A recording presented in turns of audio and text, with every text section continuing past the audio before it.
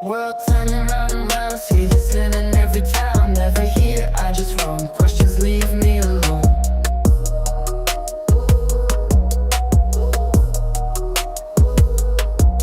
Suspicion in their eyes, is it wrong to live in disguise? Misdemeanor or a crime? I just wonder all the time.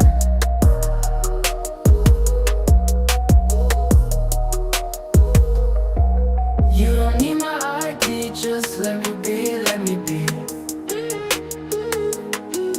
Dirty bacon on my trail, in this world I won't fail. Catch me if you can, always moving, I'm the man. Rooms with no names, just beds, floating thoughts in my head.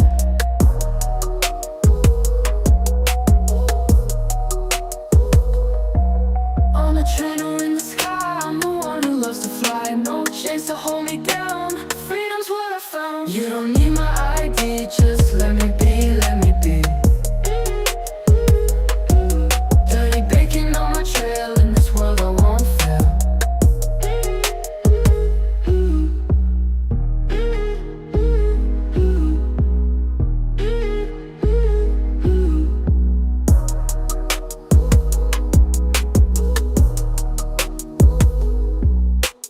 Catch me if you can, always moving, I'm the man. Rooms with no names, just beds, floating thoughts in my head. On a train or in the sky, I'm the one who loves to fly. No chains to hold me down, freedom's what I found. You don't need my ID, just let me be, let me be. Dirty bacon on my trail, in this world I won't fail.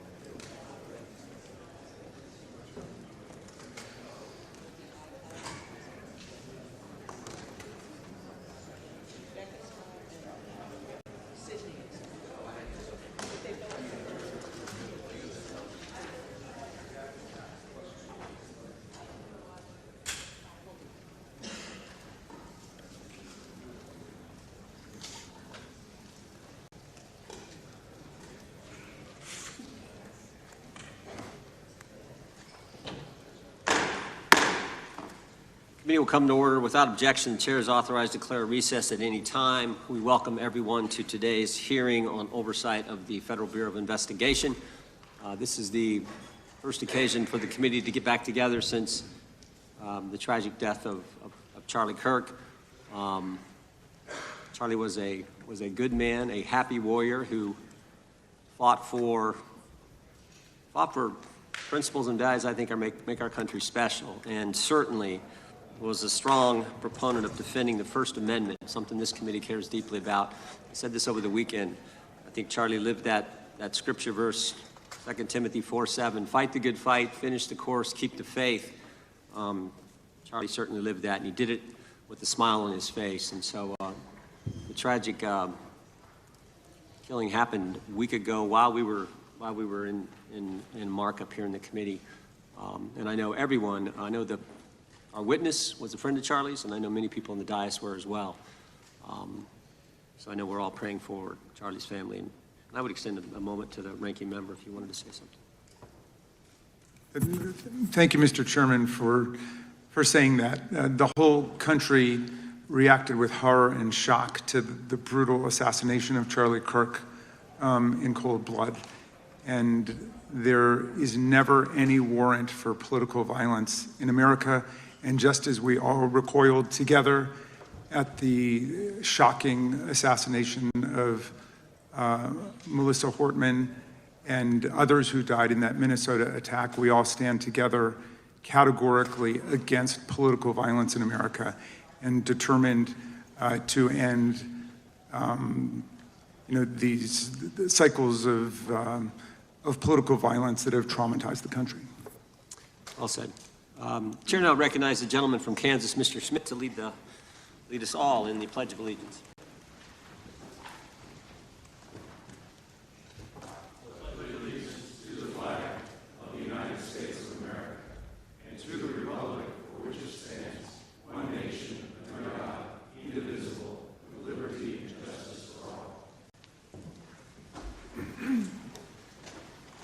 As is customary, we will begin with opening statements. 5 weeks ago, because of the work of Director Patel, we learned that the former chair of the House Intelligence Committee and current United States Senator leaked classified information. We learned this because a whistleblower came forward. A whistleblower with 23 years' experience in the intelligence community, a Democrat staffer on the committee, said this: they were pressured to leak classified information, which sort of raises the obvious question. Why would the head of the Intelligence Committee, the chair of that committee, who's supposed to be guarding our secrets, why would he be encouraging the leaking of classified information? Whistleblower told us that answer as well. The leaked information was supposed to be used, the leaked information, false information, was going to be used to indict President Trump. Now, the former chairman wasn't the only person leaking information. Jim Comey was also sharing things he wasn't supposed to share. Again, don't take my word for it. The Inspector General told us this. In his report, he said, quote, James Comey violated FBI policy by disclosing classified information. And what was Comey's motive? Same as the senator from California: to sabotage and undermine President Trump's first term. And we know that Mr. Comey's not been shy about what his objective was. In fact, 4 months ago, he told us. Remember this? 8647, Jim Comey told us just 4 months ago. Now, how'd they do it? How did the former chair of the Intel community, the former FBI director, and others in our government attempt to undermine President Trump's first term? 7 weeks ago, because of the good work of the Director of National Intelligence, Tulsi Gabbard, we learned from another whistleblower, a second whistleblower, that in the closing days of the Obama administration, the intelligence community assessment was changed. On December 5th, 2016, they had one assessment. That assessment said Russia did not impact the election vote count. There was a meeting at the White House on December 9th, 2016, where it was decided, no, we're not going to have that. We're going to come up with a new one.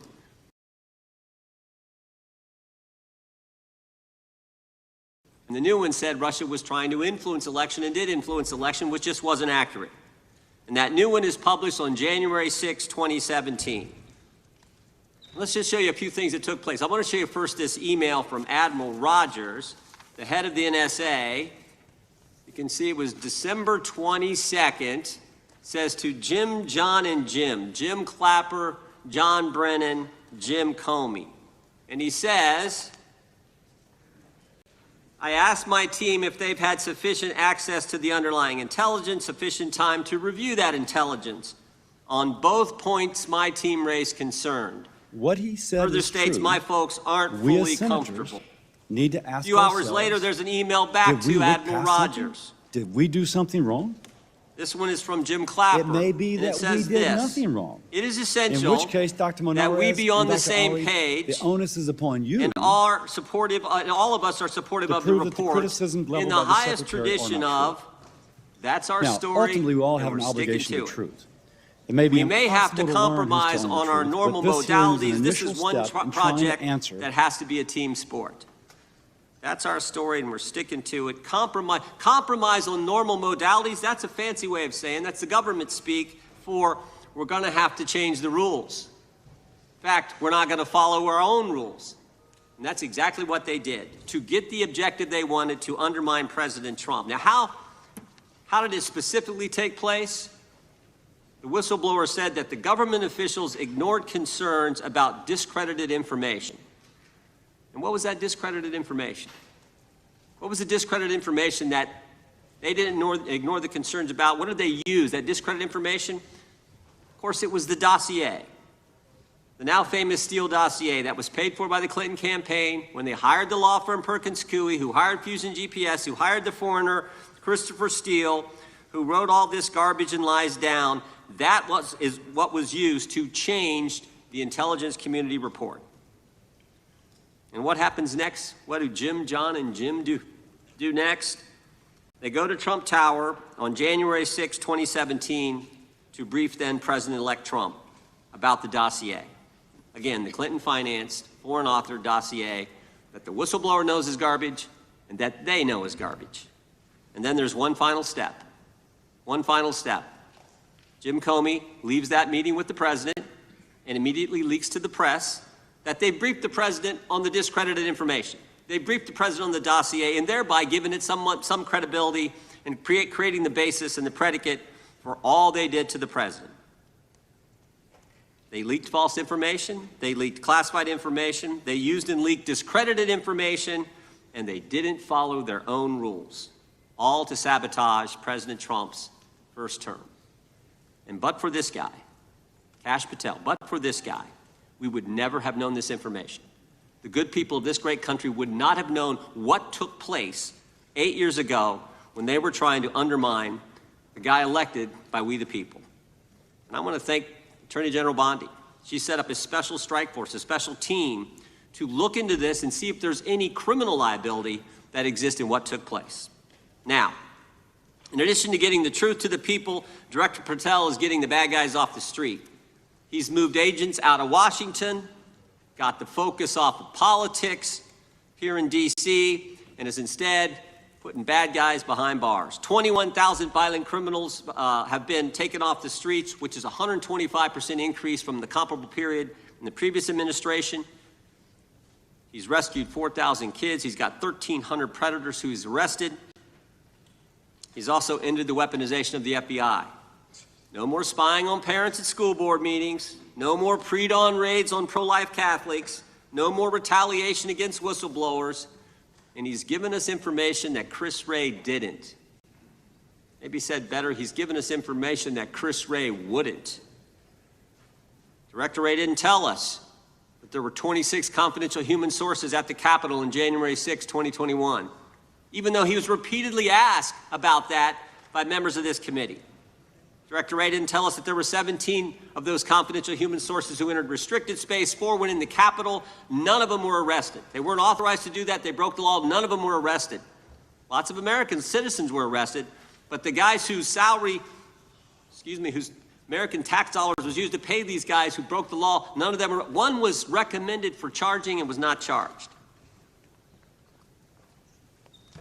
And remember when Chris Wray told us that the Richmond field office memorandum on pro-life Catholics was just a one-off? Turns out he wasn't being square with the Senate either.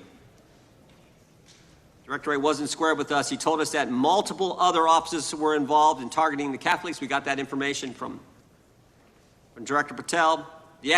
We learned from Director Patel the FBI actually surveilled a priest, tried to get the priest to divulge information, break the priest-penitent relationship and confidence that exists.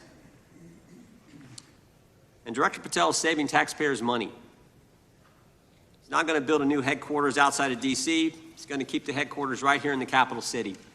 Save Americans money. Save the taxpayers' money. In 8 months, Director Patel has given us the facts. He's ended the weaponization at the FBI. He's taken bad guys off the streets, and he's saving taxpayers' money.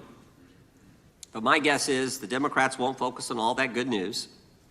They'll focus on politics. They'll stick with Comey and Clapper and Brennan and continue to try to undermine President Trump. That I yield to the ranking member for an opening statement. Thank you very much, Mr. Chairman, and welcome, Director Patel. You and I have not had the opportunity to meet, and alas, you failed to respond to the 8 oversight letters I've sent you over the last 7 months. So we do have a lot of questions piling up for you, but I want to start with a word of praise.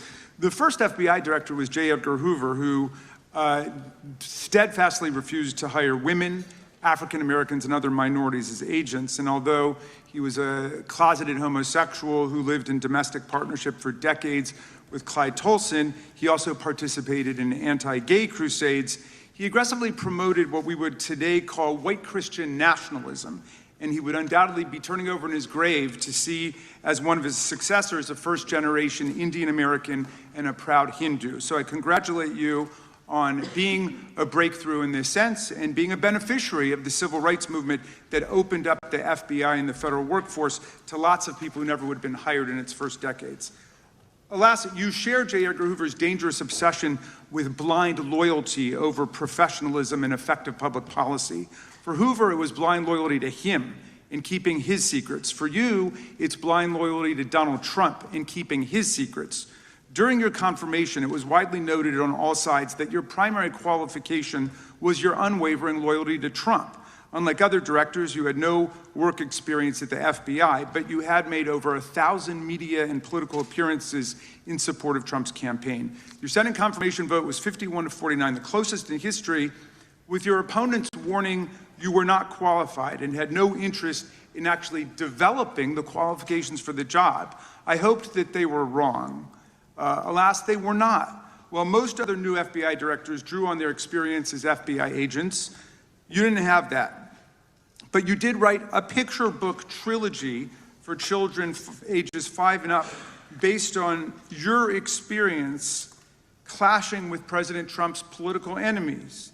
In your book, you describe your literary alter ego, Kash the Knight, as a wacky, easily bored wizard carrying out King Donald's vengeance by driving his enemies out of the kingdom. In the books, King Donald is besieged by the evil Hillary Queentown, but saved in the end by Kash. Then Kash goes on to catch mules who are stealing the 2020 election for the great King Donald from Sleepy Joe.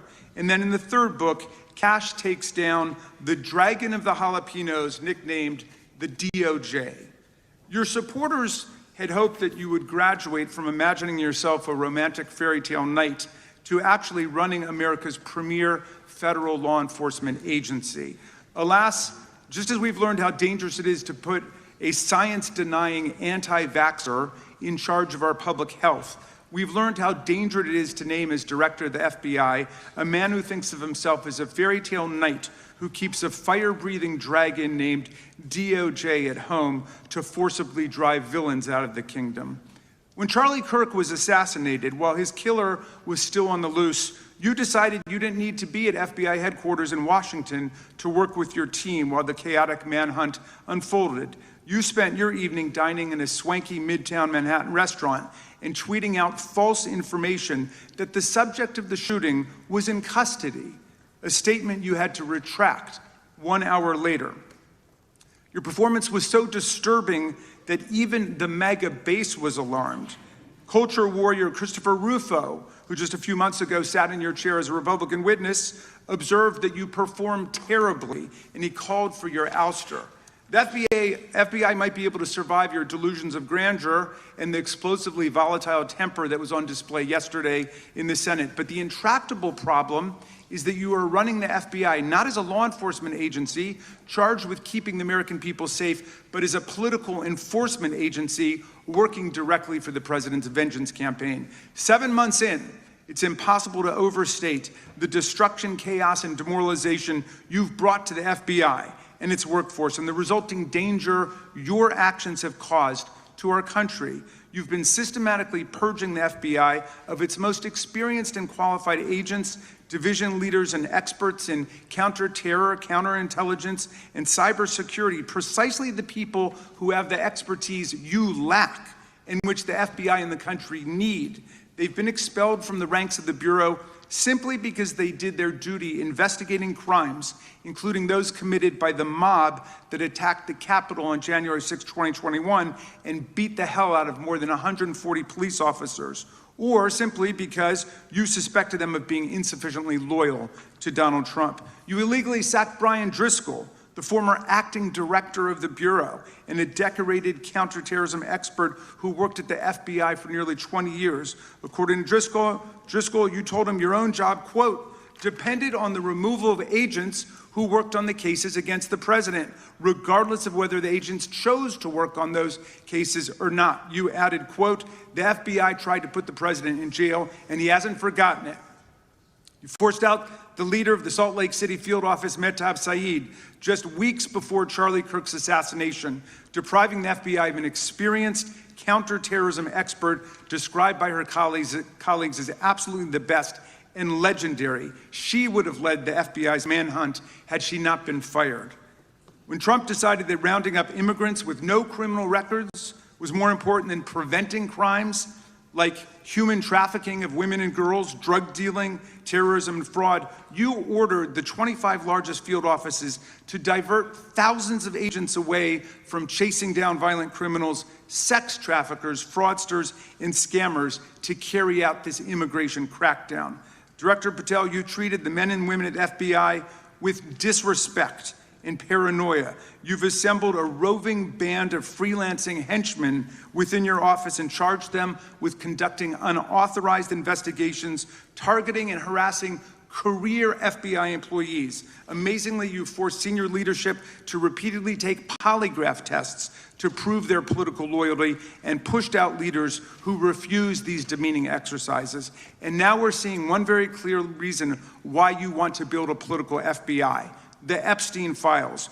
You want an FBI blindly loyal to Trump and to you as his enforcer so you can continue your cover-up of a massive international sex trafficking ring with more than 1,000 victims, betraying all of the survivors of the sexual violence. Before you got in this job, you called for full release of the Epstein files, telling podcaster Benny Johnson that the only reason the list was not released by DOJ and FBI was, quote, because of who's on that list.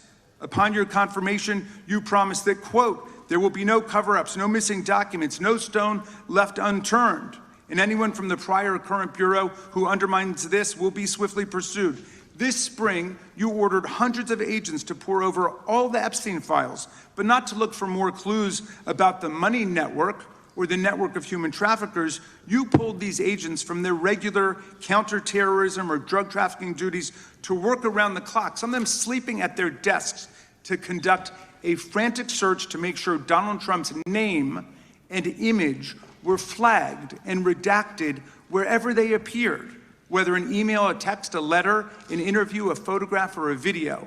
In May, Attorney General Bondi reportedly told Trump that his name had indeed appeared multiple times throughout the Epstein files. And not long thereafter, in July, you and the Attorney General released a memo claiming that, quote, no further disclosure would be appropriate or warranted. In a few short months, how did you go from being a crusader for accountability and transparency for the Epstein files to being a part of the conspiracy and cover-up? The answer is simple. You said it yourself, because of who's on that list. Donald Trump's relationship with Epstein over the years is well documented. A week ago, the Oversight Committee released Trump's disturbing birthday book, Note to Epstein, written over a drawing of a woman's naked body, referring to a, quote, wonderful secret. The Oversight Committee obtained the note from the Epstein estate, not from the FBI, raising questions again of whether the FBI has been withholding documents.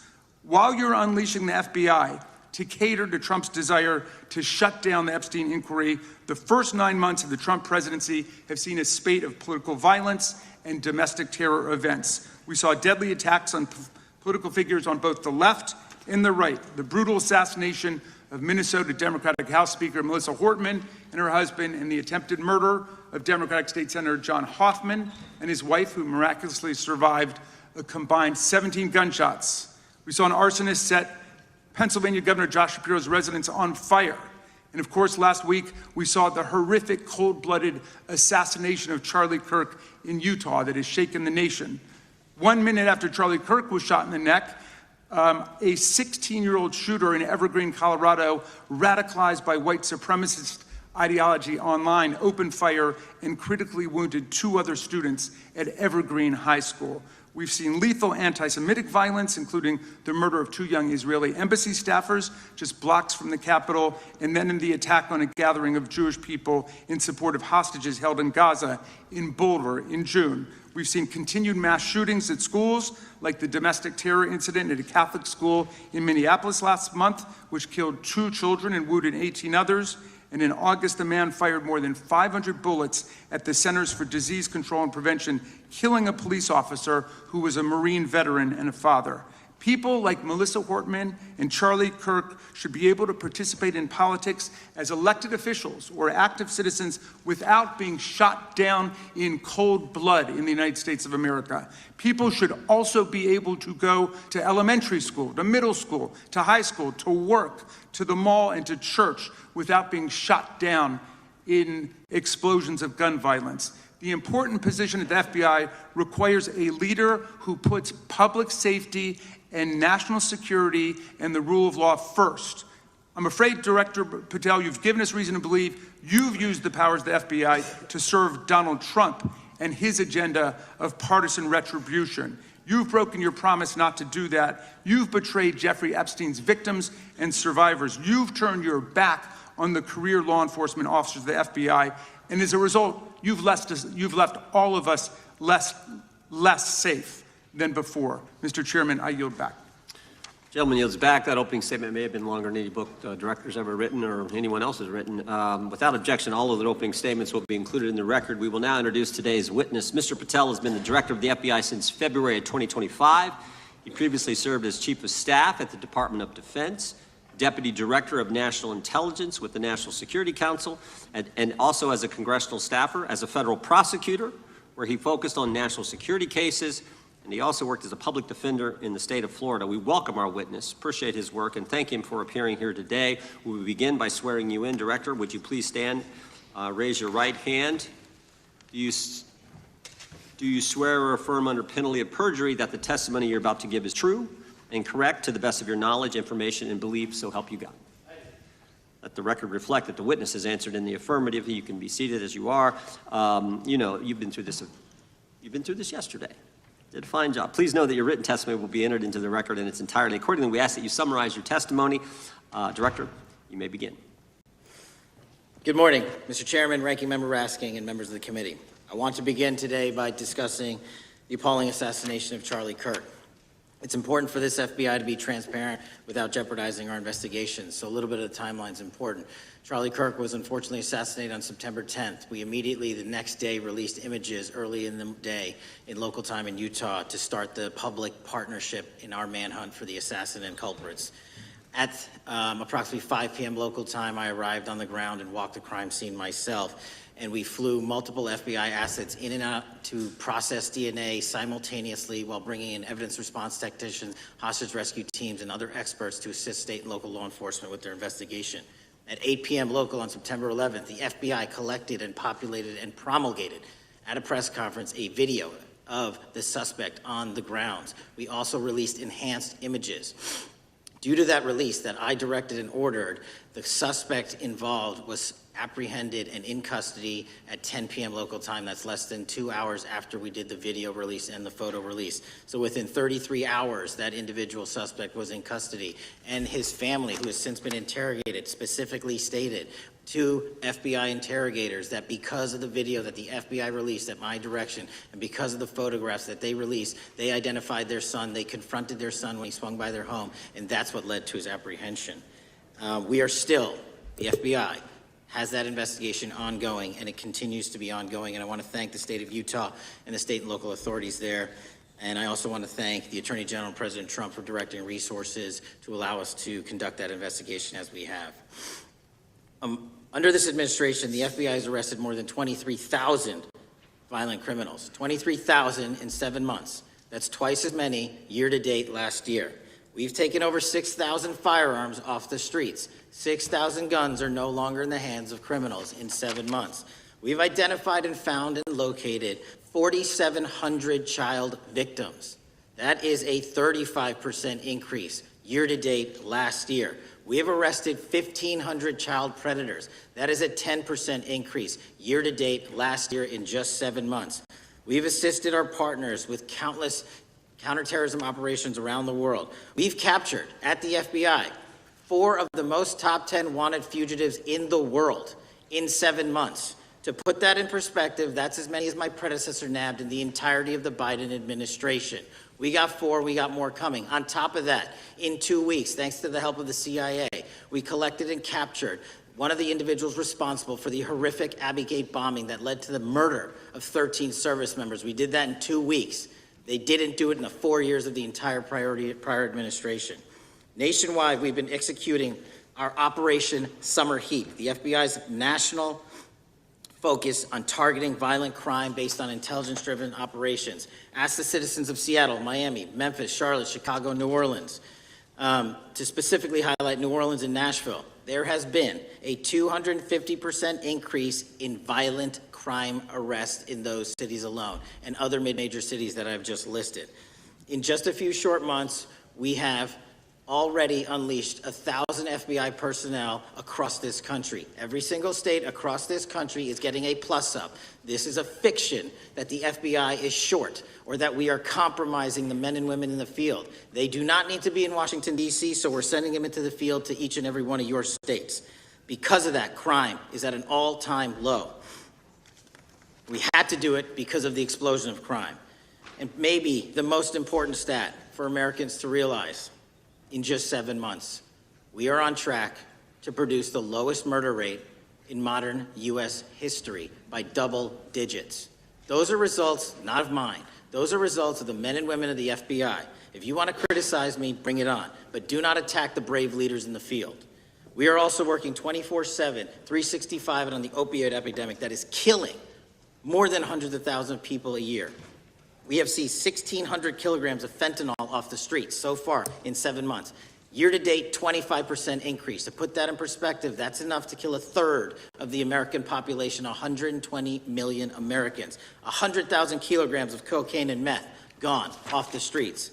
Earlier this year, I highlighted in Cincinnati, Ohio, how we're getting creative to chase down those that were willing to do harm to our citizens, not just by striking at the heart of the fentanyl producers, but the fentanyl precursor companies in China. And we indicted for the first time multiple companies and individuals, not just in America, but in mainland China, that are producing the ingredients that produce and make fentanyl that kill our children. And we're going to keep going. Counterterrorism work, cyber attacks, and foreign adversaries are something the FBI must never sleep on, and we are not sleeping. In the counterintelligence space alone, this year, year-to-date, 30% increase in counterintelligence arrests from the DPRK, Russia, Iran, and China. And I want the American people to know, in this setting, there's a lot of work that the brave men and women of the FBI are doing we just can't get into, but they don't stop. Our cyber threats, ransomware attacks, those harming our children online. We have nearly a 20% increase in indictments and arrests in 7 months alone this year. We're going after those that harm our malware, infrastructure systems, telecom systems, and energy structure. Combating SALT and Vault typhoons are just a little bit of the examples we're doing. Maybe most importantly, under the counterterrorism and domestic terrorism umbrella, are nihilist, violent extremists, and those that label themselves 764, who wish to go online and convince children to maim and mutilate themselves and commit suicide. And we are producing record numbers of arrests under that umbrella organization. We even stopped an individual in the 764 network who wanted to conspire to kill an adolescent girl. He is now in custody. Transparency remains one of my main priorities at the FBI. And this is what I've done in my 7 months at the helm. We've produced more than 33,000 pages of documents to Congress to a variety of committees, including, I believe, 7,500 to this committee alone, if memory serves me correct. To put the 33,000 in perspective, my predecessor in 7 years produced 13,000 pages in total to the United States Congress. His predecessor in 4 years produced 3,000 pages in total. I repeat, I have produced 33,000 pages in 7 years to this Congress and will continue to do so. I'm dedicated to restoring the trust and the mission and the integrity of the FBI, and we cannot do so without congressional oversight, and I promise you I will continue to do so. On the Epstein case, the original sin on the Epstein case was how it was handled by Mr. Acosta when he first brought the case in 2006, 7, and 8. The original case had a very limited search warrant, had a very limited search window, had a very limited investigative window. I was not there when those search warrants and that investigation was launched. I would not have done it that way. They were limited to only 3 to 4 years of investigations from 97 to approximately 2001 and 2002 to 2005. Mr. Acosta allowed Mr. Epstein to enter into a plea agreement where he served weekend jails for trafficking minor women. He also was allowed to relieve jail to go home on the weekends. Plus, he allowed a non-prosecution agreement to be signed as part of that plea deal, prohibiting future investigations from that prosecution and from that evidence, and prohibiting the collection of further material. That is the original sin. We are working with Congress to produce more than any administration ever has material on Epstein. And I welcome the challenge to tell us that we are not being as transparent as the law allows. We even went to court and asked the judges to lift those prosecutorial agreements and to lift those court order seals, and they denied us 3 times. Congress is welcome to do the same and join the fight. And I'd lastly like to focus on operation that the president led in D.C. Because of this, we are taking this fight in D.C. to every single city across the country. 2,100 arrests in the last month alone. D.C. has seen a 60% decrease in gun crimes, 75% decrease in carjackings, and 53% decrease in homicides in our nation's capital. And rightly so. We're bringing that fight to the streets of America. I want to thank you for your support, and I'm proud to be the director that leads this FBI into a new headquarters building that they've needed for decades, saving the taxpayer $3.5 billion, and also providing our workforce a safe environment. If you don't know the calamity that is the Hoover Building, I invite each and every one of you to walk around. I'll give you a tour myself, and you can see where the cement falls on the heads of our employees that is only to be saved by netting. Just to give you an example. Thank you for support to our mission. And I do want to highlight one thing about D.C. It's because the FBI gathered sources and evidence that we were able to, through our source network, identify the horrific murder of the D.C. intern Eric Tarpinian. And I've spoken to his family, and we are working to bring them justice. And Mr. Chairman, in my 16 years, now my 17 years of government service, if anyone has any questions. Thank you, Director. We will now proceed under the 5-minute rule. The chair recognizes the gentleman from California, Mr. Ison. Director, delighted to have you here. You are a breath of fresh air. As you outlined, and I won't repeat it, the accomplishments, you did so with the same resources as your predecessor, roughly. Is that correct? I believe so, yes. And so how much of that has to do with taking people out of the backside of the FBI and moving them into the field, into doing the job for which we primarily pay the FBI? It's exactly what we needed done. 1/3 of the FBI's workforce resided in the National Capital Region before I got there. 1/3 of the crimes do not happen in Washington, D.C. Not anymore. Not anymore. So 1,000 personnel of the FBI were deployed across this country on a permanent basis, and every single state in this union is getting a plus up, not a reduction, a plus up of 1811s of intel analysts and support staff. And that is why the crime rates are going down in record numbers. Thank you for doing that, and it's perhaps the hardest thing for a bureaucrat to do is to lower the head count around them that support them, and I appreciate your willingness to do it different than your predecessor. A lot of what you covered earlier was the find, the discovery, and then the prosecution that is done by the DOJ. But I want to talk a little bit about the prevent side. On the Charlie assassination, sir? No, on all of these. Okay, for example, and I'll bring it up before the Democrats bring it up, January 6th. January 6th, we now know, because of your find, that in fact there were people involved who were not just observers but participants who in fact, it's been alleged, and I personally believe, in fact, were part of promoting, perhaps even the one woman who died, encouraging her to walk through a door that led to her death. When you see that kind of activity, and you know it was done under predecessors with full knowledge, whether it's January 6th, where embedded people crossed the line, or any other activity, including obviously the Russian hoax that we're now dealing with up in, front and center. My question to you is, what can you or others do to prevent it from occurring again? Not on your watch, but on future watches. How can we know that this won't happen again the moment you leave the FBI? It's simple. What I'm doing through our leadership cadre is having FBI agents do what they were trained to do, not what they were not trained to do, not put them in situations that both harm them and the public. We're also utilizing our SORT networks and prioritizing the threat structure to go after the narco traffickers, the counterterrorism people, the counterintelligence threats, and the cyber threats. That's what they were trained to do, and that's what we're letting them do. One major question I have, after decades of doing this, on our side of it, both the chairman, myself, and others, both at oversight and here, have seen that the FBI and the Department of Justice hide behind non-statutory practices. Now, you've changed the interpretation of many of those practices. That's why we're getting the discovery that was previously withheld. How do we work together to make sure that we never again have false walls, non-statutory walls that say the Department of Justice has a prohibition about giving, quote, you fill in the blank, that has led to the chairman not seeing anything until you took over?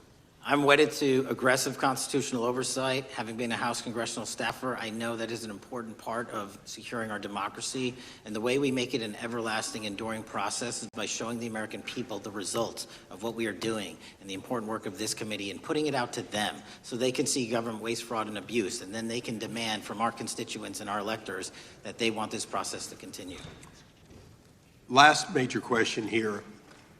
Some things are so sensitive that we both would agree they cannot be made public. Will you commit to this committee, when it is too sensitive to disclose, that you would at least make it available for in-camera review by the chairman and ranking members or others designated?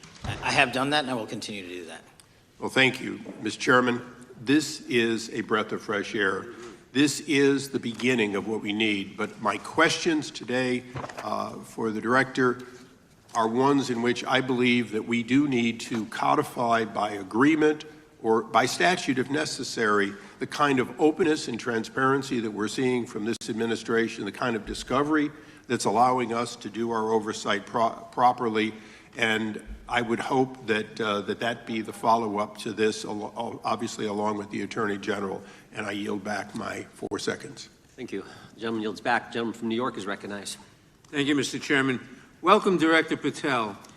In the wake of the tragic murder of Charlie Kirk, Donald Trump said, quote, "Violence and murder are the tragic consequences of demonizing those with whom you disagree, day after day, year after year, in the most hateful and despicable way possible," close quote. I would note for the record that Donald Trump has famously demonized practically every person he has ever disagreed with, and therefore, using his own logic, he has put their lives at risk. I should know Donald Trump continuously puts my life in danger. About 2 weeks ago, when I announced my decision not to seek re-election, many people on both sides of the aisle, including the chairman, offered me well wishes and thanked me for my service. Donald Trump, on the other hand, took to Truth Social to call me a, quote, psychopathic nut job, among other things. Yesterday, I received a threatening note filled with anti-Semitic comments and hateful attacks that mimic some of the same language used by the president. I am sure many of us on this committee face similar threats every day. We have seen political assaults on both the left and the right. The attack on Charlie Kirk, the attempted assassination of the president, the murder of the Democratic Speaker of the Minnesota House, the assault on Paul Pelosi, and the attack on the Capitol on January 6th, for example. Director Patel, do you agree that there is political violence from both the left and the right? There is too much political Do violence. you agree, yes or no, that there's violence? There is too much political violence based on ideologies from either side. From either side, okay. Are you aware of the study by the Cato Institute, a well-known conservative group, that found that 69% of the violence is from the right? I'm not familiar with that You're study. not familiar, okay. I would commend it to you. Are you aware the administration has threatened to use violence as an excuse to crack down on liberty and freedom of speech? Say that again, I'm sorry? Are you aware the administration has threatened to use violence as an excuse to crack down on liberty and freedom of speech. Nobody at the FBI is doing that. I didn't ask you about the FBI, I said the administration. I speak for the FBI. I would like to enter the record an article from today's New York Times titled, "Trump Invokes Kirk's Killing and Justifying Measures to Silence Opponents." In the wake of Charlie Kirk's killing, President Trump and his allies have laid out a broad plan to target liberal groups, monitor speech, revoke visas, and designate certain groups as domestic terrorists. I ask unanimous consent to insert this into the record. Thank you. Politicizing the murder of Charlie King to go after free speech is not a legacy I believe Charlie King would have wanted. Moving on, I want to address another topic. The FBI has traditionally played a key role in prosecuting public officials for corruption. But I fear that at a time when the president is accepting planes from Qatar for his post-presidential personal use, issuing pardons to major donors, and personally profiting from the office of the presidency, the FBI may be abandoning its commitment to investigating public corruption.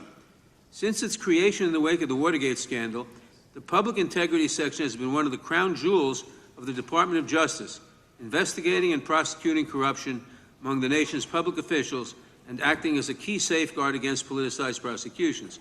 This section's work has been supported by an elite squad in the FBI devoted specifically to rooting out corruption. But according to reports, the Public Integrity Section has now been decimated, and the FBI's Public Corruption Squad has been disbanded. I would like to submit for the record a New York Times article entitled, "FBI Dismantles Elite Public Corruption Squad." I ask unanimous consent. Thank you. These actions are an invitation to corrupt politicians to break the law, since they know that the government is asleep at the switch. Last month, Senator Warren and I, along with dozens of other members of Congress, wrote to you and Attorney General Bondi expressing grave concern over your decision to effectively legalize corruption and to politicize prosecutorial decisions. And he asks unanimous consent to enter this letter into the record. Thank you. I don't have time today to walk through all your questions, all of our questions and concerns, but will you commit to answering this letter in short order so that we can understand what factors led to this decision and how it has impacted the ability to hold corrupt officials accountable? I will review your letter with my team and respond as soon as I can. You will respond. Thank you. I yield back the balance of my time. Gentleman yields back. Gentleman from Arizona is recognized for 5 minutes. Thank you, Mr. Chairman, and thank you, Director, for being here. I appreciate the change in the FBI and the tone since you've been there. We heard the ranking member, however, describe the FBI under your leadership as being resorting to political enforcement and you personally as being paranoid.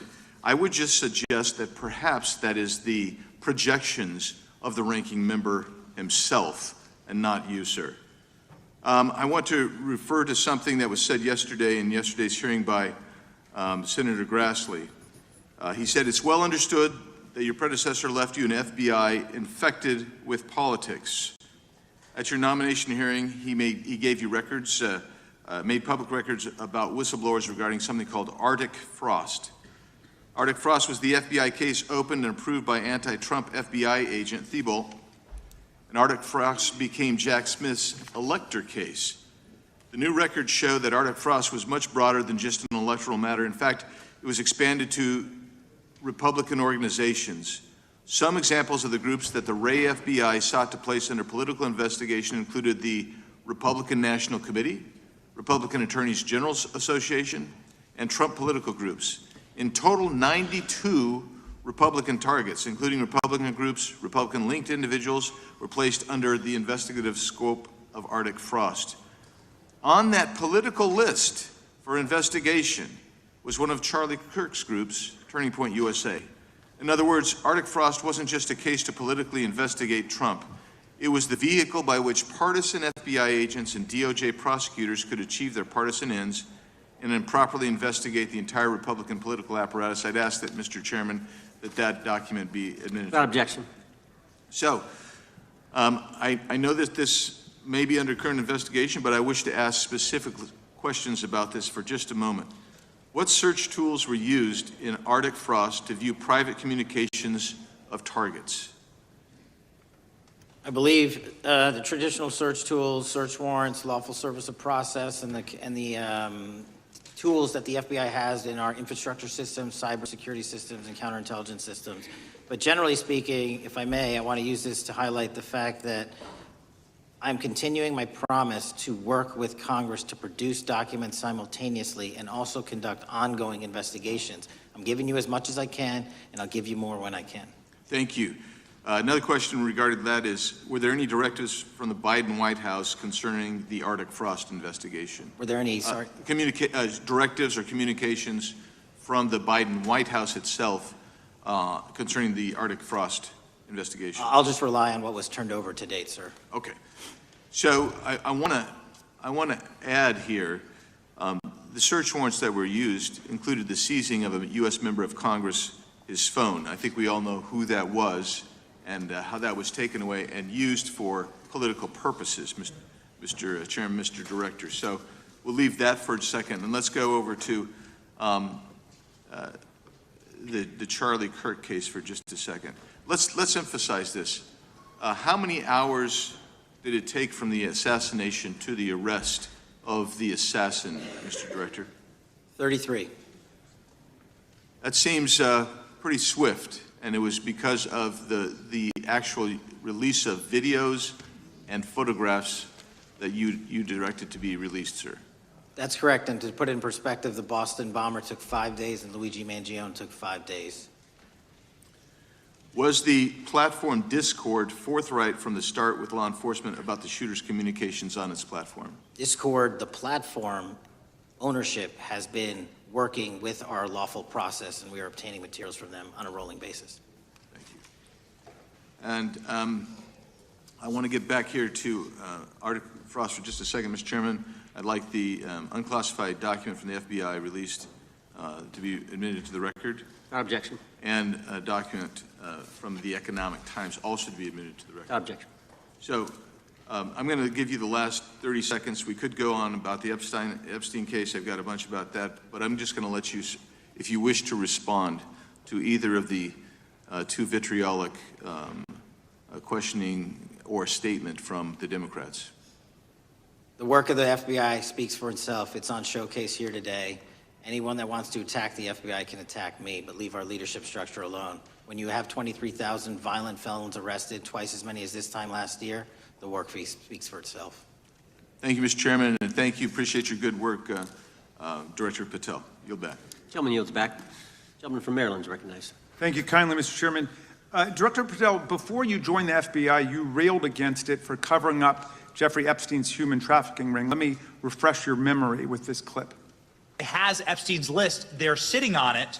That doesn't seem like something you should do. You're protecting the world's foremost predator. That seems like an evil thing to do, regardless of who may be embarrassed in the release of that list. Why is the FBI protecting the greatest pederast, the largest scale pederast in human history? Simple, because of who's on that list.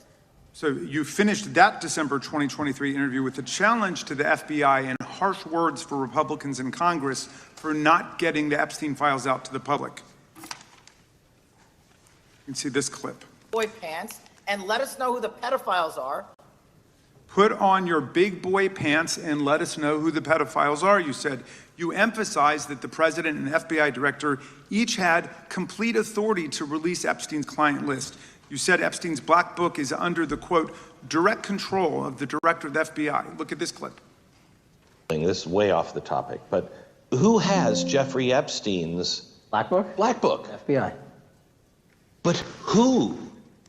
That is, I mean, Oh, there's... that's under direct control of the director of the FBI. All right, so you were sworn in as director more than 200 days ago. Now the black book is under your direct control. So why haven't you released the names of Epstein's co-conspirators in the rape and sex trafficking of young women and girls? The Rolodex, which is what everybody colloquially refers to as the Black Book, has been released. Oh, no, you're talking about what the journalist got 5 years ago? No, that's not what we're talking about. We're talking about what you were talking about there, That's the black exactly book what I under was the talking- direct control of the FBI director. We have released more material than anyone else before. The Biden administration, Obama administration had the exact opportunities to release this material, and they never did. And if you are selling the men and women of the FBI, Why we're not do you going after change your child position? predators. Hang on, you said we're not going after child predators. 1,500 child predators arrested this year, 35% Okay. increase. I'll reclaim my time. 4,700 child victims Mr. Chairman, I'm going to found. reclaim my time if you could instruct the witness.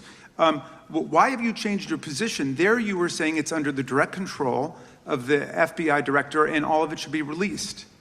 Why have you changed your Everything position? that has been lawfully permitted to be released has been released. And as I told you, Really? the investigation was limited. And let me make something crystal clear. I never said Jeffrey Epstein didn't traffic other people, other women, and they're not other victims. This is the investigation we were given from 2006, 7, and 8, and the search warrants from 2006, 7, and 8. That's what we're working with. Well, wait, have you released all of the stuff that the FBI has seized from Epstein's house? The computers, the emails, the file cabinets, the documents? What about the financial records? Have you released all of that? Everything the court has allowed us to Which release. court are you talking about? 3 separate federal courts have come in and said. We're there are talking about the 3 evidence you've got. It's got nothing to do with what those courts have. Do you have any We're talking idea about how the evidence- law works? Wait. Do you want me to break the law in a federal judge's order? No, I want you to satisfy follow your own curiosity? word, Director Patel. You said up there it was under the direct control of the FBI director. He had the black book. Everything have you released? I have direct control over, we have gone to court. You haven't. Complete We your went sentence. to court. Everything you have direct We- control over, you we said. have gone to court, and everything we have direct Director control Patel, over. complete your and sentence. can You said lawfully everything- I'd like to release. the We're gentleman- releasing. He'd like to complete his answer.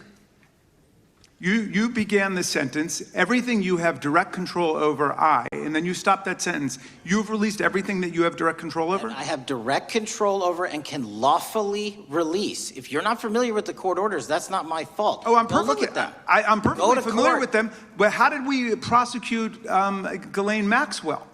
She was prosecuted with the investigatory material that was collected from 2001 and 2005. Because of the non-prosecution agreements and the court orders on the investigations and search warrants, we were not able to develop new information. And oh, by the way, Jeffrey Epstein was out for 12 years, and the Obama and Biden administration did nothing to look at his work, his pedophile network. If you want to blame me, that's fine. But now you're blaming the men and women who conducted No, this stop great that. search. I'm not blaming anybody other than you. You're not keeping your word. You said that you would release all of the materials Has under your anyone direct released control. more information on Epstein than I have? Has Well, anyone? much did more- Comey, did Ray? Much Did more. they? Excuse me. Much more has come out in the days since the American people in Congress have been demanding it. But it's coming out in dribs and drabs. Why don't you just release the entire file as you promised to do? I literally just told you, there are multiple federal court orders. I'm not going to break the law to satisfy your curiosity. You didn't join us when we filed court to release the court orders. You could have. You have lawyers. You could have shown up. You didn't do that. That's a tiny fraction of the material we're That talking is about. not. It is How a do you- tiny fraction. How do you know that? Have you seen No. everything? Time It's of the all gentleman. misdirected. How do you know Time that? of the gentleman has expired. The gentleman from California is recognized. Well, thank you. Mr. Director, just to be clear, how many of the Epstein files were released in the 4 years of the Biden administration? 0. And how many have you released? I don't have the number, but it's got to be thousands of pages of stuff. I was going to ask you to begin whether Americans are safer today than they were 9 months ago, but you cited dramatic increases in criminal arrests since you've taken office, a dramatic decrease in crime that's resulted.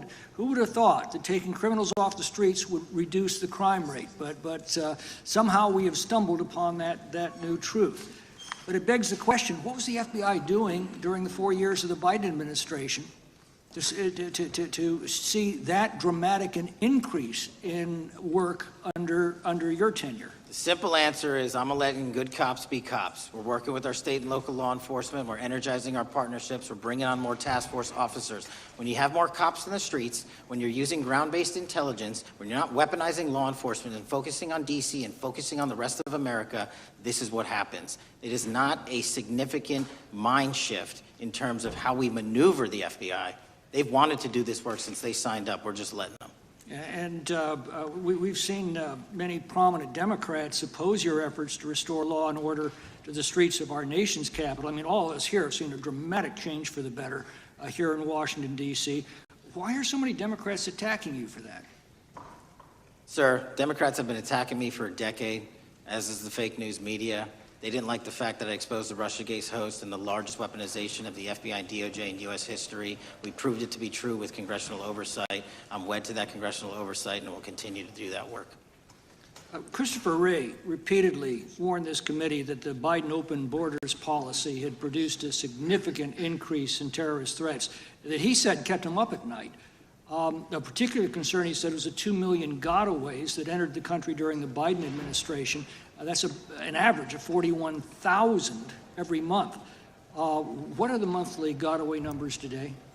Sir, I'll have to get back to you on the exact gotaway numbers, but identifying that there are gotaways is step one. Going and manhunting them is step two, and that's what we're committing our resources to do. Well, that's my next question, is what progress has the administration made in apprehending and removing terrorist threats that came in during the Biden years? I think you're talking about, if you're not, let me know, known or suspected terrorists, and we've encountered almost zero at the southern border since the southern border has been sealed. But the problem that we are running into is our northern border. It's largely expansive, the enemy has adapted, and we need more focus on the northern border to stop known or suspected terrorists from coming in from places like China, Russia, the Middle East, Africa, Afghanistan. And what can you tell us about the remaining threat posed by potential terrorist cells here in the United States?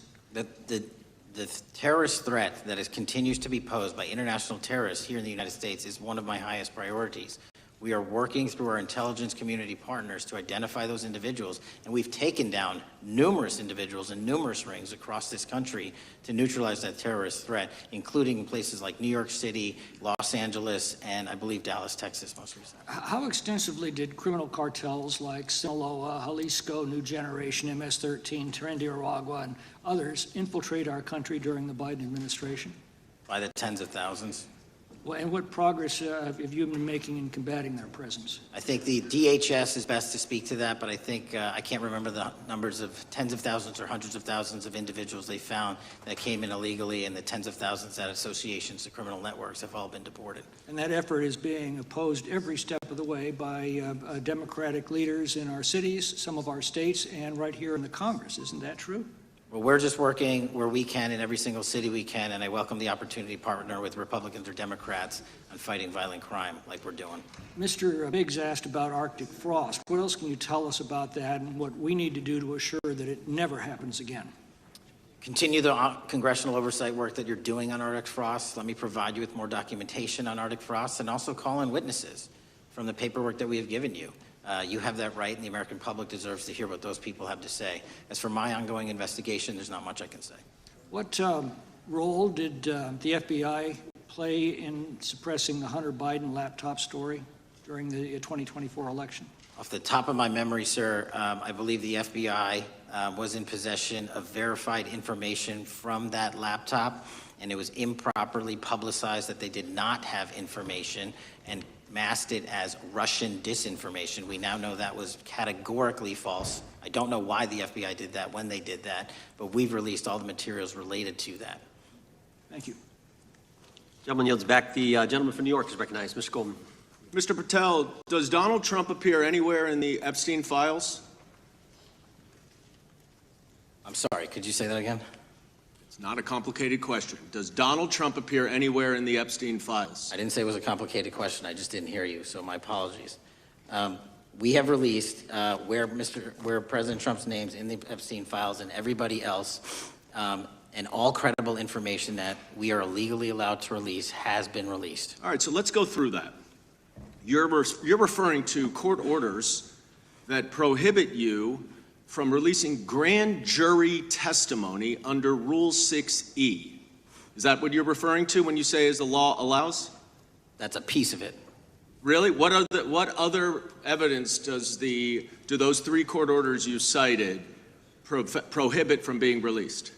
Information that was collected pursuant to those search warrants that were limited Wrong. in fashion. Wrong. That's Okay. not what the court order says, and that's not under 6E. And you're talking, and I said that's 6E, and I said there was others, and I'm answering that. There are sealed court order documents. There are protective orders. They are unsealed as part of discovery given to Ghislaine Maxwell. They are no longer sealed. That's just not true. We can argue about it all you want. Okay, well, you agree that there are, so your testimony here is that the reason why you are not releasing all of the videos that you have acknowledged, there are so many, and that the FBI spent thousands of hours of reviewing, the photographs, the photographs that you have. You're saying that you're not releasing those because there's a court order requiring them to be sealed? Is that your testimony? Never said that about the videos. On the totality of the videos, of the thousands of images that were seized pursuant to the search warrants executed at the time,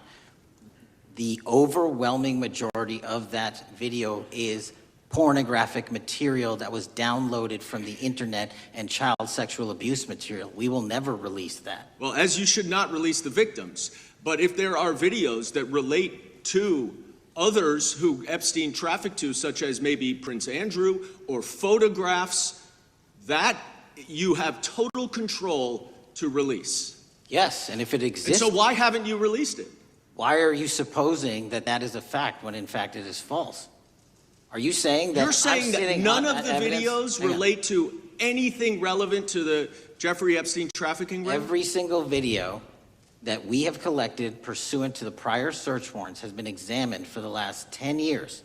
And every single video has been utilized for whatever prosecutions were able to be legally brought. I'm not asking about prosecutions. I'm asking about why you aren't releasing the full Epstein files, including the names of people who were involved in the sex ring that you promised to do before you became FBI director. I just told you, I'm not going to release downloaded porn of I'm children not asking on the about internet. that. Fine. I'm asking about all the other files. What other videos? Tell me.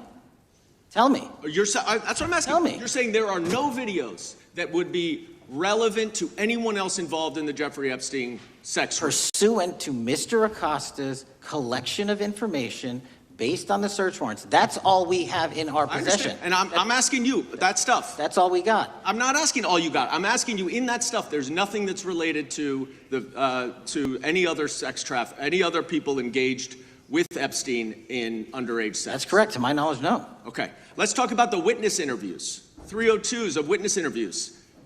Those are not subject to the court order. Those are not subject to any fictional sealed order for a search warrant. Why aren't you releasing those with the redacted names of the victims? We are releasing as much as legally allowed. That's why we went back to How the is courts. that? How is that not legally allowed? Sir, do you know how court orders work? Do you know how protective orders Actually, work? Do you know how Mr. sealing Patel, orders I was work? a real prosecutor for 10 years. I know exactly how. So I was a court fake one? orders. And I want to understand what the court order prevents you from releasing witness statements that the FBI took. You should know that as a real prosecutor, when the court hand downs a protective order and a motion to seal, the material is sealed unless So that your judge testimony waives here it. is that all of those witness statements are under a court order, a protective order. We are providing everything we can legally provide. No, that's not my Congress has question. sent us a My subpoena. question is, why are those witness statements that are not grand jury testimony, that if they were under a protective order are no longer under a protective order, why are they not being released? How are they not under a protective Why order? are you not going to the court like you did for the grand jury testimony to unseal those records? The DOJ did go to the court. No, not on those records. Why aren't you going? gentleman. You just went on grand jury. Time of the gentleman has expired. The You are hiding the Epstein files, time Mr. of the Patel. gentleman has expired. You are part of the cover-up. Can I respond? Sure can. Any allegations that I'm a part of a cover-up to protect child sexual trafficking and victims of human trafficking and sexual crimes is patently and categorically false in the work of my So I hope you will talk to them when they Gentlemen's time have has requested expired. to speak with you. Because the Gentlemen's time has victims have expired. Gentleman requested yields and you are back. not responding to them.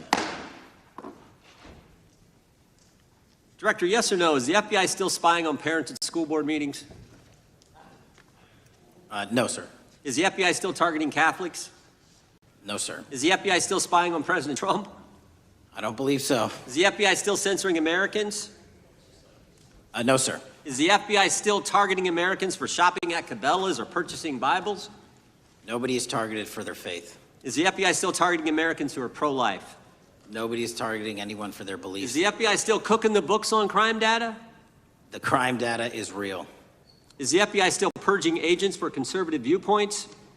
No one at the FBI has asked their viewpoints on Is policy. the FBI still labeling the Betsy Ross flag, the flag of the American Revolution, a hate symbol? No. Well, maybe that's why you've been able to, what was the number? 23,000 bad guys you've arrested, a huge increase from the same time period in the previous administration. I think you said 1,400 predators, 4,000 children rescued. Were those the facts? 4,700, 35% increase on children rescued. Yeah.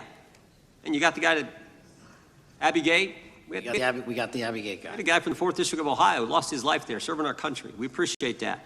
Maybe when you're not focused on politics, you can actually do what the FBI is supposed to do. Go get the bad guys, right? That's what the men and women of the FBI do. Director, did John Brennan lie to Congress? Let me just read a couple things actually before you answer that. 2 years ago, we had Mr. Brennan in for an interview, and I asked him, how'd you learn about the dossier in December of 2016? Mr. Brennan replied, I received a copy of it from the FBI, and the CIA was very much opposed to having any reference or inclusion of the Steele dossier in the intelligence community assessment. That's what John Brennan told the United States Congress.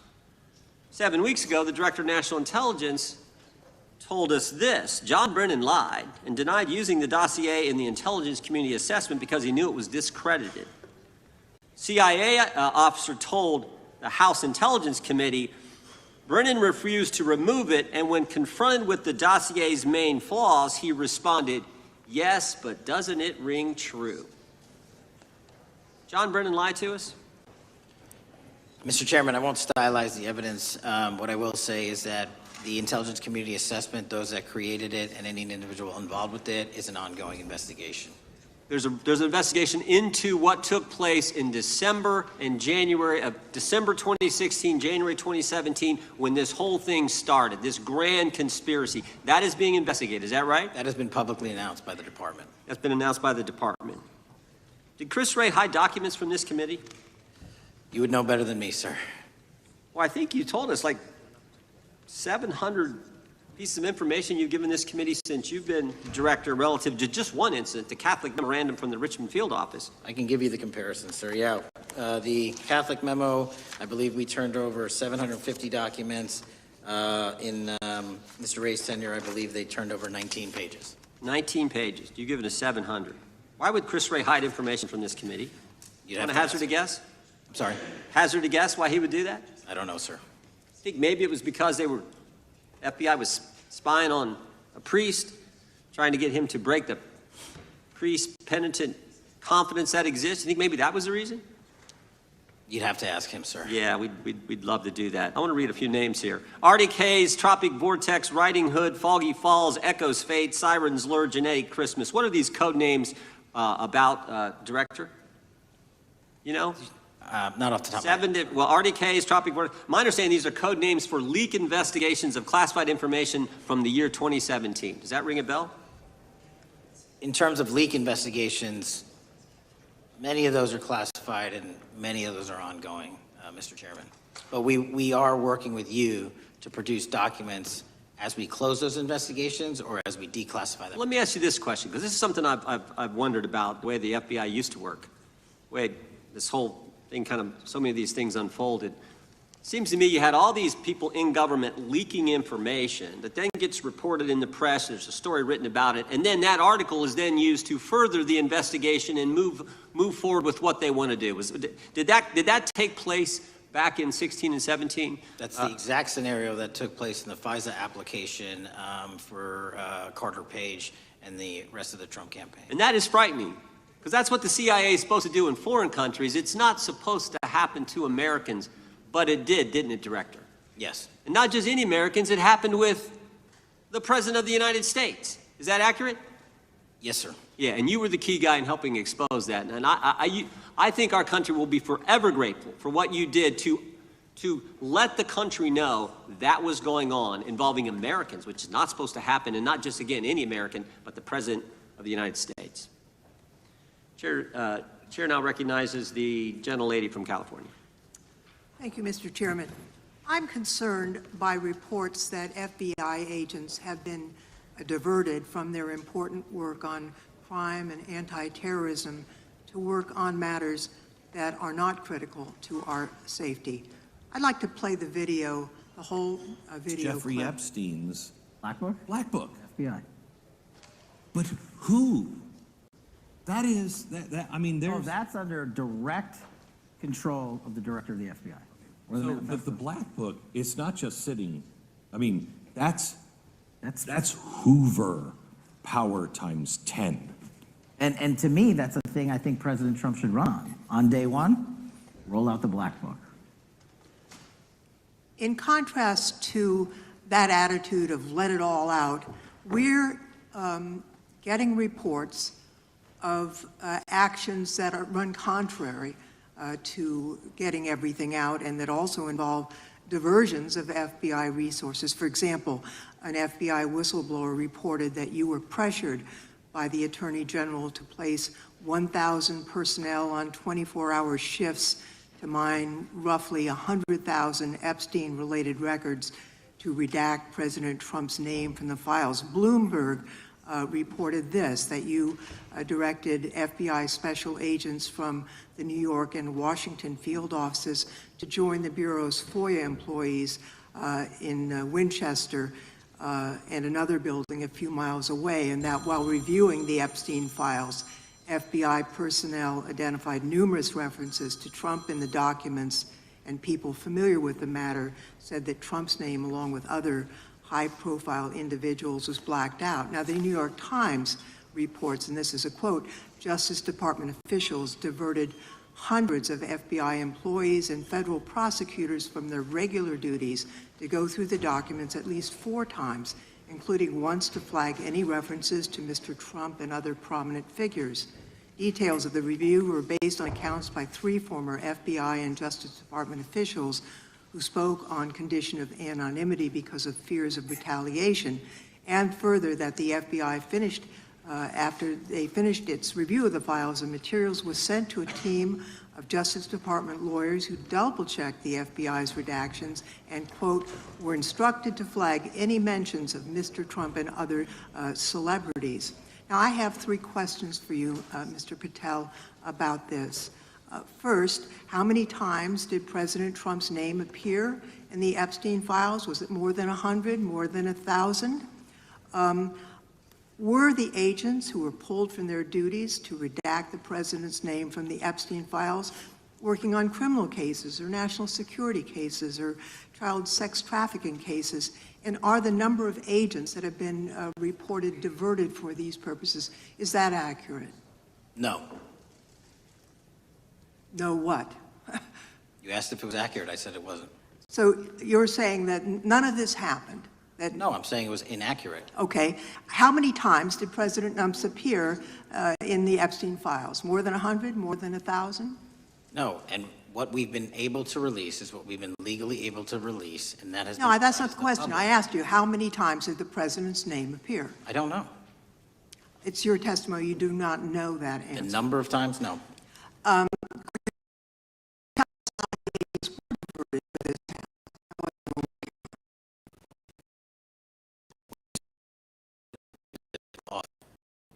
What they do all the time. Agents at the FBI masterfully doing triple duty. The public interest in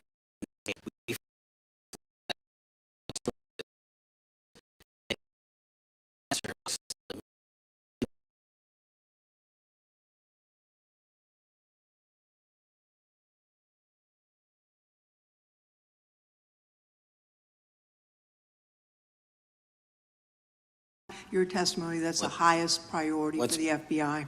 What's one of the most impressive things about the FBI leadership and the careers that are in place is that they make the decisions on who to send where on priorities and make sure the mission needs are not hurt. And that's what happened here. It's shocking to me that the FBI would think that erasing Mr. Trump's name from the Epstein files is a high priority when we have crime, we have national security threats, we have terrorism threats, we have murders such as that occurred, unfortunately, with Mr. Kirk. It's shocking to hear that that's your highest priority. And with that, Mr. Chairman, I That's yield literally back. not what I said. Gentleman yields back. Gentleman from Wisconsin is recognized. Director, is President Trump implicated in any wrongdoing related to Jeffrey Epstein? Based on the entirety of the evidence that we have, absolutely not. The president is not implicated. Correct. Thank you. I want to talk a little bit about China's malign influence here in America. And, we've seen spy balloons traverse the United States. We've seen police stations in communities around America. And sitting in the chair you're in just 2 years ago, there was a sheriff from Cochise County, Arizona, Mark Daniels, that was here, who said that the exponential increase in the amount of fentanyl that is coming into America is directly related to the open borders policies of the previous administration. Do you agree with Sheriff Daniels' characterization? In large part, yes. So, since you've been director, has there been a reduction we've talked about how the border is largely secure now, right?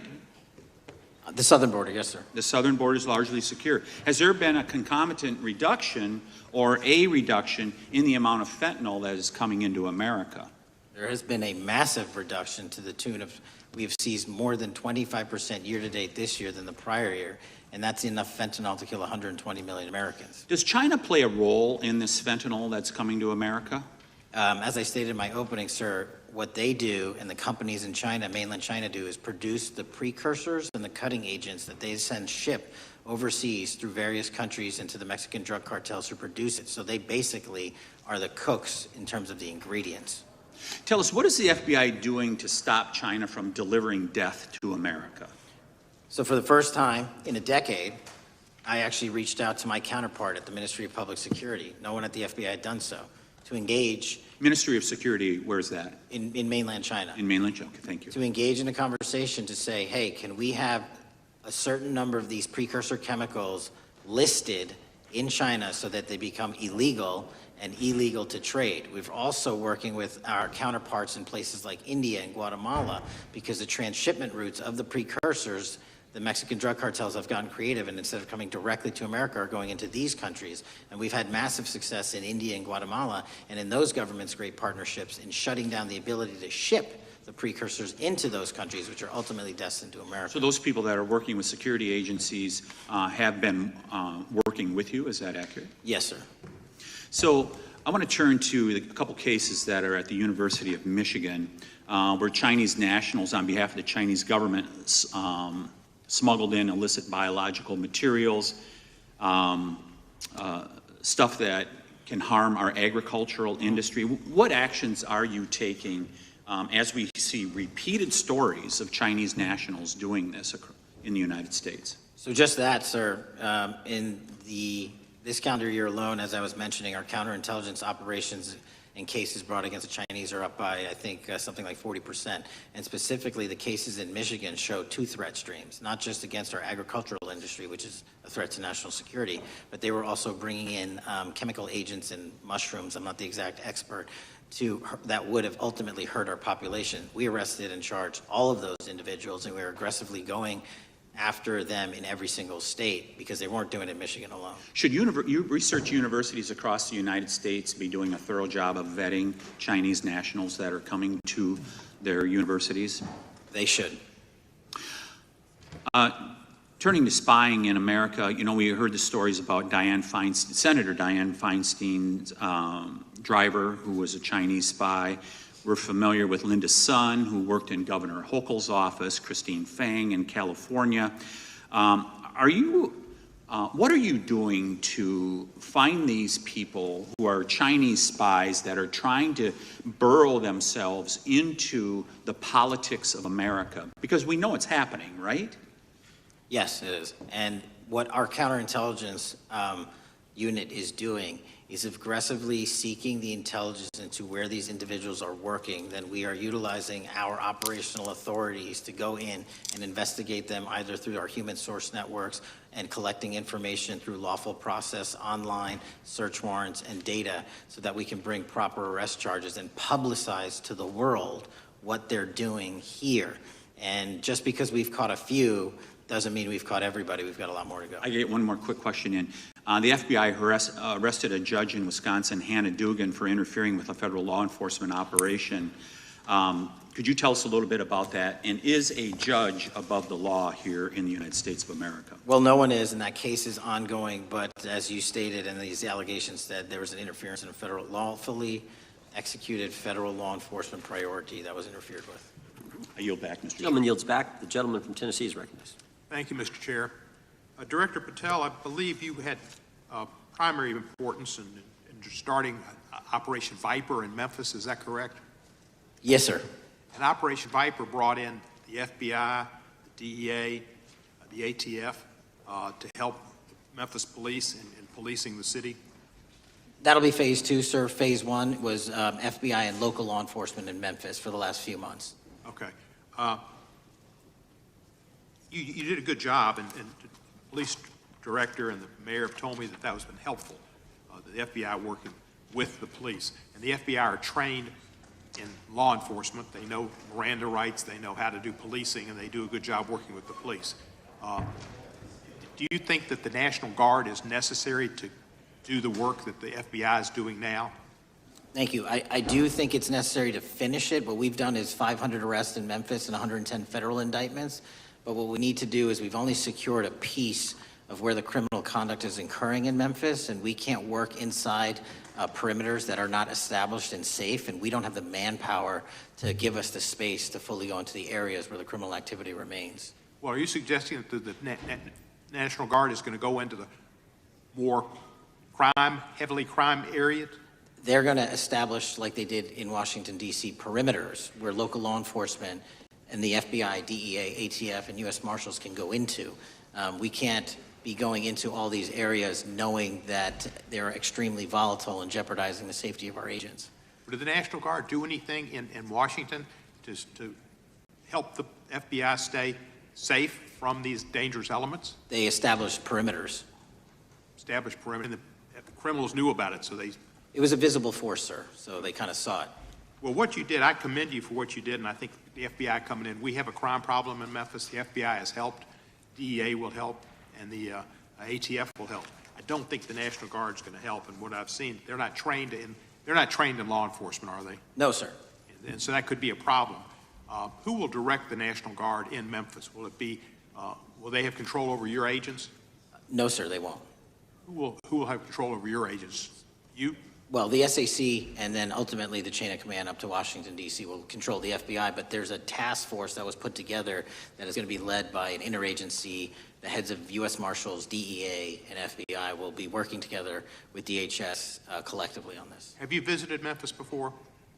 Yes, sir, I have. So you know how good a city it is. I love Memphis. A lot of us do. And Memphis is a great city, great history, civil rights museum. Might say something about slavery, but that was the history. It needs to be taught. Blues, Elvis. Beale Street. Beale Street, right, barbecue. And people should come. It's not a troubled city. We've got some crime, but it's not a troubled city. We're not troubled, and we love our city, and we hope that the National Guard doesn't come in and cause people to have questions about Memphis because it's a city they should visit.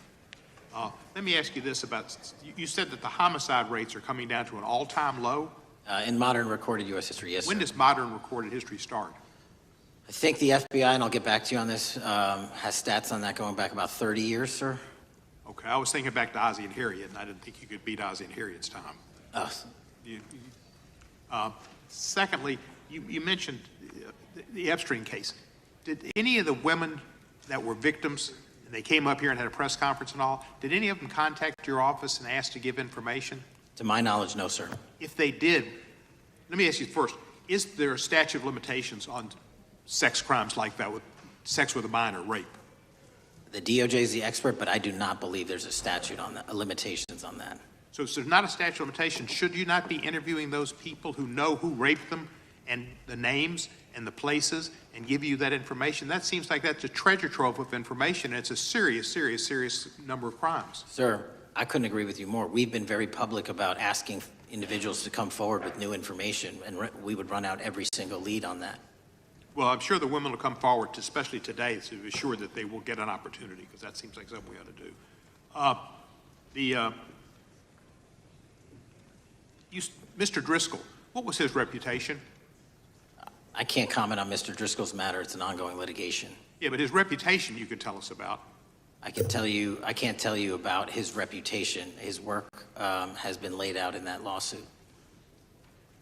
How many of the FBI agents who worked on the January 6th case have been fired? I don't have that number, sir. Do you have a ballpark figure?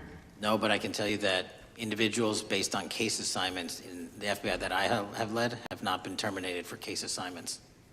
Thank you, sir. And come back to Memphis, and you work with Kevin Kane in our Tourism Bureau. He's great. Thank you. And thank you for your work in Memphis. Gentleman, yes, back. Gentleman. Mr. Chairman, I have a unanimous consent request. Gentleman's recognized. So I've got 4 documents I'd like to introduce into the record. The first one is Jeffrey Epstein's 6 story played out for years in plain sight. And Acosta is quoted in here saying, "I was told Epstein belonged to intelligence and to leave it alone." The second document is entitled, "What Epstein's Bodyguard Warned About His CIA Connections." The third document is from Fox Digital. It's titled, "Epstein's Private Calendar Reveals Planned Meetings with Obama Admin Official, CIA Chief." And the last document is Wall Street Journal article that highlights Ehud Barak's 36 meetings with Jeffrey Epstein. He was the former Prime Minister of Israel and head of military intelligence for Israel. It may have held that title when he met Epstein, and then, yes. Without objection, the gentleman will hold for a second. The gentleman from Maryland is recognized. Thank you, Mr. Chairman. Just one UC request. This is Judge Engelmeyer's decision from August in U.S. versus Epstein, stating the government's 100,000 pages of Epstein files dwarfs the 70-odd pages of Epstein grand jury materials. Without objection, the gentleman from Kentucky is recognized for 5 minutes. Thank you, Mr. Chairman. Director Patel, I watched some of your Senate hearing yesterday when Senator Kennedy asked you, "You've seen most of the files. Who, if anyone, did Epstein traffic these women to besides himself?" You replied, according to the transcript, "There is no credible information that he trafficked them to anyone else." You also said somewhere in the hearing and here today that the problem is that the case files are constrained by limited search warrants from 2006 to 2007, and that the non-prosecution agreement hamstrung future investigations. Those constraints only apply to Southern District of Florida. They do not apply to Southern District of New York, the location of the 2019 sex trafficking indictment, which produced many things, including a series of FD 302 documents. According to victims who cooperated with the FBI in that investigation, these documents in FBI possession, your possession, detail at least 20 men, including Mr. Jess Staley, CEO of Barclays Bank, who Jeffrey Epstein trafficked victims to, victims including minors such as Virginia Roberts Giuffre, may she rest in peace. That list also includes at least 19 other individuals, one Hollywood producer worth a few $100 million, one royal prince, one high-profile individual in the music industry, one very prominent banker, one high-profile government official, one high-profile former politician, one owner of a car company in Italy, one rock star, one magician, at least 6 billionaires, including a billionaire from Canada. We know these people exist in the FBI files, the files that you control. I don't know exactly who they are, but the FBI does. Have you launched any investigations into any of these people, and have you seen these 302 documents? Sir, I have asked my FBI agents to review the entirety of the Epstein files and bring forth any credible information, and we're working with Congress not only to divulge that information and produce it to you, but any investigations that arise from any credible investigation will be brought. There have been no new materials brought to me launching a new indictment. So is the loophole here, or is it your assertion that these victims aren't credible, that the 302s maybe didn't produce credible statements that rise to a probable cause? It's not my assertion, sir. It's the assertion of 2 different United States attorneys' offices from 3 separate administrations who investigated those same materials in lifetime. Are the 302 documents in the FBI's possession? They reviewed all that, yes, sir. And so have you reviewed those 302 documents where the victims name the people who victimized them? If I personally know, but the FBI has. So how can you sit here and in front of the Senate and say there are no names? I said I named one today. I said we are not in the practice at the Department of Justice and FBI of releasing victims' names. That is not what we do. We are also not in the habit of releasing incredible information. That's not what we do. But multiple authorities have looked at the entirety of what we have. Okay, I got to move on here. Were you present when the AG had the White House event when she released the binders to the social media influencers? I was, yes. So if you're willing to meet with social media influencers who stood to benefit from the sensational and sad stories of these victims, will you meet with the victims as well? The FBI will meet with anyone who has new information. Will you personally meet with them? The FBI and the professionals who are handling the cases will. Were you instructed that it was important to release the documents to the Oversight Committee on the day of my introduction of the discharge petition to release these files? I don't know what day that was, so no. Well, they were released that day, and there were victims' names who weren't redacted because they were in such a rush, and the victims are not happy about that. Have you investigated any of the CIA connections? Have you seen the CIA file on Jeffrey Epstein? And if you wanted to see it, would they show it to you? Well, I can speak for the FBI, and that's presuming there's a CIA case file, and I've reviewed everything that the interagency, not I, the FBI, that was provided to us. Would you be willing to look at the CIA file on Jeffrey Epstein? If there is such a file, and if it has not already been turned over to the FBI will look at any new investigative leads. Have you made any progress on the pipe bomb investigation January 6th? And have you made any progress on the motive of the Las Vegas shooter? As to the first, it's an ongoing investigation, and we have made progress. As to the second, sir, I'll have to get back to you. All right, thank you. I yield back. Mr. Chairman, I have a unanimous Gentleman consent yields back. request. Unanimous consent request from the gentleman from New York. I ask unanimous consent to introduce an unsigned memorandum from July 7th, 2025 that says we did not uncover evidence that could predicate an investigation against uncharged third parties with the insignia of the Department of Justice and the FBI. Without objection. Mr. Chairman, I have a unanimous Gentleman from Georgia. consent request. It's an article entitled DOJ Deletes Study Showing Domestic Terrorists Are Most Often Right-Wing. Without objection. Thank you. Gentleman from Georgia is recognized for 5 minutes. Thank you, Mr. Chairman. Director Patel, thank you for being here today. I want to first talk about the significant role that the FBI plays in combating the national security threats posed by our nation's greatest threat, our nation's greatest security threat, China and the Chinese Communist Party. It's a fact that China is America's most significant national security threat, isn't that correct? I would say so, sir. And you would agree with me that China wants to dominate the United States of America? I think that's largely their plan. And they want to dominate the world, both militarily and economically, isn't that correct? I think so. And sir, you've been FBI director for the last, 8 months? 7 months, yes. 7 months, and during that time, have you held any stock in any companies founded in China? I don't believe so. Well, you do own stock in a company known as Elite Depot, don't you? Which one, sorry? Elite Depot. You own stock. I think that's, I'll have to get back to you. I think it's a law firm and it's a company out of Singapore.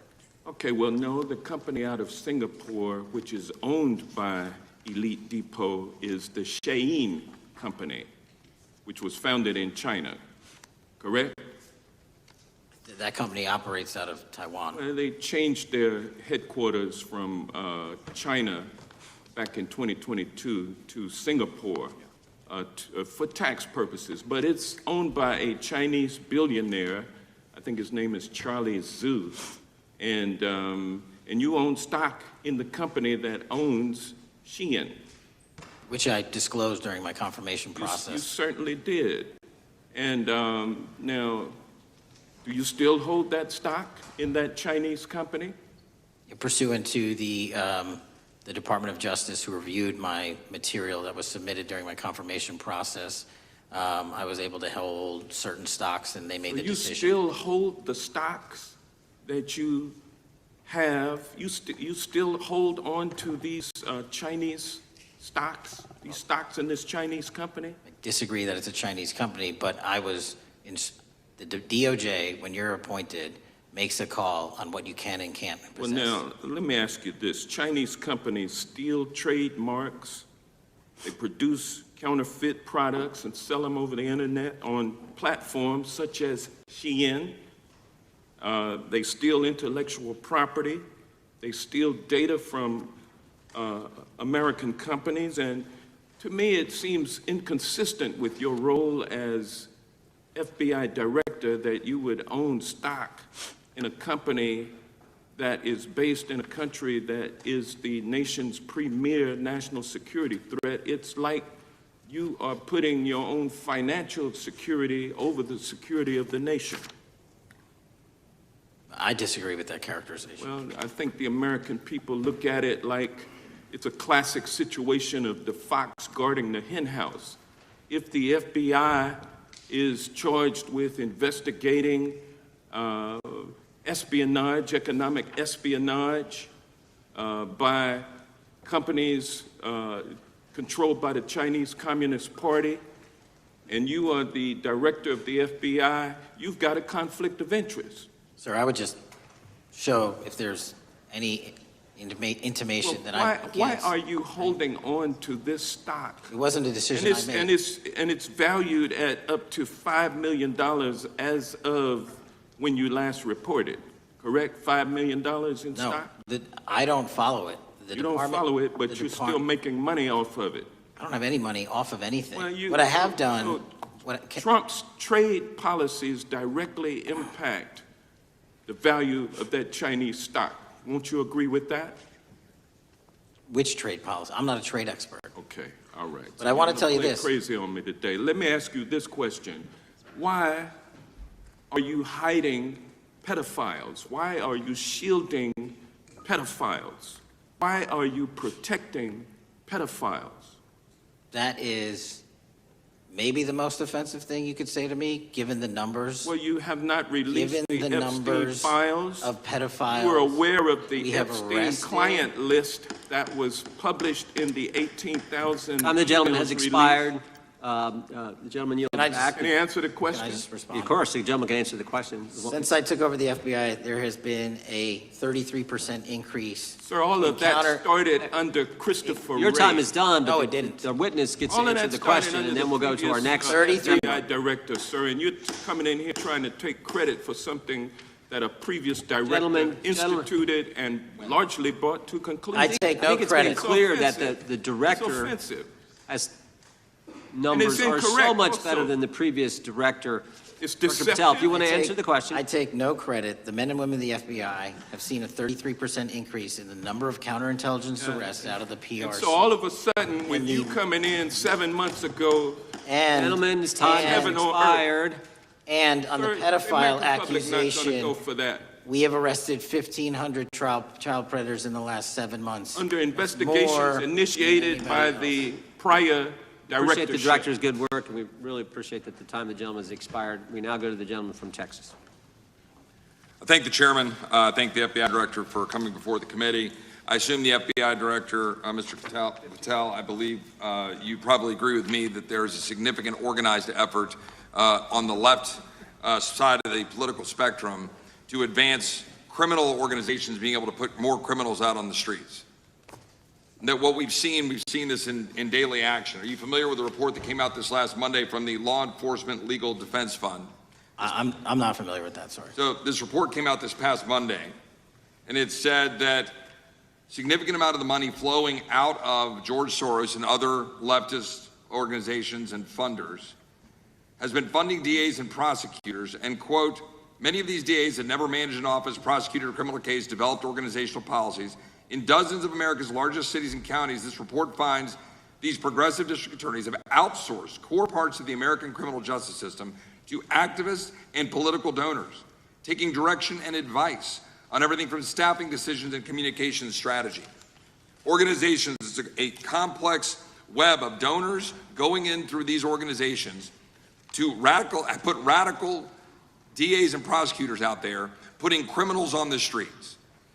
Does the FBI director agree that this exists and is a problem?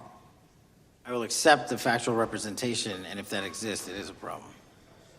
The organizations such as TIDES, the Fair and Just Prosecution, Brenner Center for Justice, Partnership for Safety and Justice, the Vera Institute of Justice, the amount of dollars flowing from George Soros through and to these organizations and to the various prosecutors that have resulted in increased crime on our streets, including the brutal murder of the Ukrainian refugee in Charlotte.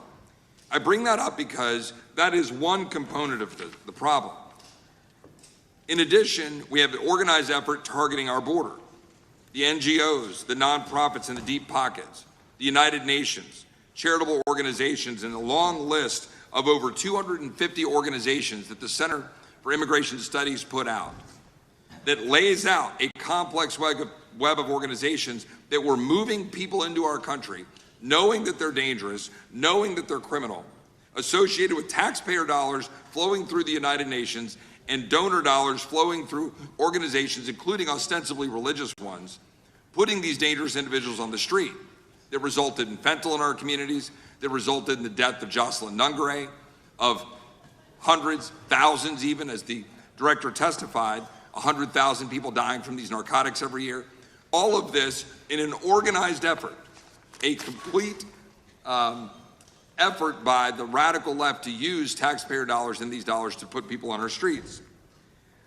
In addition, the extent to which we've seen now with the Southern Poverty Law Center and their hate map targeting, for example, the Family Research Council, where we had a shooting right here in DC over a decade ago, putting Charlie Kirk, putting a target on TPUSA, Antifa, other radical organizations that are very specifically organized in targeting conservatives and ordinary Americans.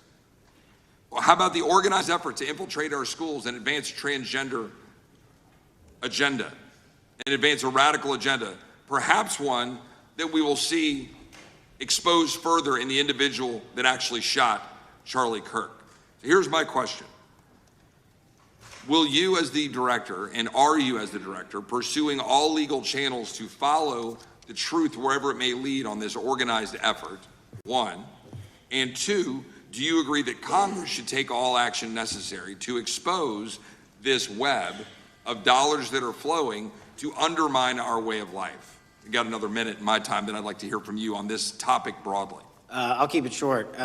Investigatively speaking, we are doing the following. We are following the money. We are following the money in every organization and every person that is violating the federal code. And it doesn't matter what your background or ideology is, we are following the money. We are using legal process to follow that money, issuing subpoenas to follow that money, using grand juries to follow that money. And when we have results to recommend for prosecution to the Department of Justice, we will do that, and we will continue to publicize documents through Congress, yes, when we make these findings. Mr. Chairman, I'd like unanimous consent to insert the record outsourcing justice by the Law Enforcement Legal Defense Fund that I alluded to before. I would ask unanimous consent to add a 2024 list provided by the Center for Immigration Studies on these United Nations and other affiliated groups that are responsible, over 250 of them, for moving individuals into our country in a coordinated effort. I would like a unanimous consent to insert a letter that I sent that currently has 33 members of the United States House of Representatives that have signed on it, calling for a special select committee to pursue the organized effort from the radical left to target our way of life and undermine our security by putting criminals on the street and having our borders being wide open and putting us in danger. With that, I would yield back. Without objection. Gentleman yields back. Mr. Chairman, I have a couple of unanimous Gentleman's requests.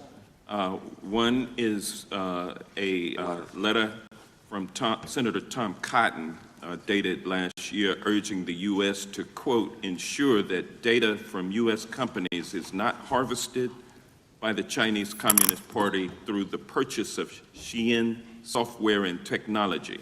Without objection. And also a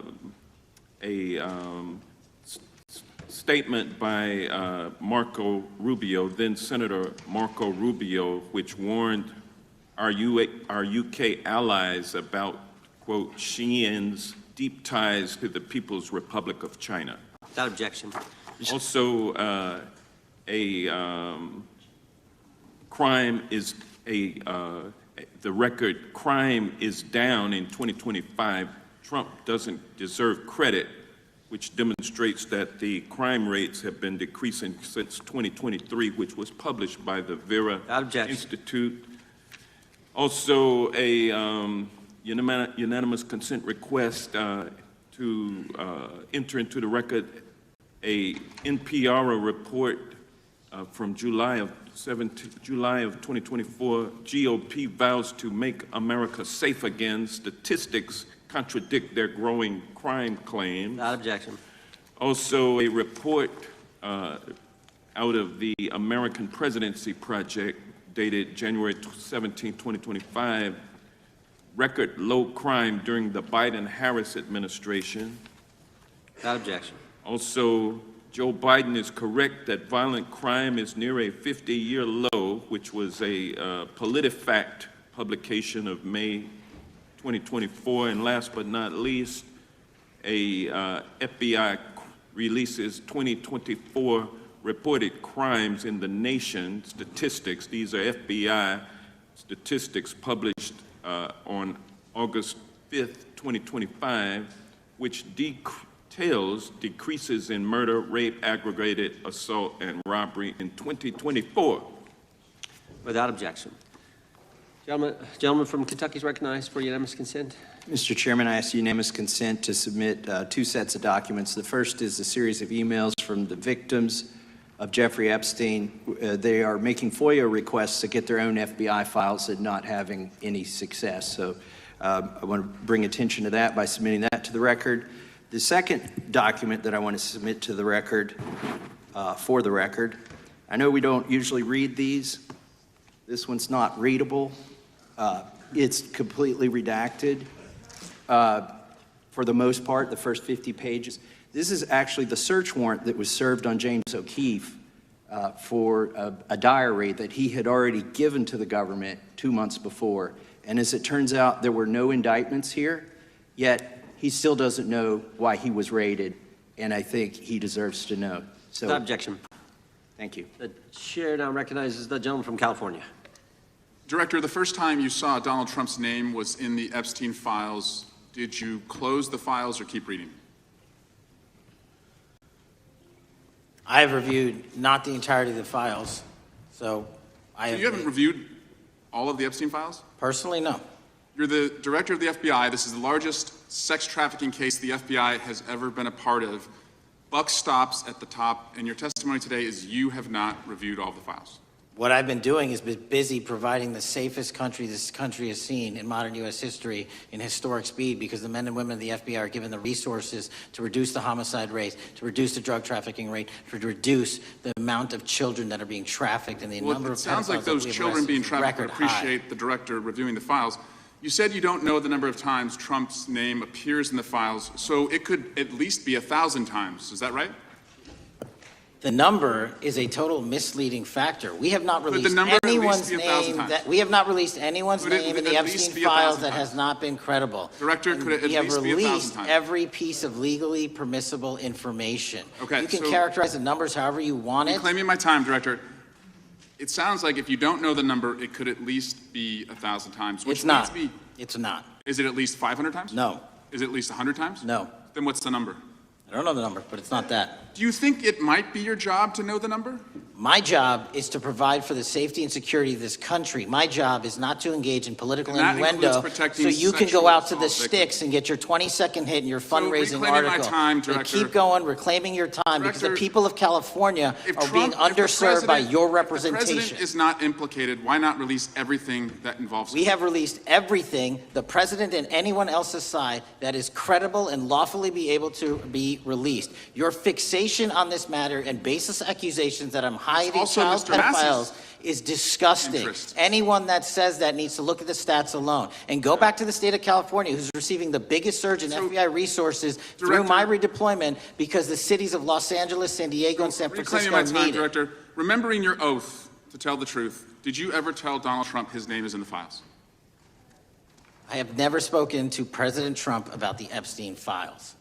Did you ever tell the Attorney General that Donald Trump's name is in the Epstein files? The Attorney General and I have had numerous discussions about the entirety of the Epstein files and the reviews conducted by our team. Did you tell the Attorney General that Donald Trump's name is in the Epstein files? And we have released where President Trump's name is in It's the a simple attorney's question. file. Did you tell the Attorney General that the President's name is in the Epstein files?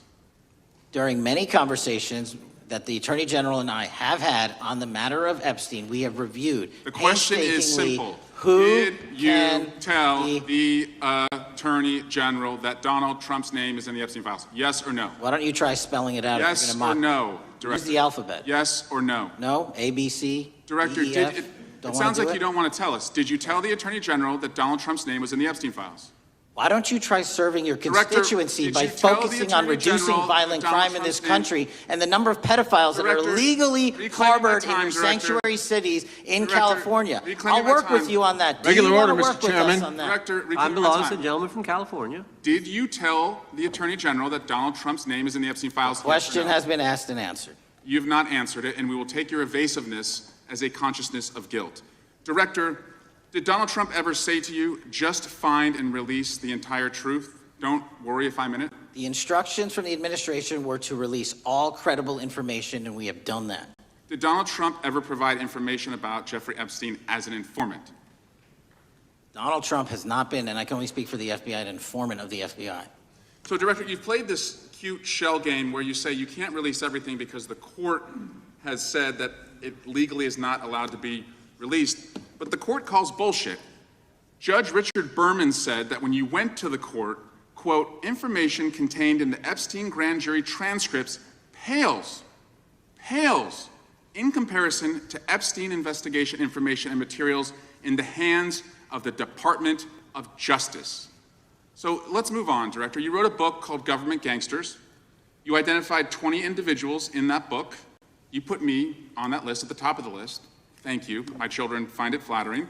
20 of those individuals have been investigated or have had adverse actions.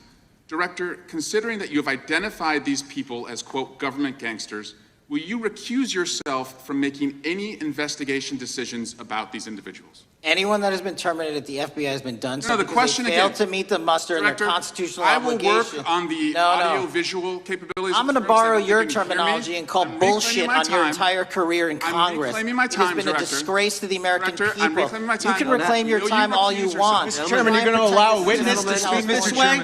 Mr. Chairman, would you give recuse yourself, The gentleman has no time. Mr. to Chairman, would you Mr. admonish Chairman, the witness not to insult members? Gentleman has no time. Mr. Chairman, just committee will remember. quick point of order.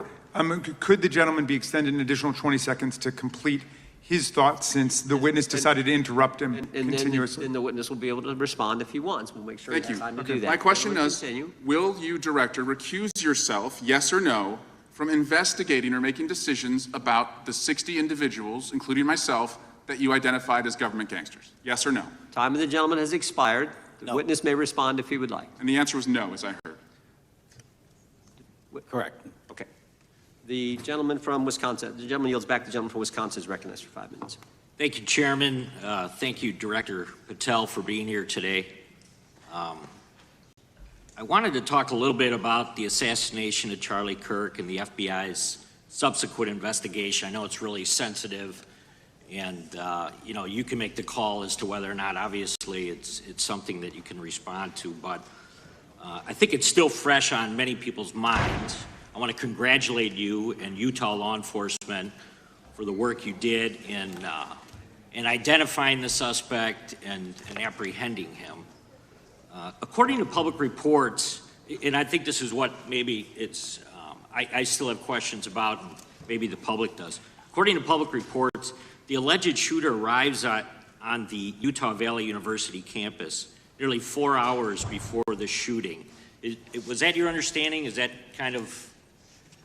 I'll let the public reports reflect themselves. I don't have the exact timeline. Okay, so we don't have any idea kind of his prep or how he set up or how he utilized that time when he first showed up on campus? All of those are being currently investigated through our cell phone analysis and through our witness interviews, and the state of Utah has now announced charges seeking the death penalty against this suspect, so we're a little limited in what we can continue to say. Sure, I understand.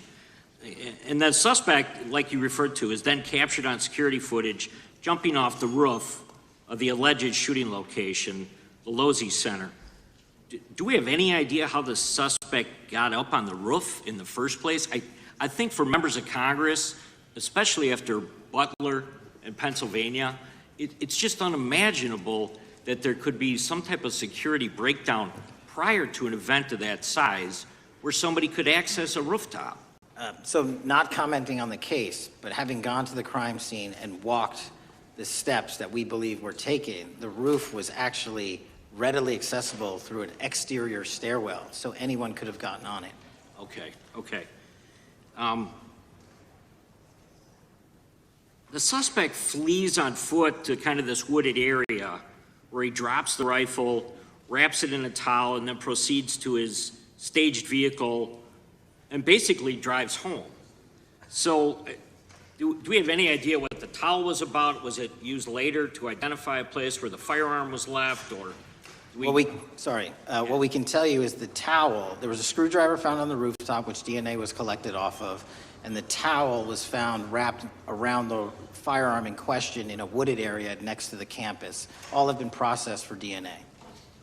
And then, according to the suspect's roommate, there were allegedly messages on instant messaging platforms, specifically Discord, suggesting the towel may have been used to identify that weapon's location. So the public reports have suggested that the shooter acted alone. Do we still believe that that's true? Do we have any idea as to whether or not those Discord messages led us to believe that the shooter may have had help in any way or assistance? I can only speak to the FBI's investigation, and our investigation is ongoing, and we are interviewing any of those individuals involved in that chat and other individuals in the area. Very good. And so my suggestion, if there are accomplices, I'm sure this is something that the FBI is going to continue to investigate fully and thoroughly into the future. Yes, sir. The reason I ask that is because I don't know that that was necessarily the case with Butler, Pennsylvania. So thank you so much for your persistence kind of in this matter. There's still a lot of public questions that need to be asked. Let me shift to another topic very quickly. On July 31st, 2025, the DOJ and the CIA declassified the annex to Special Counsel John Durham's 2023 report on Operation Crossfire Hurricane. The 29-page Durham Annex contains previously classified information about, among other things, the investigative referral of the Clinton campaign plan. Why would somebody place documents in a burn bag related to this case? That case is very much ongoing, so I can't comment on the stylization of the evidence we're collecting. Can you comment at all on the Durham Annex as I described it? The Durham Annex, which has been publicly released thanks to the FBI's commitment to transparency, is one of the documents that's being utilized. And in general terms, speaking for a burn bag, sir, a burn bag is what you use to put classified documents into generally, because that is literally how you destroy them. So it appears that efforts were made by the Clinton campaign to reach out to the FBI agents or the Clinton sympathizers in the intelligence community in order to lead more credibility to the Clinton campaign plan. Do you think that's an accurate characterization? Again, I'm not going to characterize that material because it's part of an ongoing investigation. Thanks for being here today. I yield back. Gentleman yields back. Gentleman from California is recognized. Thank you, Director Patel, for being here today. The FBI searched Jeffrey Epstein's Manhattan residence, correct? I believe that happened in 2018. I think there was 2 locations, sir. It's 2019, and in that residence, the FBI found a safe, correct? I don't have the catalog of evidence in front of me. In that residence, the FBI found a safe, correct? I'll accept your representation. Okay. And in that safe, the FBI found topless and lewd photographs of girls, correct? Again, sir, I'll accept your representation. I don't know. Thank you. It was all over the media at the time. It's a New York Times article that says Jeffrey Epstein is indicted on sex charges as discovery of nude photos is disclosed, dated July 8th, 2019. And the Times reports a trove of lewd photographs of girls was discovered in a safe inside financier Jeffrey Epstein's Manhattan mansion. Author Michael Wolff has conducted numerous interviews of Jeffrey Epstein. I'm going to play for you a video clip of of what Michael Wolff said Epstein told him was in the safe, and what he showed the author was in this safe. So let's please play that clip now. Elected. And I was sitting talking to Epstein, and he said, "Wait a minute, I got to show you something." And then he went into his safe, and he came out with photographs. They were Polaroids, I think, and he kind of spread them out like playing cards, and it was Trump.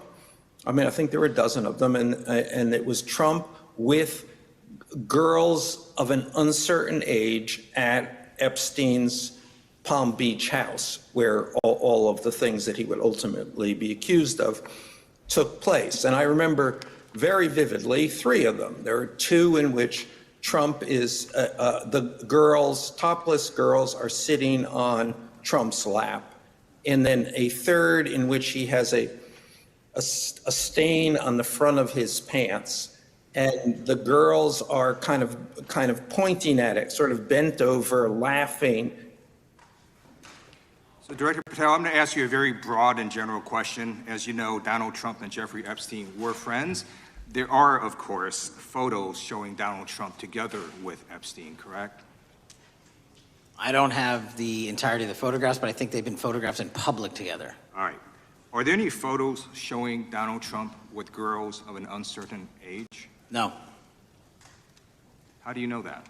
Because that information would have been brought to light by multiple administrations and FBI investigators over the course of the last 20 years. Well, you know what? That's just not true, because no one knew about the creepy birthday message that Donald Trump wrote to Jeffrey Epstein until the Wall Street Journal disclosed it, and then all of a sudden, the Epstein estate provides it to Congress. Well, so certainly, you weren't there at the search.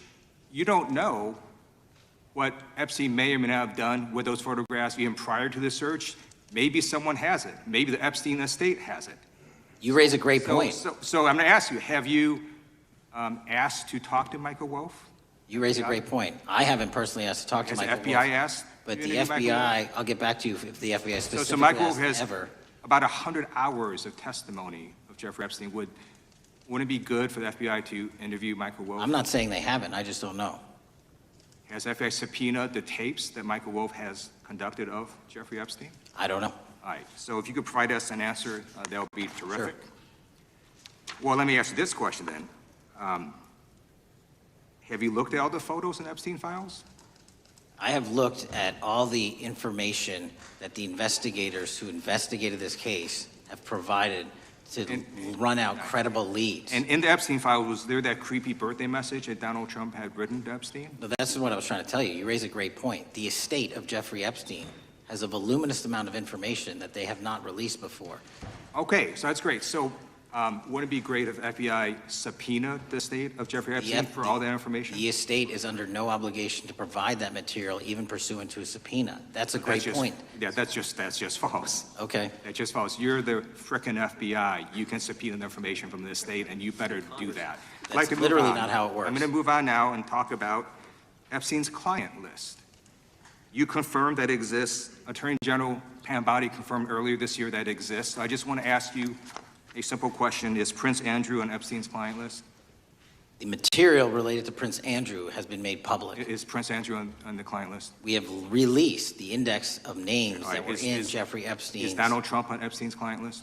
The index has been released, and the index will speak for So I'm itself. just going to say, America, there's a huge red flag. The FBI director could not answer whether Donald Trump was on Epstein's Gentleman's time client has list. expired. I Chair yield now back. recognizes the gentleman from Virginia. Thank you, Mr. Chairman. I want to thank the director for being here and for his work over the last several months, removing the taint of partisanship that has infected the intelligence community over the past several years under the last administration, under the last several directors, standing up for law enforcement, standing up for the brave men and women who work in your agency. But to set the record straight, we have to correct the record. And the record, early days of the first Trump administration saw a dramatic spike in news stories that contained sensitive and sometimes classified details about the FBI's bogus Russia probe, about a leak a day. It's unacceptable that senior FBI officials coordinated to leak classified information to try and harm President Trump.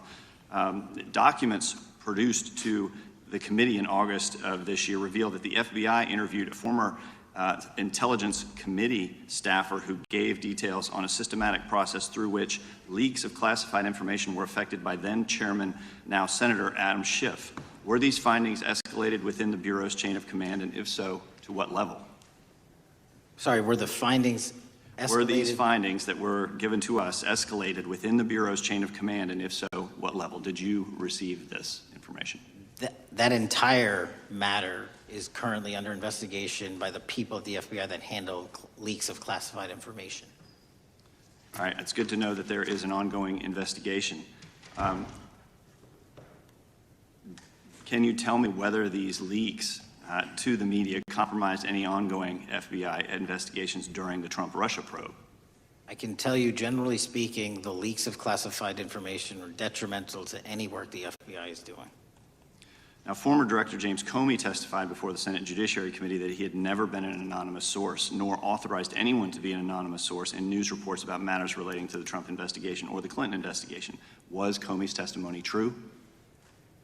In reference to Director Comey, I'm very limited in what I can say because of what the current status of those matters are with the FBI and the Department of Justice. When I am able to make those public, I will. Can you tell me if there's an ongoing investigation there? Again, without identifying any individuals related to the information you're generally speaking about, there is an ongoing matter that has been under review by the Department and the FBI for some time. Because we know that the documents that we received last month revealed that former Director Comey used Columbia University law professor as a conduit to leak stories to the media that contained classified information. Let me move on to the way that the FISA process was weaponized by past directors. Prior to your confirmation, you raised concerns about government misuse of FISA, including Section 702, stating that FISA was in need of major reform. Specifically, you highlighted that the Fisk report that the FBI had conducted 278,000 improper searches of the FISA database. Do you remain concerned about governmental abuse of FISA in Section 702? I'm always concerned, but what we've done since I became FBI director is implement new audit systems. We are nearing 100% review of the 702 query system that you are specifically referring to, and we've also eliminated anyone that has ever touched that database that has in any way made a mistake, whether intentional or not, and we have also identified a system in which those going forward who misuse the 702 system, they don't get 2 strikes. They get 1 and you're done. Okay, I'm glad you mentioned you're continuing to audit because, as you know, in May, the New York Times reported you closed the FBI's Office of Internal Auditing. Can you explain why you decided to close this office? Yeah, because under the new restructuring of the FBI, to save resources, there were 2 different places doing the exact same thing. We have a specific division dedicated to audits. I didn't need another audit system doing the audits again. And so we folded some of those folks with their expertise into our specific division and then took the rest of those folks and are moving them out across the country. Under previous FBI leadership, FBI agents were found to have lied to the Fisk. There have been hundreds of thousands of violations of the querying standards. In light of past violations, what action is the FBI taking to ensure that similar abuses do not occur in the future? Exactly what I've outlined. You cannot have access to the 702 query system if you improperly queried that system at all at any time in your career. Okay, at a Senate hearing 2 years ago, your predecessor, Director Wray, testified FBI had previously purchased U.S. phone geolocation data for a specific national security pilot project and further stated that the project had not been active for some time and that the FBI relies on court-authorized process to obtain location data from companies.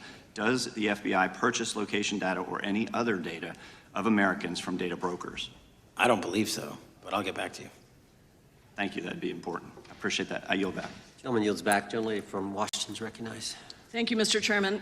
Mr. Patel, before you joined the FBI, you had very strong opinions about what the FBI was hiding regarding Jeffrey Epstein.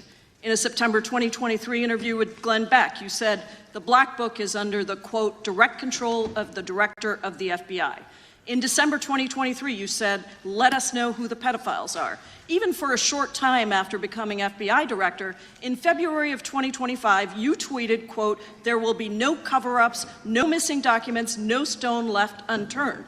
In June, you told Joe Rogan, quote, we've reviewed all the information, we're going to give you every single thing we have and can. But then suddenly in July, everything changed. You and Attorney General Pam Bondi released one video and said that there was nothing more to see.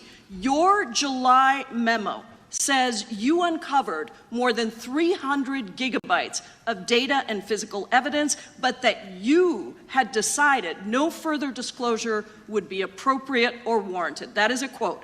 I think what happened, Mr. Patel, is that suddenly you discovered that Donald Trump's name was all over these files, and you started a giant cover-up. So you are under oath, Mr. Patel. You just testified to Mr. Swalwell that you did not speak to the president about the Epstein files.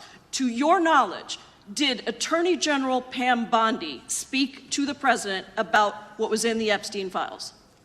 I can't speak for Attorney General Pam Bondi. So to your knowledge, you don't have any information. The question was, do you have any knowledge? Do you have any knowledge? I can't speak. You are refusing to answer the question, so let me tell you that the Wall Street Journal reported that in May, Bondi told Trump that he was in the Epstein files, and at the same meeting said that the DOJ did not plan to release the files. Yesterday, you testified to Senator Kennedy that there was, quote, no credible information that Epstein trafficked girls to anyone else, and that you have, quote, continuously and publicly asked the public to come forward with more information, and we'll look into it. Today, in response to Mr. Massey's question, you appear to say that the survivors were not credible.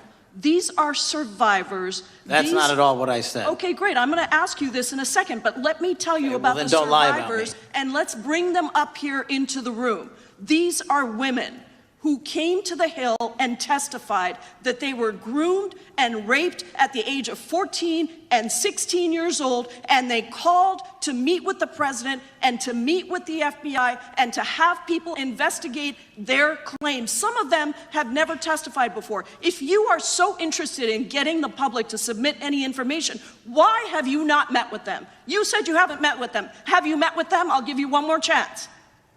My job as the FBI director is to Is the invite all answer yes or investigative no leads. to whether or not you met with these women who were sexually abused and raped?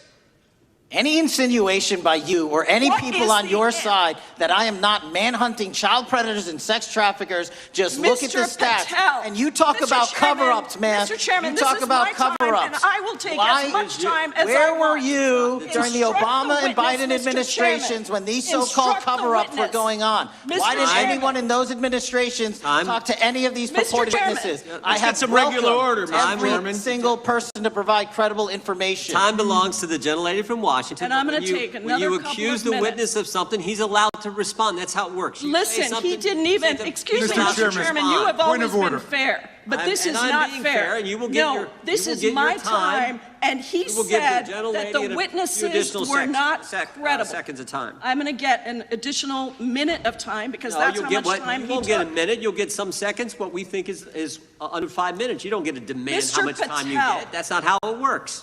Mr. Patel, are the victims of the Jeffrey Epstein horrific trafficking ring, are they credible?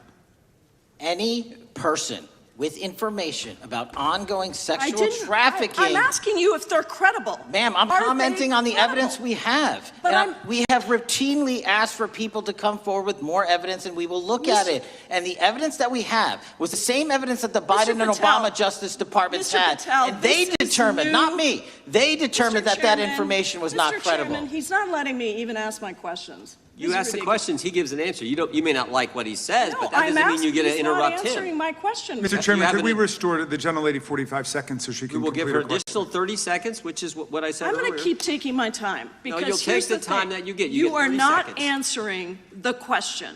The question I is, have, you just don't like the these answer. women, are these women credible? It's a yes or no answer. I have answered the question. Well, and what I is keep the telling answer? you, I'm the only FBI director that has welcomed new information in this Okay. case. This You're not- administration is the only one that has welcomed any new information in this Is there case. a yes or no to Present whether the new credible victims are information. credible? Present new Are information. the victims credible The victims- or not? I'll tell you what happened in the last Trump administration. Are they credible or not? You can't Victims even say... credibly came forward, and you know what happened? President Trump authorized the indictments of Jeffrey Trump Epstein. Called them not Biden, a hoax. not Obama. President Trump no one else. called the entire thing a Democratic hoax. So I would like to ask The gentlelady's you time has if you expired. will I gave her meet- the additional if 45 you- seconds she if you requested. will The meet- gentlelady yields back. The gentleman from Mr. New Chairman, Jersey is I would like recognized to for his ask if 5 you would minutes. meet with the women who were sexually Time does not belong. abused and raped and groomed Time does at not the belong ages to the of gentlelady from 14 Washington. and The time now 16 belongs- years old. Are the you time- going to cover up? No, I'm Are not you gonna- going to continue I'm to gonna recognize cover the up gentleman for from the New rich Jersey for and his 5 minutes. powerful men, including those that might be on this committee? I can yell Or too, are Mr. you Chairman. going I don't want to yell allow above them this. to The time testify? belongs to the gentleman from New Jersey. I Are you appreciate going the to allow gentlelady them to yielding testify, back. Mr. Patel? Go ahead. Will you allow them to testify to you, Mr. Patel? Mr. Patel, thank you for being here. I know it's been an interesting and difficult 2 days. And I wasn't going to talk about the Epstein thing because there's a lot of other issues that affect the FBI, but I have to say a few words. I've sat here, I've listened to this, I've watched it, and you know, my Democratic colleagues are so concerned now, Mr. Patel, all of a sudden. Where were they last year? Where were they the year before? Where were they the year before that? Where was the last president in any of this? All I know, the only thing I see is a single letter from the ranking member that was sent in 2019 that he didn't like the plea deal, and some people signed on to that. Most of the truth, the real truth, let's be honest, let's be intellectually honest.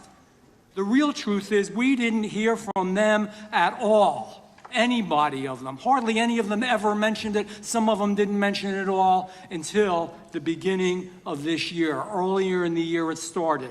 Not one Democrat asked Director Wray. We all remember Director Wray was here. Not once, not twice, multiple times. Nobody asked Director Wray about Epstein before this committee. Nobody was that concerned. Where was the concern for the victims then? Where was the moral righteousness then? Where was the outrage then? Where was the sense of duty then? Where was the desire for accountability then? Where was the urgency for justice then? Most of all, where the hell was the integrity then? You know what the truth is. Let's just say it, man. Tell the truth time. The truth is, it's politically useful for them to try to do this now, even though they didn't give a damn about it in the past. And you know what? That's an insult to the victims, and that's an insult to America. Continue to do the work you're doing. Continue to uncover what needs to be uncovered. One real quick thing before I say anything to 9/11. We know that was mishandled by the past director and by the past FBIs. There are family members here. There are family members who are concerned. God Almighty, we want to get to the truth of that. I ask you, please, to meet with them, to talk to them, and to investigate this with truth. You know, in the Biden administration, we went through a very dark and difficult period of time. The FBI trust was broken with the people. Catholics were, this is the stuff we've been talking about, were labeled radical threats for praying in their churches with their rosaries. Parents at school boards were called terrorists for standing up for their children. Hindu holy men in New Jersey. We have the largest Hindu temple in the world. They were attacked. They were put up against the wall with guns to their heads. So it isn't just a Catholic or Christian thing. American Jews were targeted in colleges and universities, and a lot of folks in the FBI, in the past FBI, not this one, didn't give a damn. We can't go back to targeting religion. We can't go back to silencing free speech. The Biden administration did that. So I got questions for you. Hopefully thoughtful questions that you can answer for us in a thoughtful way. How is this FBI now, under your leadership, how are we restoring trust for Catholics, for Hindus, for Jews, for parents, for all the other, for just American people that were targeted by FISA because they had a different viewpoint? How are we restoring that trust in the FBI? Multiple ways, sir. One, and maybe most importantly, is through transparency and providing the American public with the material so they can see, read it themselves as to what the abuses were in the past, whether it relates to the Catholic memo or the Hindu incident you talked about at the largest temple in North America. Any institution of faith and any member of faith will not be investigated by this FBI because they are men and women of faith ever, period. And nor should they. nor should they. I don't mean to interrupt you, but my God, of all the amendments to the freedom of speech, freedom to believe in what you want to believe in, I know you're standing up for that. Continue. I'm sorry. No, that's it. Sorry. Okay. The Richmond memo was driven by a reliance on sources. The Southern Poverty Law Center, you know, the words sound nice, but the organization's not so nice. And we've seen the Anti-Defamation League distort data that counts as violence. Have you been able to identify and eliminate these kinds of partisan sources? We welcome all sources, but we want objectivity and neutrality and decency in the way we report all this. Have you been able to uncover any information there? How do we make sure our sources are good in the future? We have reviewed the source processes that infiltrate any institutions of faith, and they will no longer be going into institutions of faith. They will be directed towards criminal activity and protecting the homeland, the two most important missions the FBI has, and that's what we're going to continue to do. Good. And I'll say this, there was a lot of bull today, a lot of you know what, and I'm not going to say it because I respect the institution so much going on around here. Continue to do the work of the people. You are here for that reason. The administration is here for that reason. It was weaponized and politicized, the FBI, in the past. I hope to God we never, ever see that again. One of the darkest parts of American history. Thank you, Mr. Patel. I yield back. Mr. Chairman, I have a unanimous consent. Gentleman yields back. The gentleman from New York is recognized for UC. I would like to introduce a CNN article that explains how an alleged top leader of the MS-13 gang was dismissed. His case was dismissed in Brooklyn so that he could be deported back to El Salvador, even though he was charged with murder. Without objection. Mr. Chairman, I have some unanimous consent. The lady from Washington is recognized. I ask unanimous consent to enter into the record an article titled "Justice Department Told Trump in May that his name is among many in the Epstein files." Without objection. I have another one that is a July 2025 article by the New York Times entitled "How a Frantic Scouring of the Epstein Files Consumed the Justice Department," stating that DOJ and FBI employees reviewing the Epstein files were instructed to flag any mentions of Trump and other celebrities. Without objection. And I have another unanimous consent request to enter into the record an August 2025 article by The Guardian entitled "Ghislaine Maxwell Hinted at Epstein's Ties to Trump Officials. Why Wasn't She Pressed for Names?" stating that Maxwell told Deputy U.S. Attorney Todd Blanche that some of the, quote, cast of characters around Epstein are in Trump's cabinet. Without objection. Chair now recognizes the gentlelady from Pennsylvania. Thank you, Mr. Chairman, and thank you, Mr. Patel, for coming before us to testify today. I am concerned by your repeated claims that you're not able to disclose anything further about the Epstein investigation and files, and that there's no evidence of a broader conspiracy or other people who should be charged, because the American people aren't buying that you've been transparent or that there's nothing further to be seen. In your exchange with my colleague, Mr. Roy, you reiterated something that I heard you say yesterday in your Senate testimony, and that is, under your direction, the FBI will always follow the money. Is that right? The money, did you say? Yes. Yes, you said you'll follow the money. That's great. And just now you said you welcome the opportunity to investigate new evidence. So there has been significant recent reporting just in the last couple of weeks that after Jeffrey Epstein was arrested, 4 major banks flagged more than $1.5 billion in suspicious transactions connected to him that suggested a massive conspiracy related to his child sex trafficking activities. Director Patel, has the FBI reviewed the $1.5 billion in suspicious bank transactions flagged to the government relating to Epstein and his co-conspirators? I know the FBI has reviewed numerous SARs. I don't know the totality of that number. Okay, can you provide us with that number? I'll get back to you. Okay. And have you initiated any new investigation of those bank transactions since, say, September 8th, when the new reporting came out? I'll check with the Treasury Department because they're the lead on that. Okay, so Director Patel, how many individuals or entities has the FBI interviewed, subpoenaed, or compelled to testify? Can you give us those numbers with respect to these bank transactions? Not off the top of my head. I'll have to work with Treasury. Okay. We're concerned, you see, because you say you're going after child predators, but We are. Obviously, this is how you follow the money, is if you follow the bank transactions that apparently enabled the child sex trafficking. Would you agree? It's one of the valuable investigative tools is to follow the money. Okay. Have Jeffrey Epstein's victims have asked us to ask you whether or not you've investigated Epstein's lawyers, the lawyers who facilitated those payments? Have you subpoenaed or questioned any of those lawyers? So in 2018 and 19, what I recollect is many, if not every one of those lawyers was part of the investigation. But you weren't there at that time, I wasn't right? there. Okay. So can you get us the names and the numbers of who was investigated then with respect to those lawyers? As long as I'm allowed to release it, absolutely. Okay. Well, if we provide you with subpoenas, I assume you can release it. Is that right? We have a current subpoena and we're working with Congress to provide it.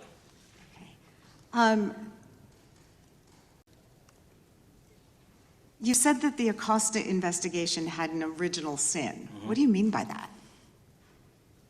Basically, if you're looking at an actual pedophile ring, what you should not do is limit the time frame in which you're legally able to collect information. So search warrants that Mr. Acosta utilized in 2006 and 7 leading to the 2008 plea agreement had a very specific narrow window of years, I think 3 or 4 years. And so information pursuant to legal process wasn't collected for 10 years or 15 years or 20 years. It also, subpoenas were not sent out to hundreds of witnesses at the time, hundreds of victims at the time. None of that was done. None of these people were put in grand juries. And so the totality of information from the jump, instead of being this big, was like this. And that, in my opinion, is not how you run an investigation if you're trying to break a sex trafficking ring. So you're now in charge of the FBI. Why haven't you done that investigation?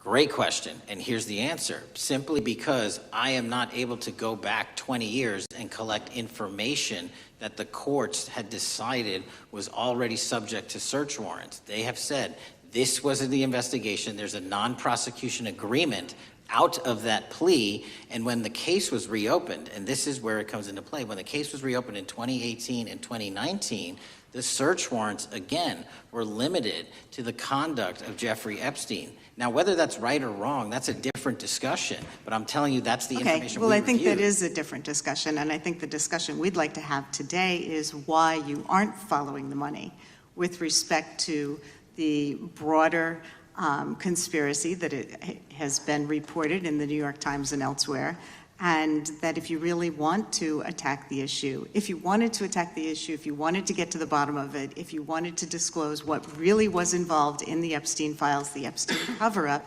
that you would be taking very different actions that you are today.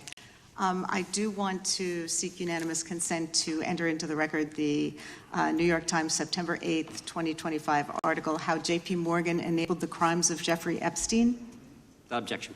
And also an article dated July 17th, 2025, in the Epstein case, Follow the Money. Objection. Okay, thank you. Gentlelady yields back. Mr. Chairman. Gentleman from Maryland is recognized. Thank you much. Pursuant to Clause 2K6 of Rule 11, I move that the committee subpoena the CEOs of 4 banks, J.P. Morgan, that's Jamie Dimon, Bank of New York Mellon, Robin Vince, Bank of America, Brian Moynihan, and Deutsche Bank, Christian Sowing, in order to get the suspicious transaction reports. These 4 banks have flagged to the government $1.5 billion in suspicious transactions related to the sex trafficking crimes and conspiracy of Epstein, Maxwell, and all of their collaborators. And as you know, Mr. Chairman, we got the SARS reports for Hunter Biden totaling around $20 million. And so these $1.5 billion in SARS reports we should get, especially since the director doesn't seem to be forthcoming. And I request that we do this immediately. I think the director's been very forthcoming. We will hold any motion to subpoena in abeyance until the conclusion of the hearing. The chair now recognizes the gentleman from Texas. Thank you, Mr. Chairman. Thank you, Director Patel, for being here. It is quite clear that certain members of this committee, they want their 15 seconds on TV, stamping and coming. Maybe it's for fundraising. Maybe they're struggling in their district. They need a little bump. But they turn a committee into a clown show, and that's what we're seeing. You're being unjustly attacked today. I watched the Senate hearings yesterday. You were attacked there. We know there's an agenda. There's always an agenda. It's the same characters with the same personalities the same objective, and that is destroy the mega movement. You're being attacked, Director, is because you're effective. You highlighted what you've been doing in D.C. with the president in reducing violent crime. You're very effective. Another individual that was very effective with meaningful debate and dialogue was Charlie Kirk. And they killed him for it. Charlie Kirk was a man of faith. First and foremost, he loved his Lord Jesus. He loved his family. Beautiful wife, beautiful children. Just a remarkable, honorable man that was silenced with this assassin's bullet. I would say if Charlie Kirk lived in the biblical times, he'd have been the 13th disciple. He'd have been the 13th disciple. We have a new committee, if you're not aware, a new select committee regarding January 6th. I'm honored to be on that committee. I'm looking forward to working with other members to expose truth, questioning federal agencies that were involved on January 6th, like the FBI, played a role, but we don't really know, Director, to what extent. We don't know. The January 6th sham committee was not formed by Nancy Pelosi to seek truth. There was nothing about getting to the truth about January 6th. Their sole mission was to damage Donald J. Trump and end his political career. And everybody knows it. That's what the purpose was. You know what's nice, so I kind of get to ask the question, though, how did that work out for you? Donald J. Trump is back in the White House, and America loves him. I spent 30 years in law enforcement, retired sheriff from a large county in the great state of Texas. I have seen, Director, I have seen more enthusiasm and support for law enforcement today because of what you and Donald Trump have done over the last 8 months to protect the American people. The American people couldn't count on their government to protect them. Crime is rampant. And now we have a president and an administration that puts the American people and their safety first. It's interesting, a few minutes ago, a classmate reached out to me and sent me I told him, I said, yes, we got Director Patel in front of our committee today. And Andy Kane wanted me to tell you, he said, quote, tell him we love him. Tell him we love him and all the brave warriors exposing the deep state. Kash, you're a great American, sir. You're a great American. Your work as the director of the FBI is commendable. It's commendable. And I want to thank you, sir. Thank you for your service. Keep up the good fight, brother. Don't let him tear you down. Keep up that good fight. You have it in you. With that, sir, I yield back. Gentleman, yield to me.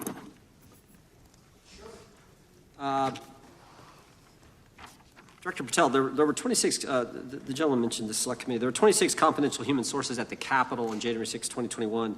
4 entered the Capitol and thereby broke the law. Do you know if those individuals were being paid by the Ray FBI? So we've provided 600 pages of documents through this committee alone regarding January 6th. That's 600 pages more than any of my predecessors. Yep. Generally speaking, confidential human sources are always paid by the FBI. That's how it works. I can't speak to the specifics on each one and how much they make. And we appreciate it. We've reviewed some of that material, and you've given us a lot of material that we didn't get from Director Ray. That specific question, I think, is important to the American people. Were people who were confidential human sources of the FBI who broke the law, one was recommended for prosecution, my understanding is, by the information we've received from you. Were they actually paid by the very taxpayers who may have got charged with the same offense? I think that's important for us to understand. I'll get back to you. Thank you. Chair now recognizes the gentleman from California. Thank you, Mr. Chair. Welcome, Director Patel. I'm going to focus a little bit on domestic terrorism. We have a graph here, data up to 2021, but as you can tell, domestic terrorism is on the rise. Nation, our citizens under threat. We saw the assassination of Charlie Kirk. 2 assassination attempts on the president school shooting, Minnesota last month, and closer to home, just a couple of days ago, Huntington Beach, peaceful vigil for Charlie Kirk, infiltrated by neo-Nazis who essentially made the local individuals attending that event fear for their safety. All of us know that a lot of these domestic attacks are by lone wolves, but yet they do leave clues, social media or elsewhere. Director Patel, you're it. You're the thin blue line. The FBI, your job to protect our citizens back home from those that would harm us. You have to find the needle in the haystack. Takes a lot of work, a lot of resources. Talking to my local sheriff this morning, who said they're concerned. Federal cuts to local grants that help them do the job. Then, of course, let's not forget about other threats that are coming before us, like high-tech fraud. Local senior recently was talking to me about a text she had gotten, a demand by the IRS to send a payment immediately, or the IRS agents were on their way to arrest this individual. Pretty gutsy stuff by folks probably from Europe, North Korea, Russia, China, people, okay, going after those precious savings our senior citizens rely on. Yet the president's proposing a budget cut of $500 million or more to your organization, the FBI. You've said that that'll essentially equate to about 1,300 less jobs at the FBI. So I'm going to ask you essentially, what is it that we can do to help you do your job? Little concerned. Friday night lights. One of the events I love to do on Friday nights, go to the local high school football game. Sit there at the stadium and you always say, what if? What if? You're the thin blue line. Can you do your job cutting $500 million from your budget? Thank you, sir. I think we are doing our job, and the distinction is with the budget that we have, we are flexing more resources to the field. California is receiving the largest FBI plus-up of any state in the union due to that plus-up. They're not getting a reduction. No state is getting a reduction. Every state is getting a plus-up. And so I'm utilizing the money that we have to first plus it up.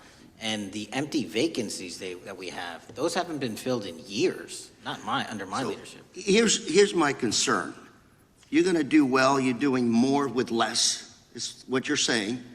Yet we're about to vote on a budget that has $88 million more to protect members of Congress, the executive branch, and the Supreme Court. There's a contradiction here. Back on Main Street, we're saying you can do more with less, you can protect them with less money, yet here in Washington, we're saying we need more money to protect members of Congress. It's a little contradiction here. Or maybe, sir, you ought to talk to leadership about coming in with your management style to protect the Supreme Court, Congress, and the administration. Otherwise, it's essentially a hypocritical situation. We need more protection, yet folks on Main Street can do with less. My concern is folks on Main Street. We also were, I think we received over $300 million in the big, beautiful bill, and we're also receiving pots of money from our interagency, so this sort of $500 million cut isn't entirely accurate. You're still getting cut $200 million plus. You're still moving your agents to do ICE work, so you are leaving a lot of bases uncovered. And I'm not going to be argumentative with you, Director Patel. I'm just saying, if that thin blue line does not hold, people on Main Street will pay the price. I agree with you, sir. And I just look forward to working with you, because I am very concerned that these kinds of budget cuts are short-sighted, especially when my local sheriff calls me and says, we need more support, and we're looking at budget cuts. I'll work with you, sir. Thank you, Mr. Chair. I yield time. Mr. Chairman, I have another unanimous consent request. The gentleman yields back. The gentleman from New York is recognized for unanimous consent.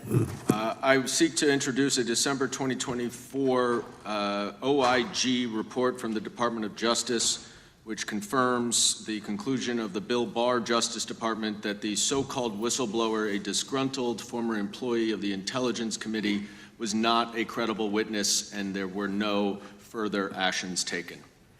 Without objection. Mr. Chair, I'd like to submit some items for the record. You bet. Gentleman from California. First one, Trump's deportation diverts FBI agents off child predator cases.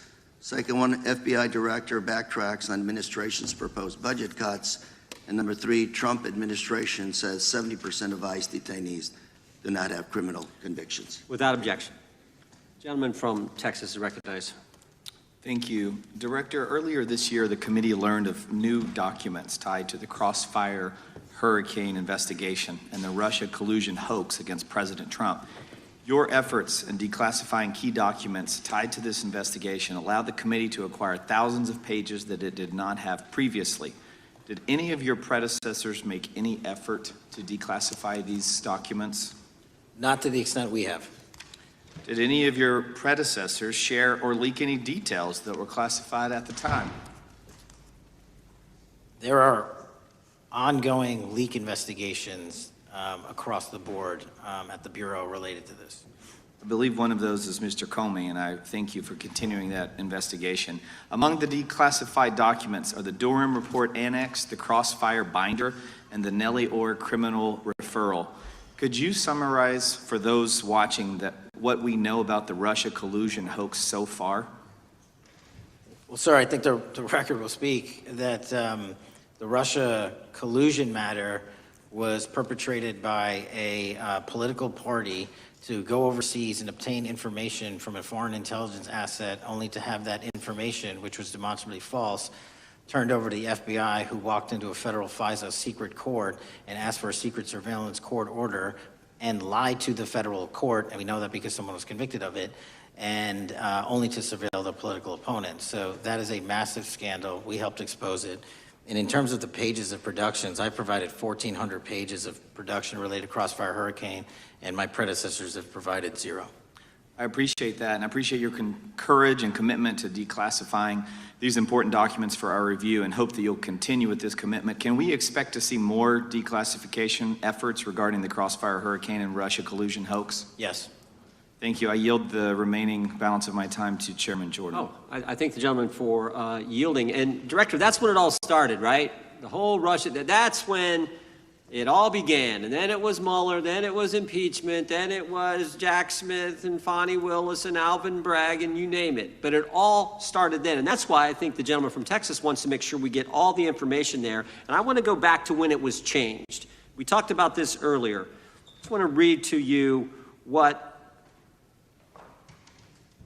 the CIA officer said to the House Permanent Select Committee on Intelligence, quote, Brennan refused to remove the dossier, and when confronted with the dossier's main flaws, he responded, yes, but doesn't it ring true? So that's what he initially said. And then when he was talking to this committee, he said the CIA was very much opposed to having any reference or inclusion of the Steele dossier in the intelligence community assessment. So on one hand, you got a witness who was there who said he refused to remove it even though he knew it was garbage, and then he's on the other hand telling the committee, no, we didn't want anything to do with it, it shouldn't have been a part of the intelligence community assessment, which we know it was. You know it was, you found that. Those are two entirely different stories. I think Mr. Brennan has some explaining to do, frankly, what happened there. And I think you said earlier that this whole thing, and I think you said to Mr. Gooden, this whole thing is being looked at as part of this grand conspiracy to undermine the president, whether it's Comey, Brennan, Clapper, former head of the Intelligence Committee, now senator from, whoever it is, that's all being looked at. Is that accurate? Yes, sir. Well, we appreciate that. And part of what's also being looked at, and I think the gentleman from Wisconsin brought this up earlier, what is a burn bag for, by the way? Generally speaking, the intelligence community obviously utilizes and possesses classified documents, but drafts of those classified documents and even ultimate finished products of those classified documents have to be recorded and or discarded. And if they are discarded, the only way we do that, the hard copies, is we literally put them in burn bags that are identified specifically for that purpose, and there is a very exact courier system in which those burn bags are obtained and the material inside is destroyed. So it's to get rid of the material, right? Yes, sir. And It looks like the annex that Mr. Durham in his investigation had was put into a burn bag by your predecessor, I assume, to be destroyed. Is that accurate? Without getting into the stylization of the evidence, anything that's put in a burn bag is for purposes of destruction. Do you find that interesting that the Durham annex was placed in a burn bag, that you would discover that when you took over as the head of the FBI? We found a lot of information in a lot of burn bags. Well, we appreciate you finding that. We'd like to know a little bit more about that, and we look forward to that information coming forward. And I appreciate the gentleman yielding. With that, we now recognize the gentleman from Colorado. Thank you. Thank you, Mr. Chairman, for holding this hearing. Thank you, Director Patel, for being here today. I have a couple of questions regarding a terrible shooting that occurred in Colorado, a state, as you may know, that I represent. You've testified previously about, I think, what you would describe as your efforts to provide more information regarding the investigation with respect to the horrific assassination of Mr. Kirk. And so, in that same vein, I'm hoping you can provide this committee and my constituents in Colorado with some clarity. Absolutely. I think, as my colleagues know, in Evergreen, Colorado, Jefferson County, a county that I proudly represent, at Evergreen High School, a shooter ultimately injured 2 students. Were praying for their swift recovery. There's an article here from Colorado Public Radio. The title is, quote, FBI was already investigating an account that may have been linked to the Evergreen shooter. You're familiar with the circumstances generally, Director, regarding this terrible tragedy. Yes. So my understanding from the public reporting is that an organization reported to the FBI in July of this year regarding, just reading here from the article, that the FBI opened an assessment into a social media account user whose identity was unknown and who was discussing the planning of a mass shooting with threats nonspecific in nature. This is the FBI's statement to the press. And that the FBI continued to work this assessment investigation to identify the name and location of the user up until September 10th, 2025, which was the day of the tragedy. Can you provide us some clarity on what were the impediments to finding, the account user, and maybe describe in greater detail the FBI's work in that regard? Generally speaking, yes, because I know even though the shooter's deceased, the investigation we're not done. Sure. And so the impediments to finding these individuals, and you highlight a great point. We had 2 huge tragedies in the span of days in this country. The school shooting in Evergreen, Colorado being one of them. And proactively going out onto these social media platforms, which are so large, is our biggest impediment.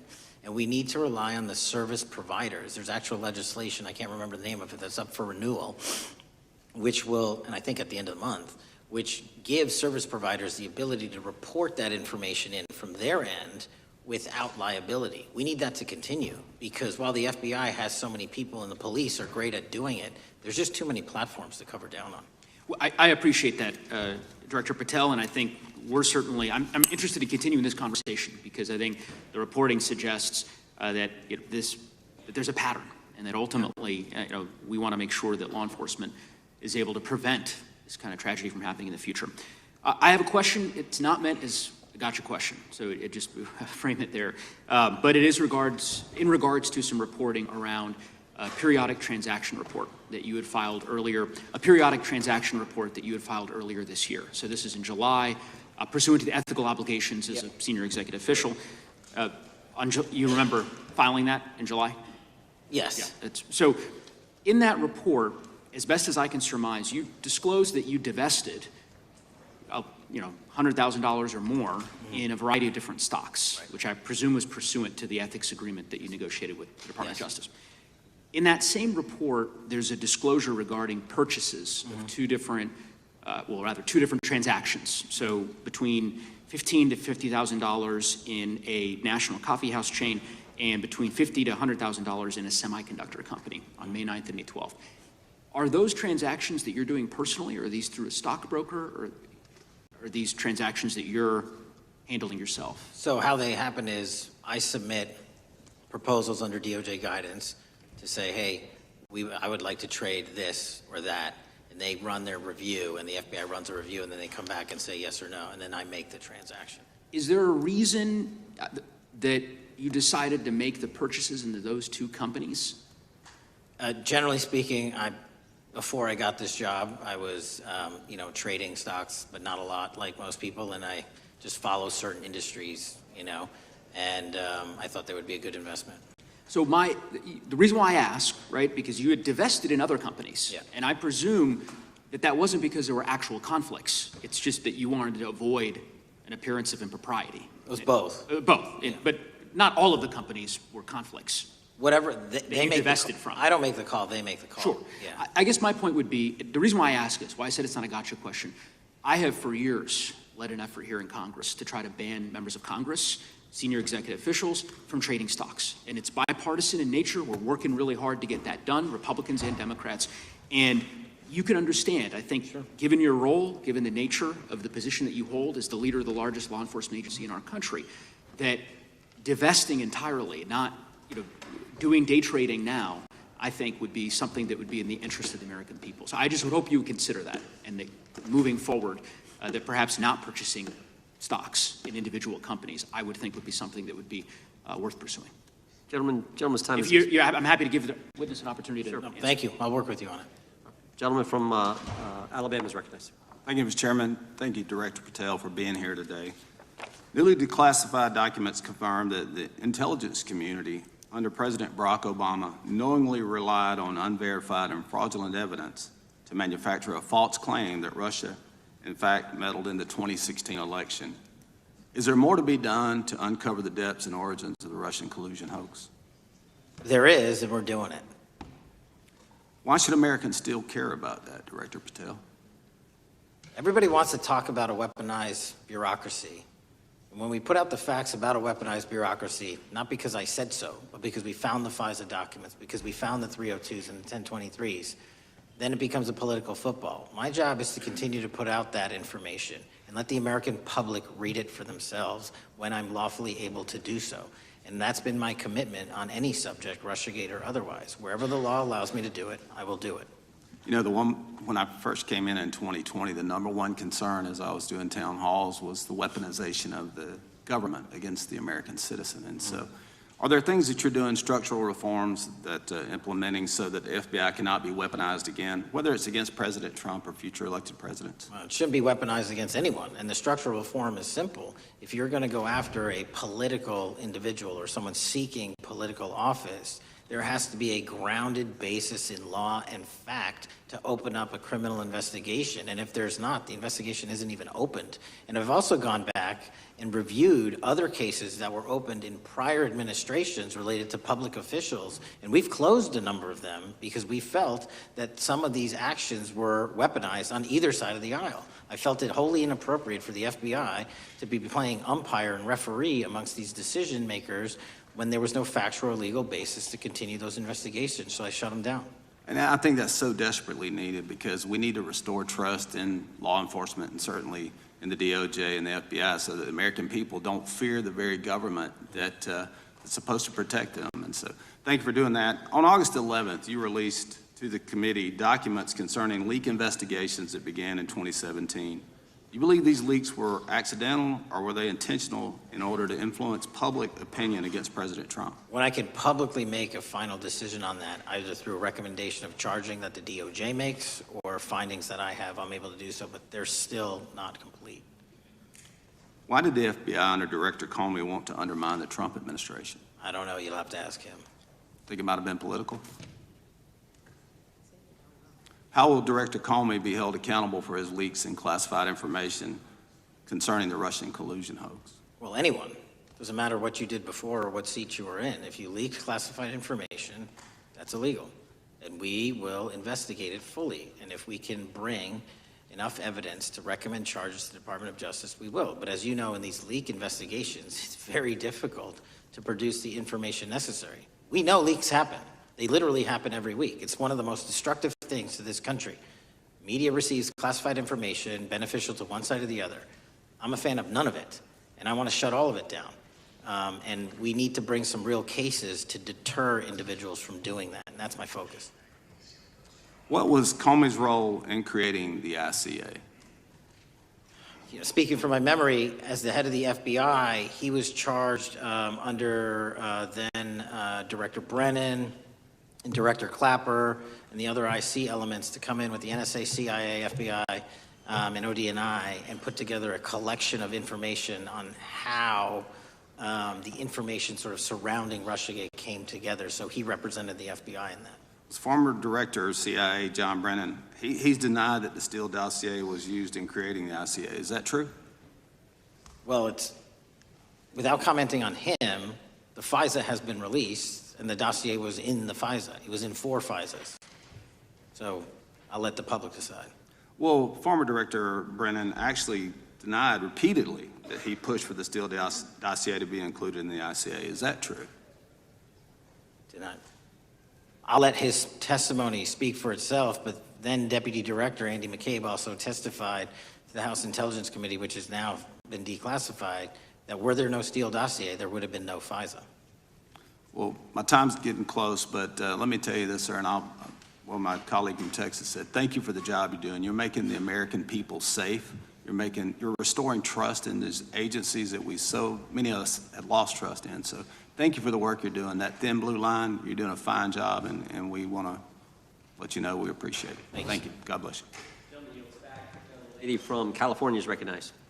Thank you, Mr. Chair, and thank you, Director, for coming here today. And actually, thank you for your response to my colleague from New York who asked you earlier about violent extremism. And you said that there is violent extreme ideology on both sides. And I think you actually alluded to that same statement yesterday in the Senate.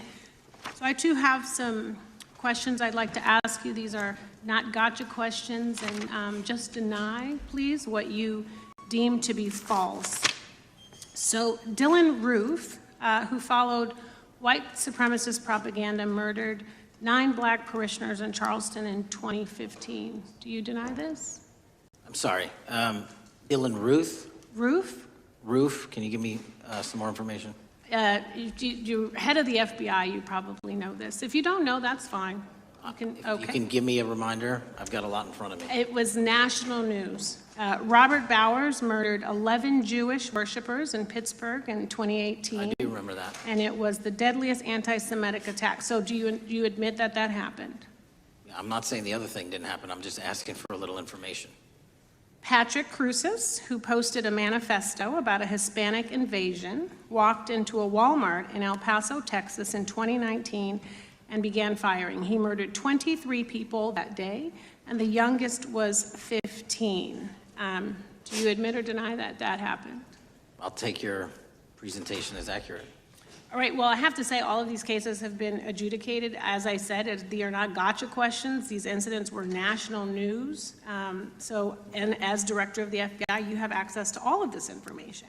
So in 2022, Peyton Grendon walked into a supermarket in a black neighborhood in Buffalo, New York, and started shooting. He murdered 10 people that day.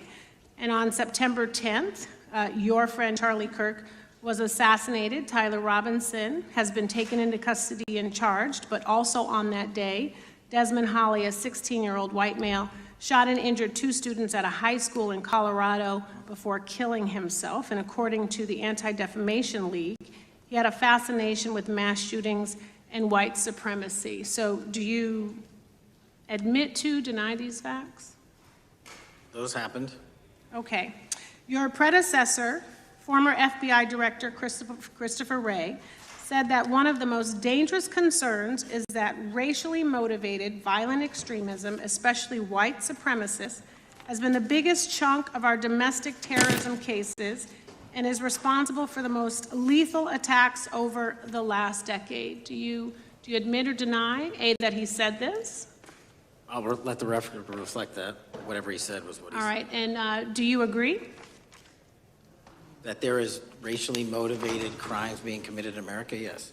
Yes, especially white supremacists, which is the biggest chunk of our domestic terrorism. I'm glad that you said this. So last week, President Trump was asked if there were extremists on both the left and the right.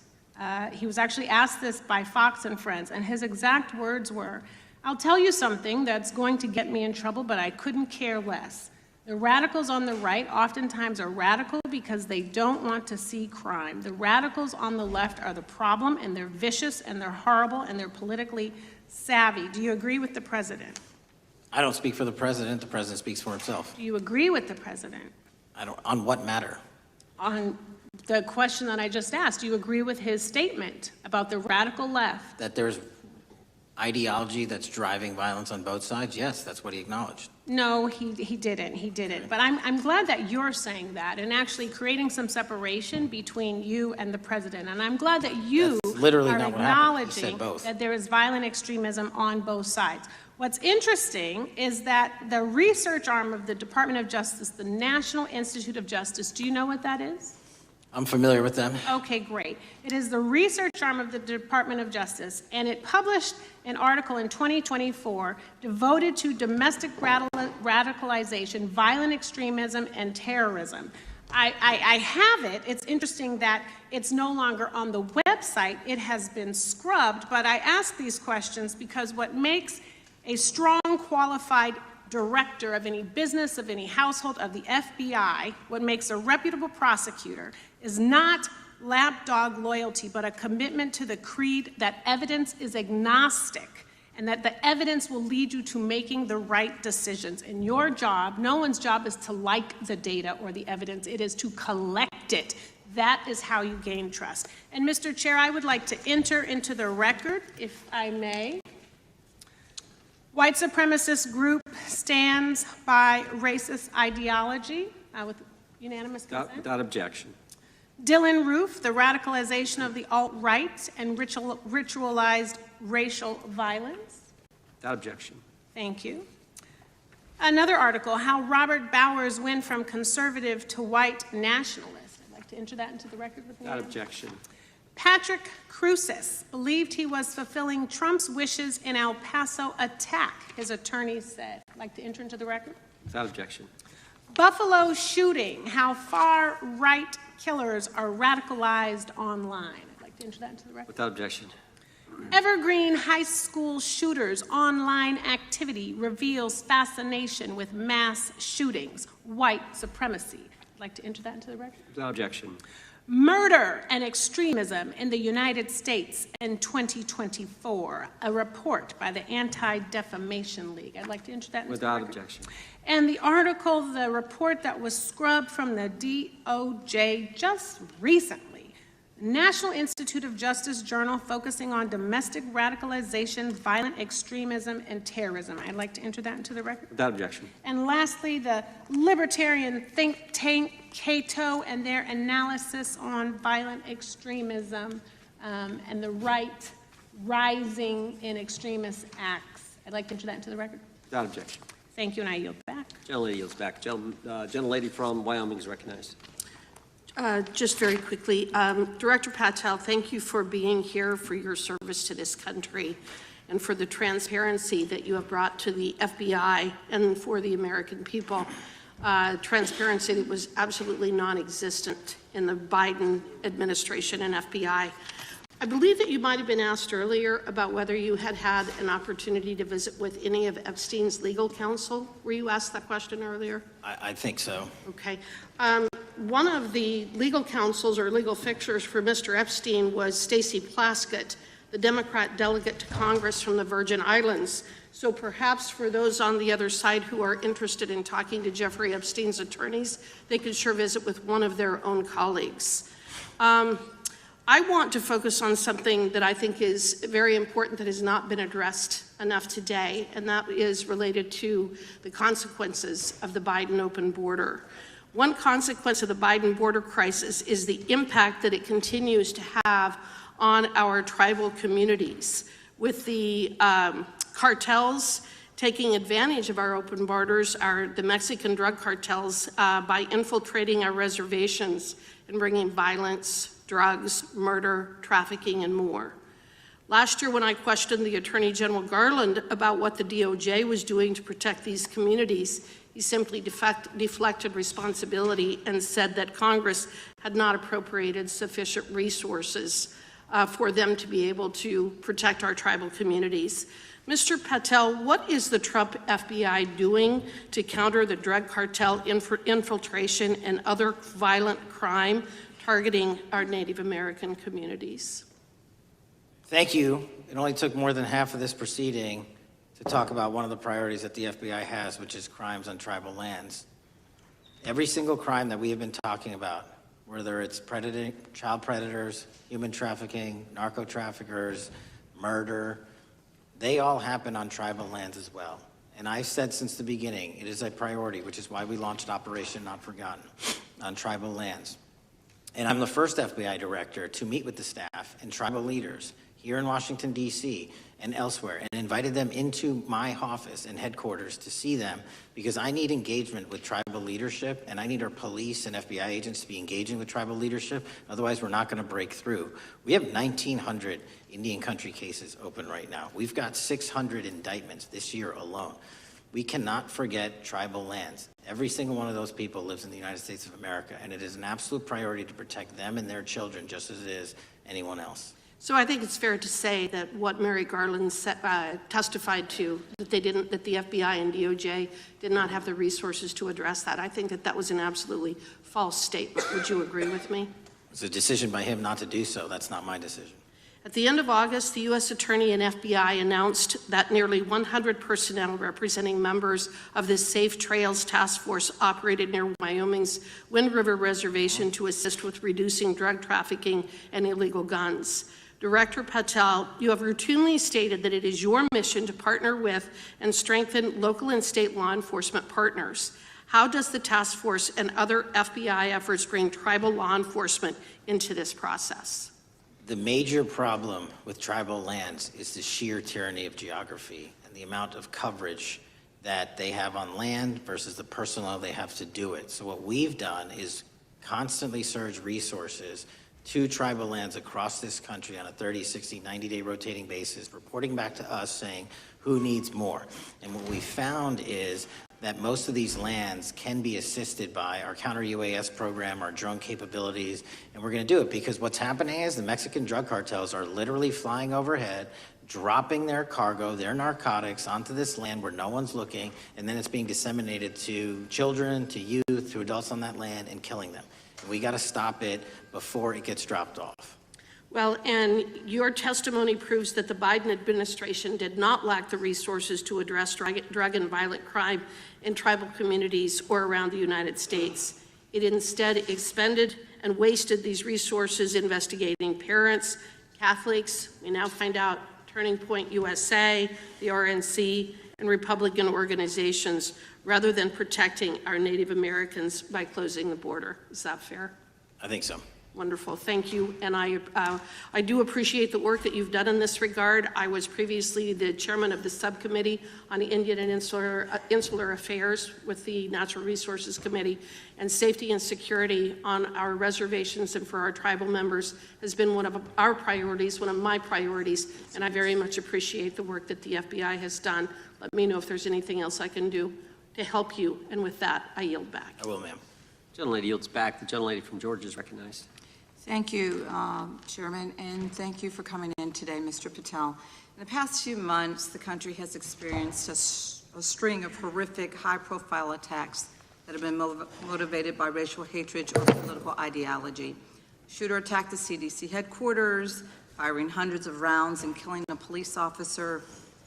An arsonist set fire to the Pennsylvania governor, Josh Shapiro's residence, with the governor and his family actually inside. Minnesota House Speaker Melissa Hortman and her husband were assassinated earlier this year. Charlie Kirk was murdered last week. Bomb threats have been made against HBCUs and the DNC, and just the list goes on and on. I only have just a few minutes today, so I don't want to take a lot of time to go into all the countless and devastating violent crimes and incidents that have happened at our schools or on our streets and in our communities that have just been happening all year long. Mr. Patel, just yes or no, is this type of political violence ever acceptable in your eyes? No. I'm glad that we agree that these heinous acts designed to instill fear and division in our nation are never, ever acceptable. Yet each of these incidents has recently taken place under your watch. The FBI's website states that protecting the United States from terrorist acts is the FBI's #1 priority, including from domestic terrorists. Is this still your #1 priority? Domestic terrorism? Preventing domestic terrorism. Our #1 priorities are protecting the homeland and international terrorism and crushing violent crime, and domestic terrorism sort of interlays between both of those. Okay, so, well, then I'm glad that you're giving us the right answer, but unfortunately, your actions kind of tell a different story. Earlier this year, you granted the ranks of the FBI's Domestic Terrorism Operations Section. This is the section of the FBI that is most directly responsible for addressing political violence in our country by preventing attacks from occurring and effectively responding to them if they do. The agents in this section are the ones who stopped an individual stockpiling weapons, who planned to attack schools and churches in Florida and seized bombs made by an ISIS sympathizer in New Orleans.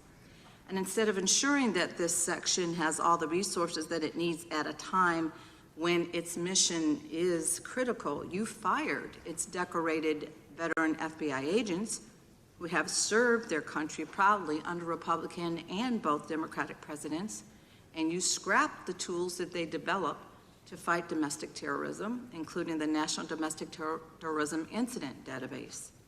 I mean, most of that is just not true. We have 1,700 current DT managed programs. We're up 300% in the amount of cases we brought against nihilistic, violent extremists, including 764, wishing to harm our children. The FBI and the men and women are getting after that problem set more than ever because I've unleashed them to do so. And any situation that these tragic occurrences across the country are somehow singularly my fault or disgusting because that watershed goes down to the men and women at the FBI, and they are not responsible for it. I'm happy to work with you to get them what they need. Gentlelady controls the time. Unanimous consent request. She'll state a request. Thank you very much. Into the record, an article from Reuters titled FBI Scales Back Staffing, Tracking of Domestic Terrorism, Probes Sources Say. Thank you very much. Without objection. I appreciate that. So, Mr. Patel, and it isn't just the domestic terrorism operations section. Under your watch, agents are fully diverting their attention to these anti-immigrant and city takeover operations, leaving our children vulnerable to dangerous networks of online predators, both domestic and international. You pulled more than 120 FBI agents from their normal duties to operate sobriety checks and conduct traffic stops, exposing the FBI's fleet of unmarked cars and thereby making it harder for the FBI to combat violent criminal gangs, foreign intelligence services, and drug traffickers in the process. That's simply not true. If we were not able to do two things at one time, how would we be Patel, I seizing reclaim record my amounts of time. I reclaim my fentanyl? time. 23,000 Chairman, I'd like to violent enter felons have been into the arrested. Time belongs to the More gentlelady. than twice as many as Consent last Time request. belongs to the gentlelady from Georgia. Thank you very much. And this request basically is, it is an article from Reuters, which quotes law enforcement officers familiar with agents who once covered child exploitation cases, but now focus on immigration child exclusive. Thousands of agents diverted to Trump immigration track down. Mr. Patel, in the short time I have left, your tenure as director of FBI has been somewhat problematic. Americans are left definitely less safe under your watch. You have gutted the FBI's ability to keep safe from domestic terrorism. You have sent FBI agents to conduct traffic stops and round up hardworking immigrants who pose no danger to public safety. People even President Trump referred to as good, long-time workers. Your job is to protect and serve the American public. Time to the You have gentlelady. spent your time protecting heinous individuals and using the FBI to serve as a political circus. You at times have appeared unequipped. Time to This the country gentlelady has deserves better, and expired. I yield. Gentlelady yields May back. I respond? Sure can. Simply put, what is it? Are we failing? If we're failing, how are we arresting 23,000 violent felons? Twice as many as this time last year. Are we failing? Because if we're failing, how are we seizing 1,500 kilograms of meth, 25% increase from last year? Are we failing? Because we captured 4 top 10 FBI most wanted from around the world in 7 months. That's more than the entirety of the last administration. Are we failing? Because we put 1,500 child predators in prison. Are we failing? Because we dismantled 300 human trafficking networks. Which is it? You don't like me, that's fine. But don't you dare disparage the men and women of the FBI that are producing record results in historic fashion to protect this country. They are kicking ass for America, and they're going to continue to do so. We appreciate your leadership. The gentlelady from Florida is recognized. When I was home recently, I met with the agents leading the Tampa office of the FBI, and I saw what they're focused on in my community: stopping drug traffickers, rescuing children from exploitation, fighting cybercrime, protecting us from acts of terrorism, foreign and domestic. And I know from my time as a federal prosecutor and a judge that this work by the Bureau doesn't make headlines, but it is happening every single day.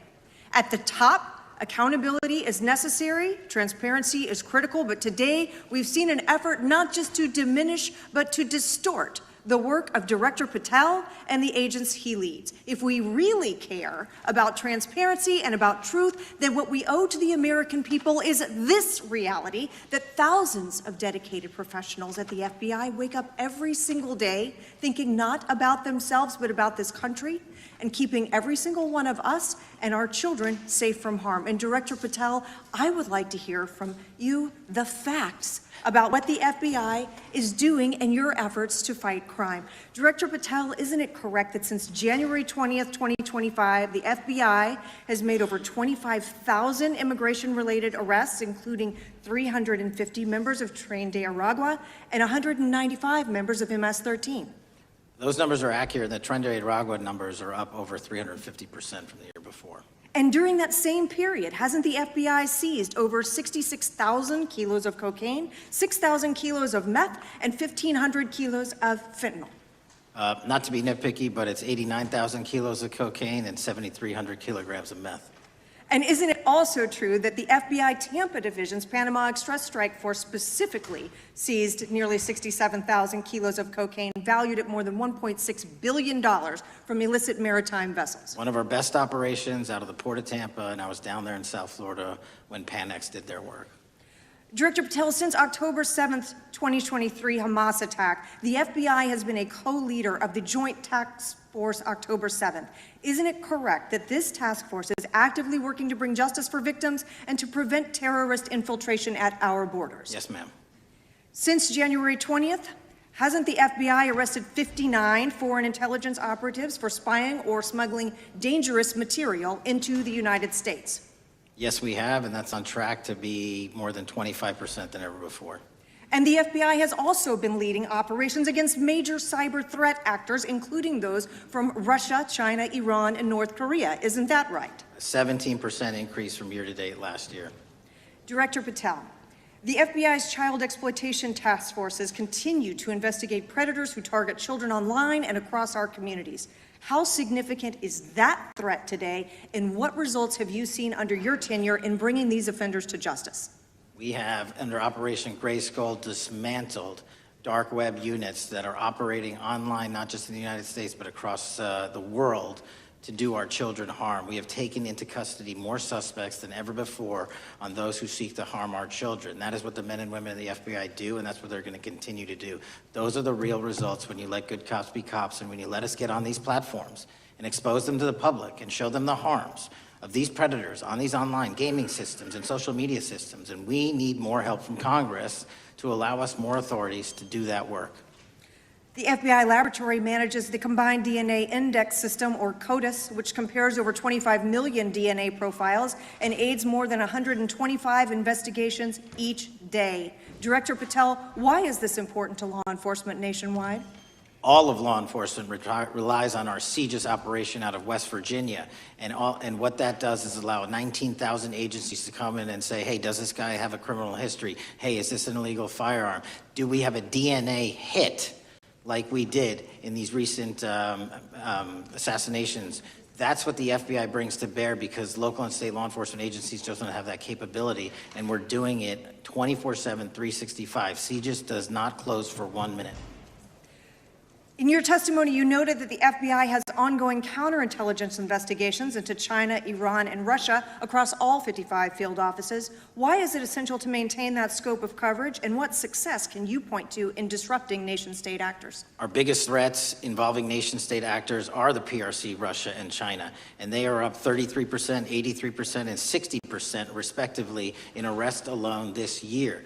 Those nation-state actors wish to do harm in our infrastructure, our critical infrastructure system, our energy, our water supply, and also go after and target individuals and senior citizens and take their money through online pig butchering schemes, which we've exposed in Cambodia by way of the CCP. This is groundbreaking work that the American public should be seeing that their FBI is doing, and I'm happy to have the opportunity to report on it. Thank you, Director Patel. I yield back. Gentlelady yields back. The gentlelady from Mr. Chairman, I have a couple uses. unanimous consent. Thank you so much. I appreciate it. In response to Mr. Mattel's making the remarks that that maybe our colleagues are disparaging the men and women of the FBI, I'd like to enter the record 3 unanimous consent requests. One is entitled FBI is using polygraphs to test officials' loyalty.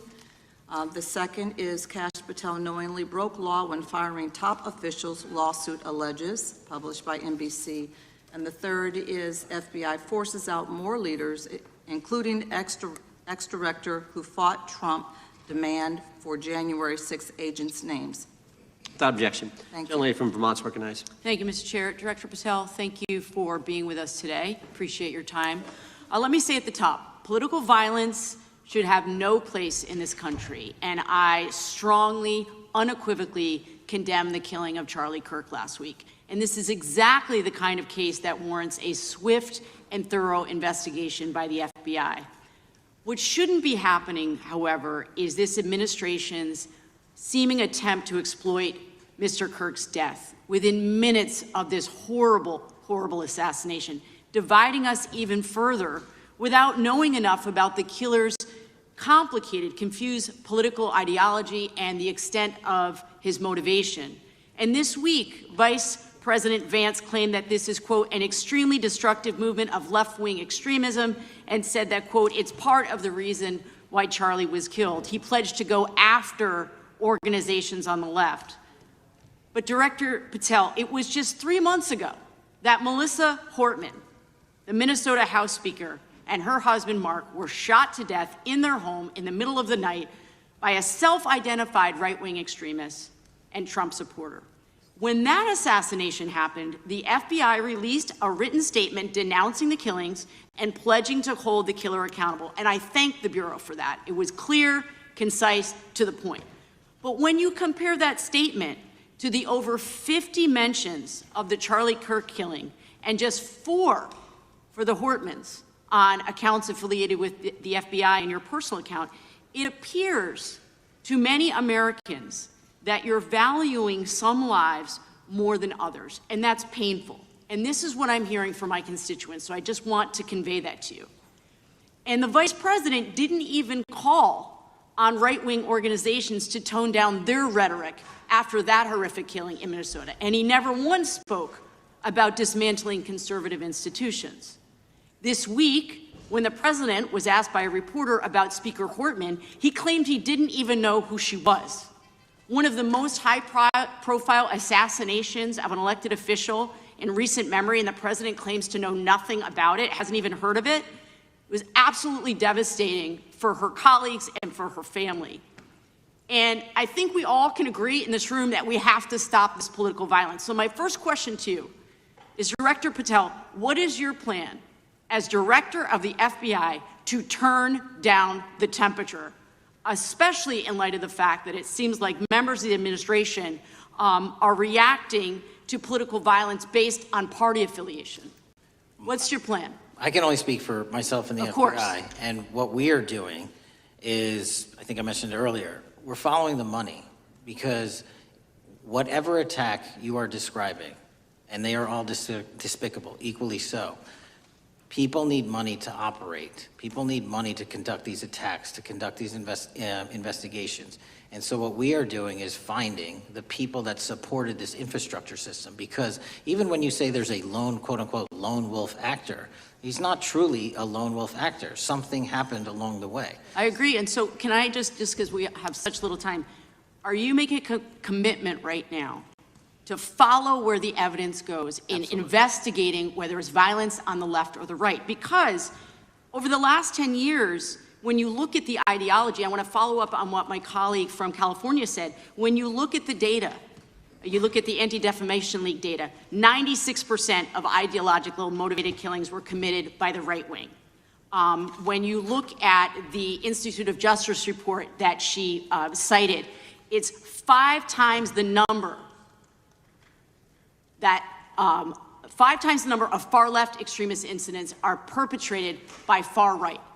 And it's been reported, and she mentioned this, that as of September 12th, 2025, just 2 days after Charlie Kirk's killing that the DOJ removed that report from the DOJ website. That's why Americans are concerned that there seems to be a separate system of justice, that if you are a Republican and you are attacked, you will get the full weight and authority of the FBI in this administration. But if you are somebody serving in the Minnesota State Legislature and you are assassinated in your home, that the response is different. And I think to ignore the threats from the right or try to do a both and when there are multiple instances when it's overwhelmingly coming from the right, this is a disservice, because Americans want to know that whoever they are, whatever their political affiliation, that the response is going to be the same, and it is going to be done with the same diligence. And I'm wondering if you will commit to me right now that you will be a voice right now standing up to those voices in the administration that are adding to the violent rhetoric right now. That's what I'm asking you. Will you commit to this? Time of the gentlelady's expired. The gentleman can respond. My voice will be through the investigations that the FBI conducts, and we will conduct them all lawfully and equally. Can we expect in the future that your tweets in related to one killing will be the same level of concern? The gentleman from Texas is recognized. Thank you, sir.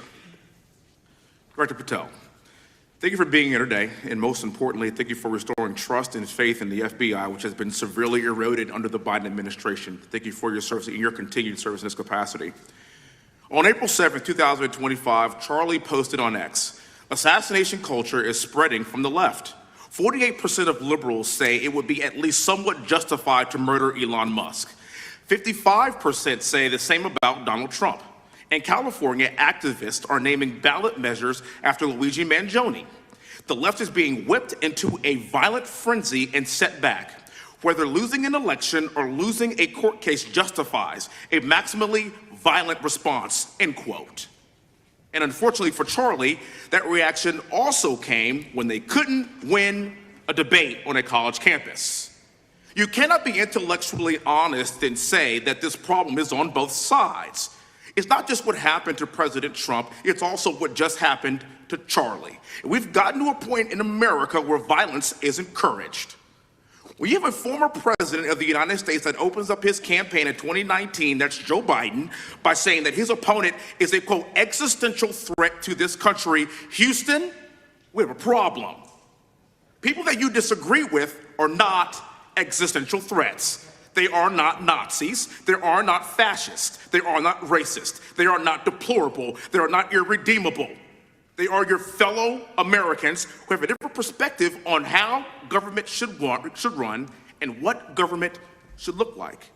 Whether or not we should have strong sovereign borders, whether or not we should have safe communities, whether or not we should have places to worship our God and not worry about being shot, whether or not we live in communities and cities that are not overwhelmed by drugs and crime, whether or not we have two genders, and whether or not we have common sense in our policies and our values. And people that believe these things are not existential threats. I happen to be one of these people that believes all of the above, and as someone that served this country in combat, I can assure you I am not an existential threat to this country because I swore to protect her.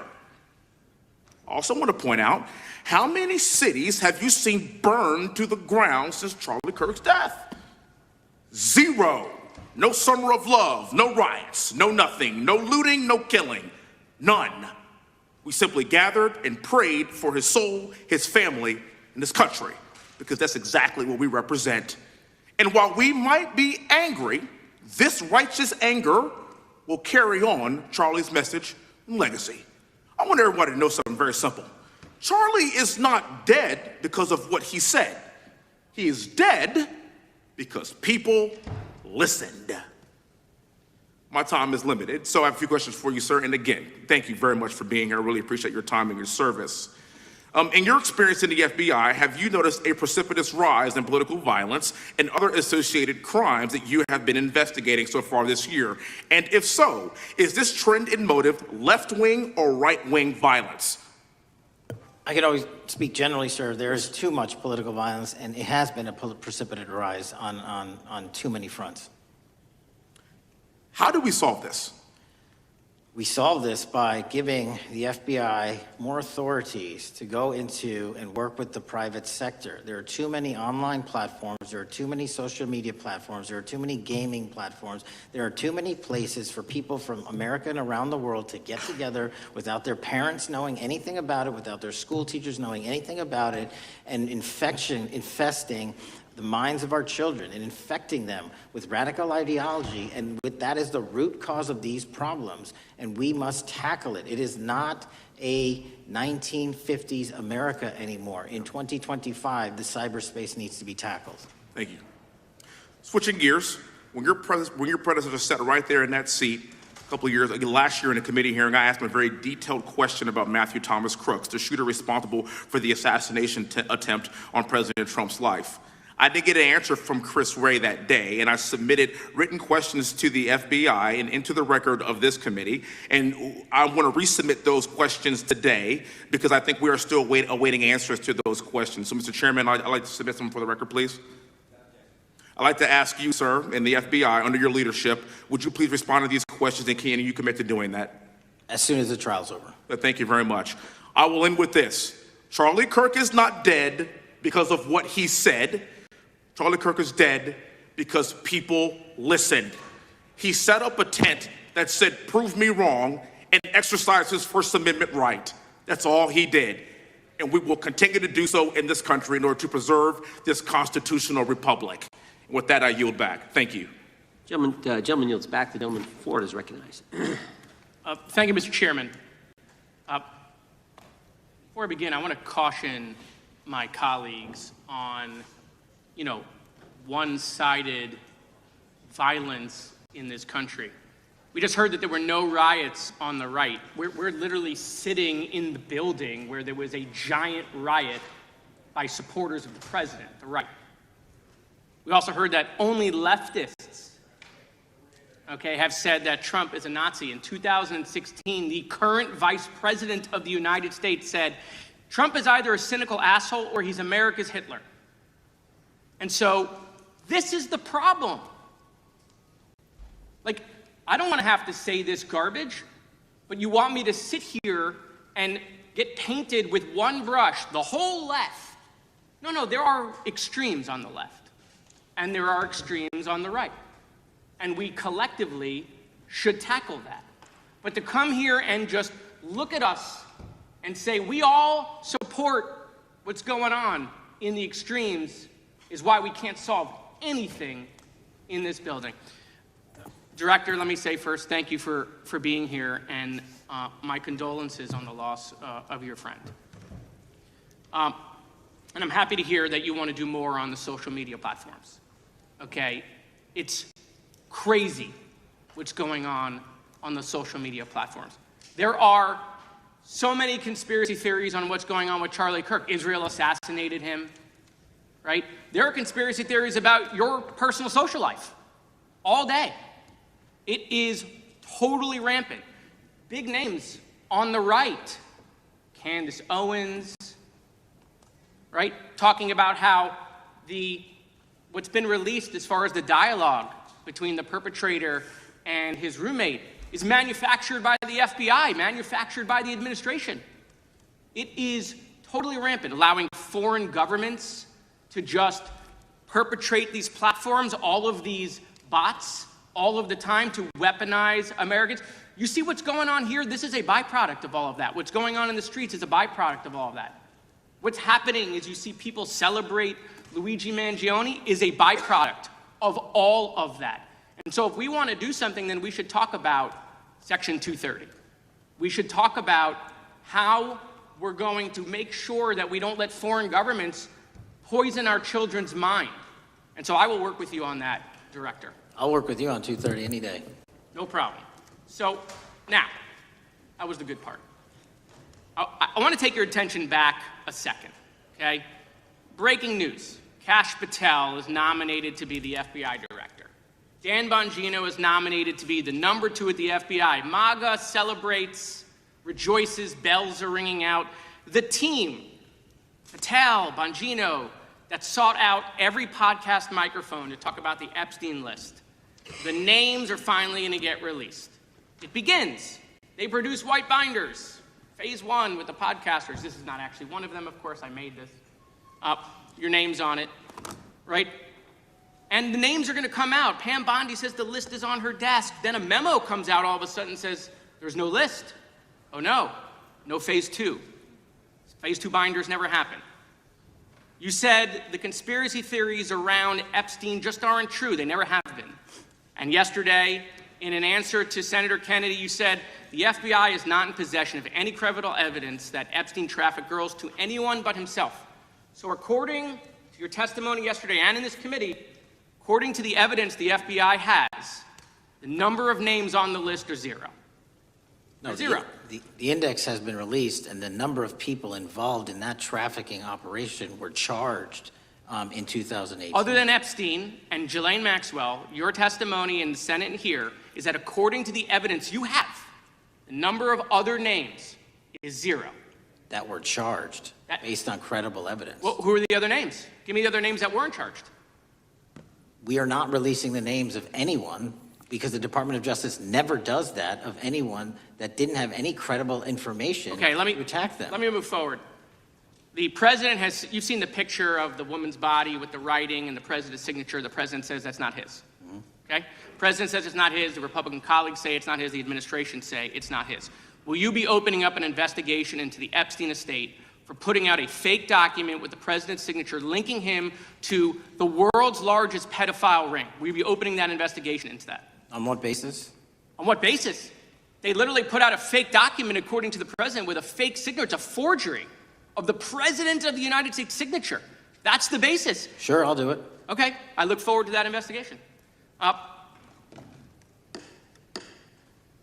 I over? Thank you, Mr. Chairman. I appreciate your diligence. Gentleman's time has expired. Chair now recognizes the gentleman from California. Director Patel, as you know, my state, California, is home to the worst public infrastructure failure in U.S. history, known as California High-Speed Rail, although the name is probably a misnomer. Earlier this year, I joined your counterpart at the Department of Transportation, Sean Duffy, doing a compliance review of the federal money the state has received, and the outcome was that the state has not complied with the terms of its billions of dollars in funding because it hasn't actually built anything. And so that federal funding has now been cut off, but a lot of us in California still have questions as to where all the money went. We're 17 years in to this project, and absolutely nothing has been built. Not a single bit of track has been laid. There are no stations. There are no passengers. And the plan initially was to have the whole thing, LA to San Francisco, done by 2020 at a cost of $33 billion. Yet here we are in 2025, nothing has been built. And according to the New York Times, the project won't even be completed this century. And the total cost is now estimated to be over $130 billion. So I just wanted to ask you, do you think this is something that bears scrutiny, or can you confirm whether there's any kind of investigation going on at the FBI? The FBI certainly can't investigate incompetence, but the FBI certainly can investigate and does investigate waste, fraud, and abuse. And so if we have any information that indicates that that happened in this situation or anything else, we'll look at it. Thank you very much. We've also, been talking some today about the issues that occurred at the border during the Biden administration. You might not agree with your predecessor on everything, but you probably would agree with some of the statements he made in testimony before this and other committees, raising alarms about the risk of terrorism from illegal border crossings. Since becoming director, have you gotten some insight into how well calibrated those warnings were, and what is the status of that risk now?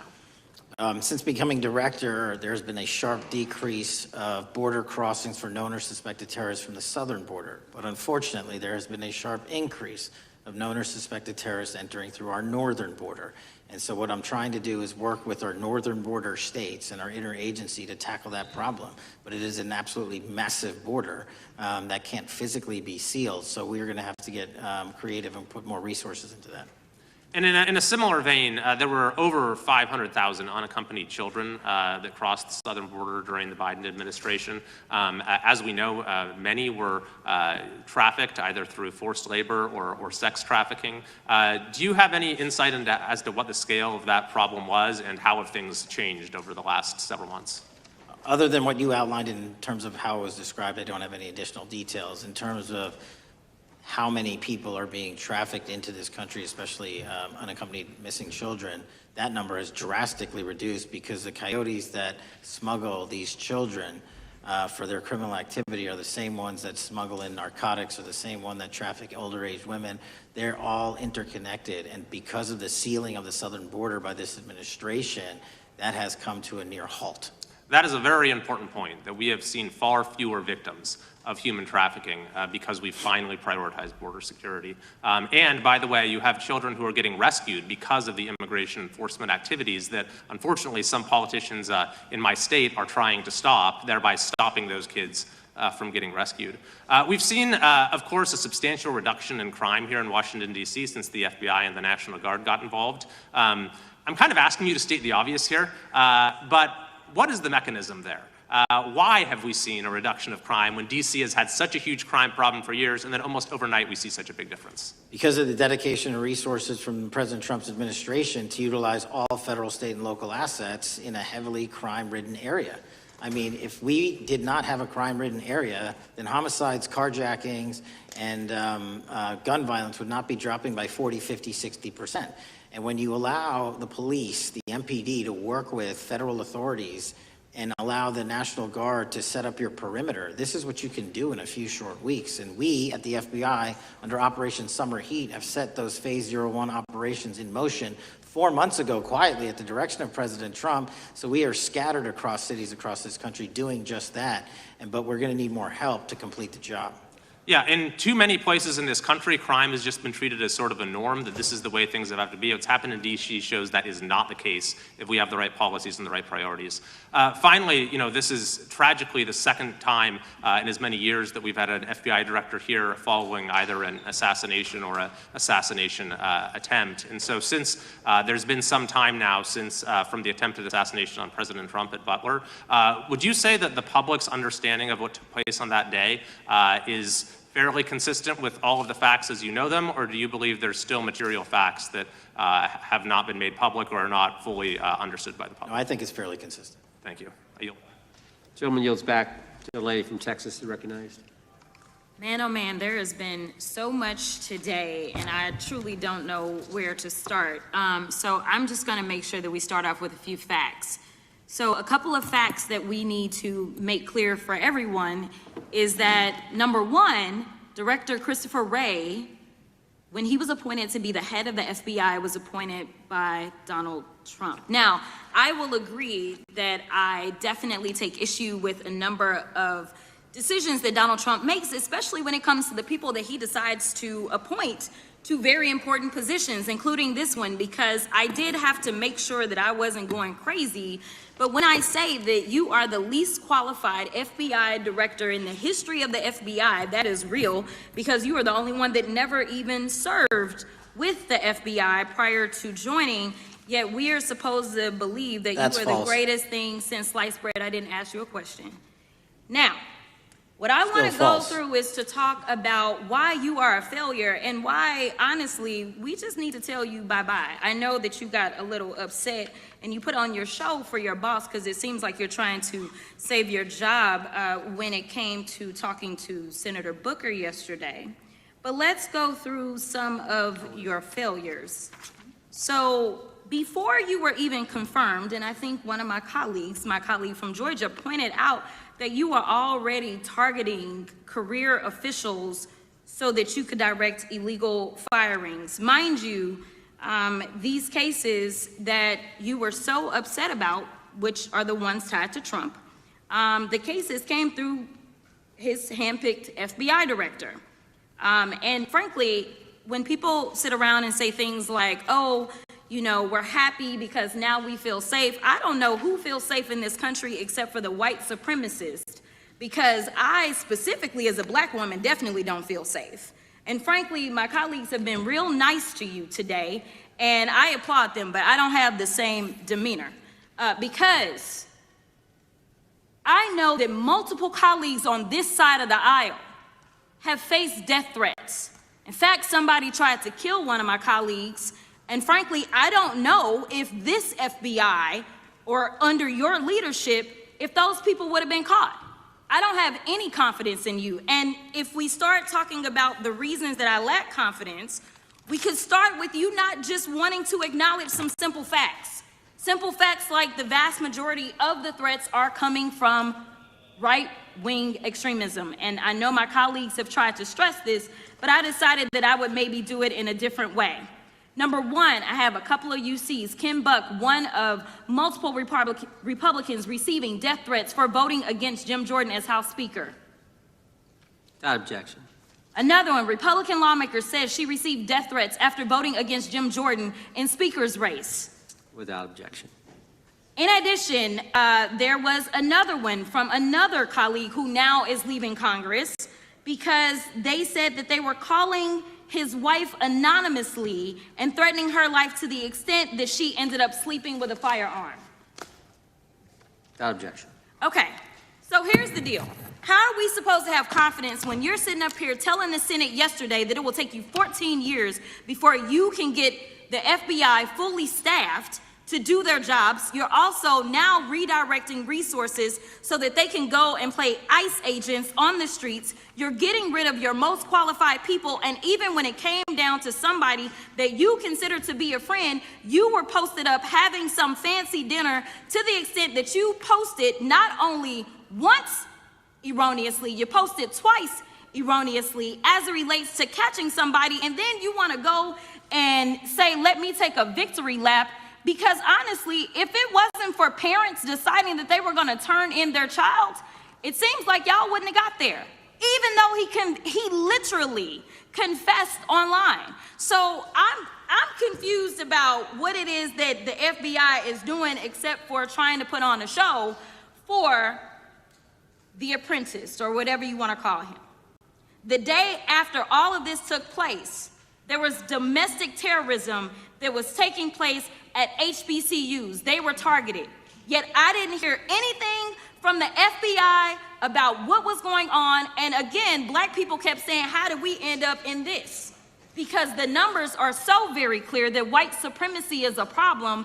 And honestly, I've not heard anything out of you today that makes me believe that you're going to do anything about the white supremacy problem. The one that is leading to children being killed, children being shot, as well as members of their community as they're worshiping in their churches. The time of the gentlelady has expired. If the gentleman would like to respond to any of that.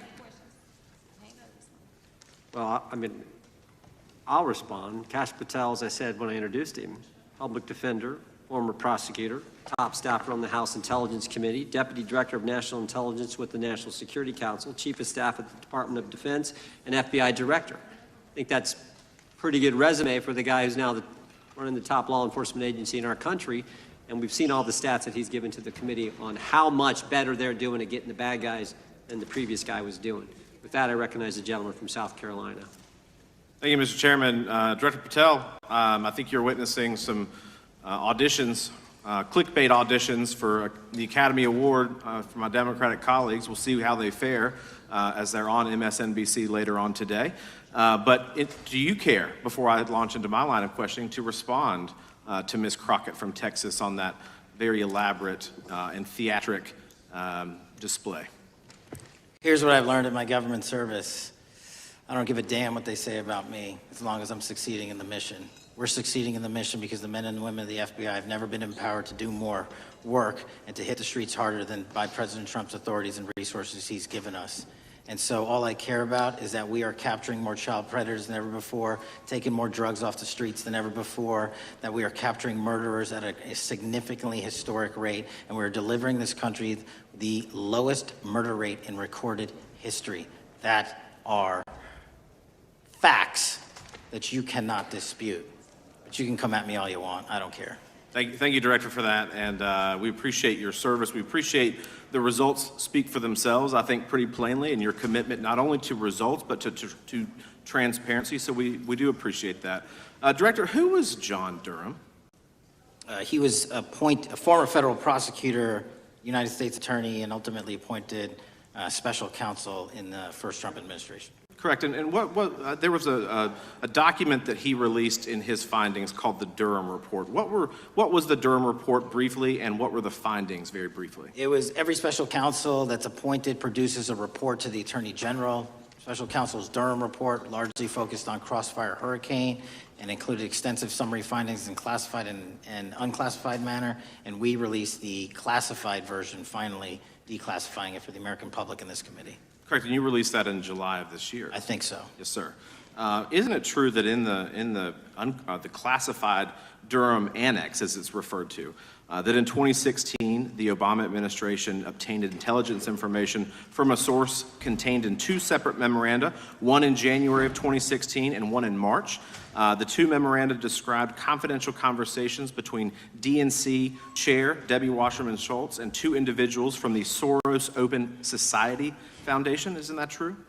As written in the report, I'll let her speak for itself. In the Durham Annex, in January of 2016, the memorandum noted in part that President Barack Obama intended to scuttle the FBI's investigation into Hillary Clinton's private email server and mishandling of highly classified information during her time as Secretary of State. Isn't that found in the report? I believe so.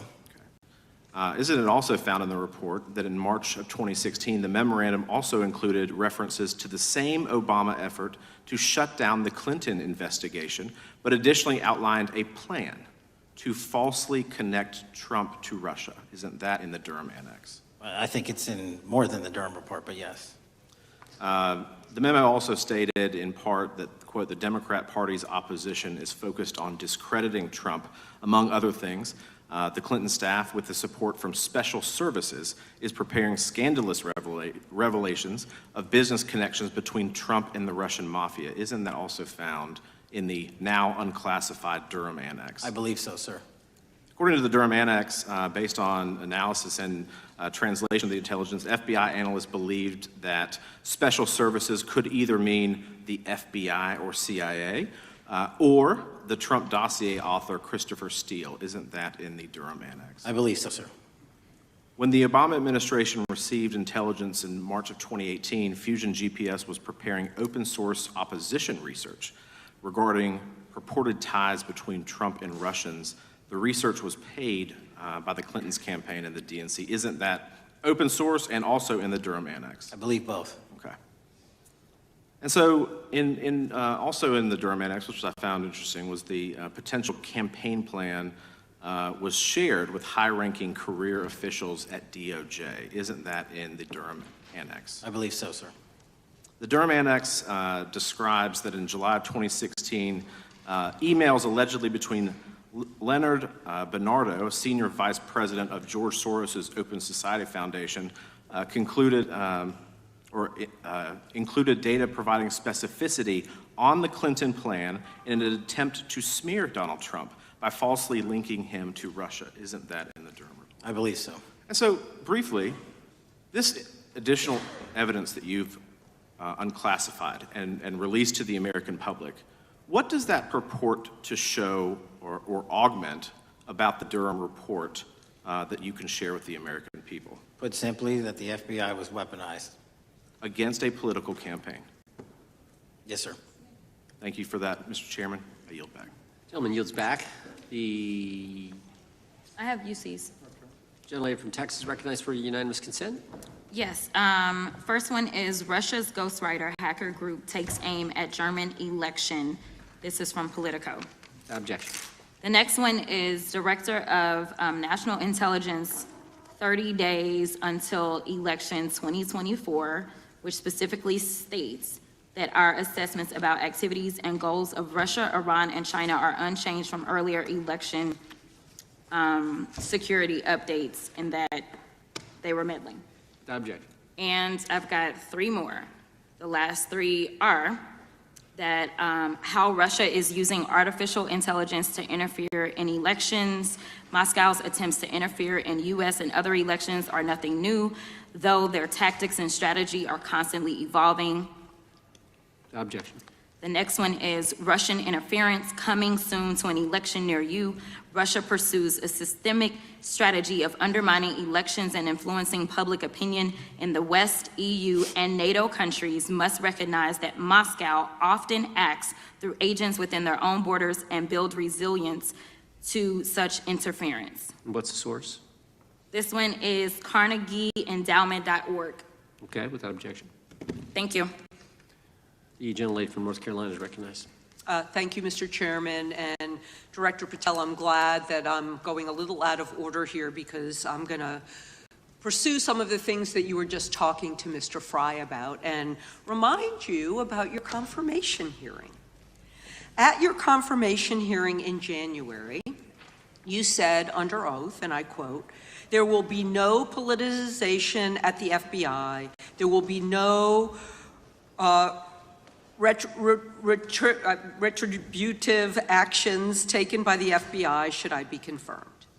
And in your written response to the Senate questionnaire, you said, I quote, "Personnel decisions shall be based on performance and adherence to the law. And every FBI employee will be held to the absolute same standard, and no one will be terminated for case assignments." So I want to just go through a couple of scenarios with you to get a sense of whether you think these are examples of politicization of the FBI or making decisions based on the performance and adherence to the law. So, first question. Would hiring FBI agents, analysts, and supervisors from only one political party being politicization of the FBI or making personnel decisions based on performance and adherence to the law? We don't ask FBI people, applicants, where their political parties are. Mr. Patel, do you ask FBI applicants who they voted for? The FBI does not. Are you aware that in the lawsuit that Mr. Driscoll filed against you and the FBI, he was asked who he voted for? Since that lawsuit has been filed, it's ongoing litigation, I'm not able to comment. Well, but it also means that you just said that what happened in his situation didn't happen. So we will go on to the next question. Let me ask you an even easier one. Does firing agents for working on the cases that they were assigned to and that the president didn't like, is that politicization of the FBI or making personnel decisions based on performance and adherence to the law? The FBI doesn't terminate anyone based on case assignments alone. Has the FBI ever been sued by somebody who felt that they were terminated based on case assignments? In the entire history of the FBI, I'm sure they have. No, since your tenure. I'm sure there's ongoing litigation. Yes. In fact, there is ongoing litigation. And in fact, people have been asked who they voted for. And in fact, you are running an FBI for the President of the United States rather than the people of the United States, because my questions were not hypotheticals. They are the things you have done during your tenure. And according to a lawsuit filed last week by long-term FBI agents, you fired former acting director Brian Driscoll. He had served with the Bureau for nearly 20 years, earned a Medal of Honor, Medal of Valor for bravery during the dangerous ISIS raid, and had a wealth of crisis response experience and led the FBI's critical incident response group. When the Trump administrations interviewed Mr. Driscoll for that role, they interrogated him about his political leanings and who he voted for in the last 5 elections. Questions Mr. Driscoll refused to answer because those types of questions impermissibly politicized the FBI. You also fired Steve Jensen, who served the FBI for nearly 2 decades and ran critical terrorism, counterintelligence, and organized crime operations, whom you once described as embodying what the American public demands of the FBI. But he was fired because he took part in investigating crimes committed on January 6th, And Trump's MAGA base lambasted you online for keeping him at the FBI. So he's no longer at the FBI. You also fired a decorated combat veteran with decades of experience in the Bureau, Special Agent Walter Jardia, because he worked on the investigation into the Russian interference in the 2016 presidential election and helped investigate Trump's ally, Peter Navarro. Director Patel, it is very clear that you have flunked your own test.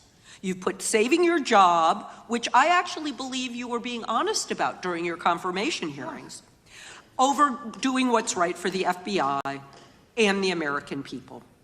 That is not adherence to the law. Thank you, and I yield back. Time of the gentlelady is expired. The chair now recognizes the gentleman from North Carolina.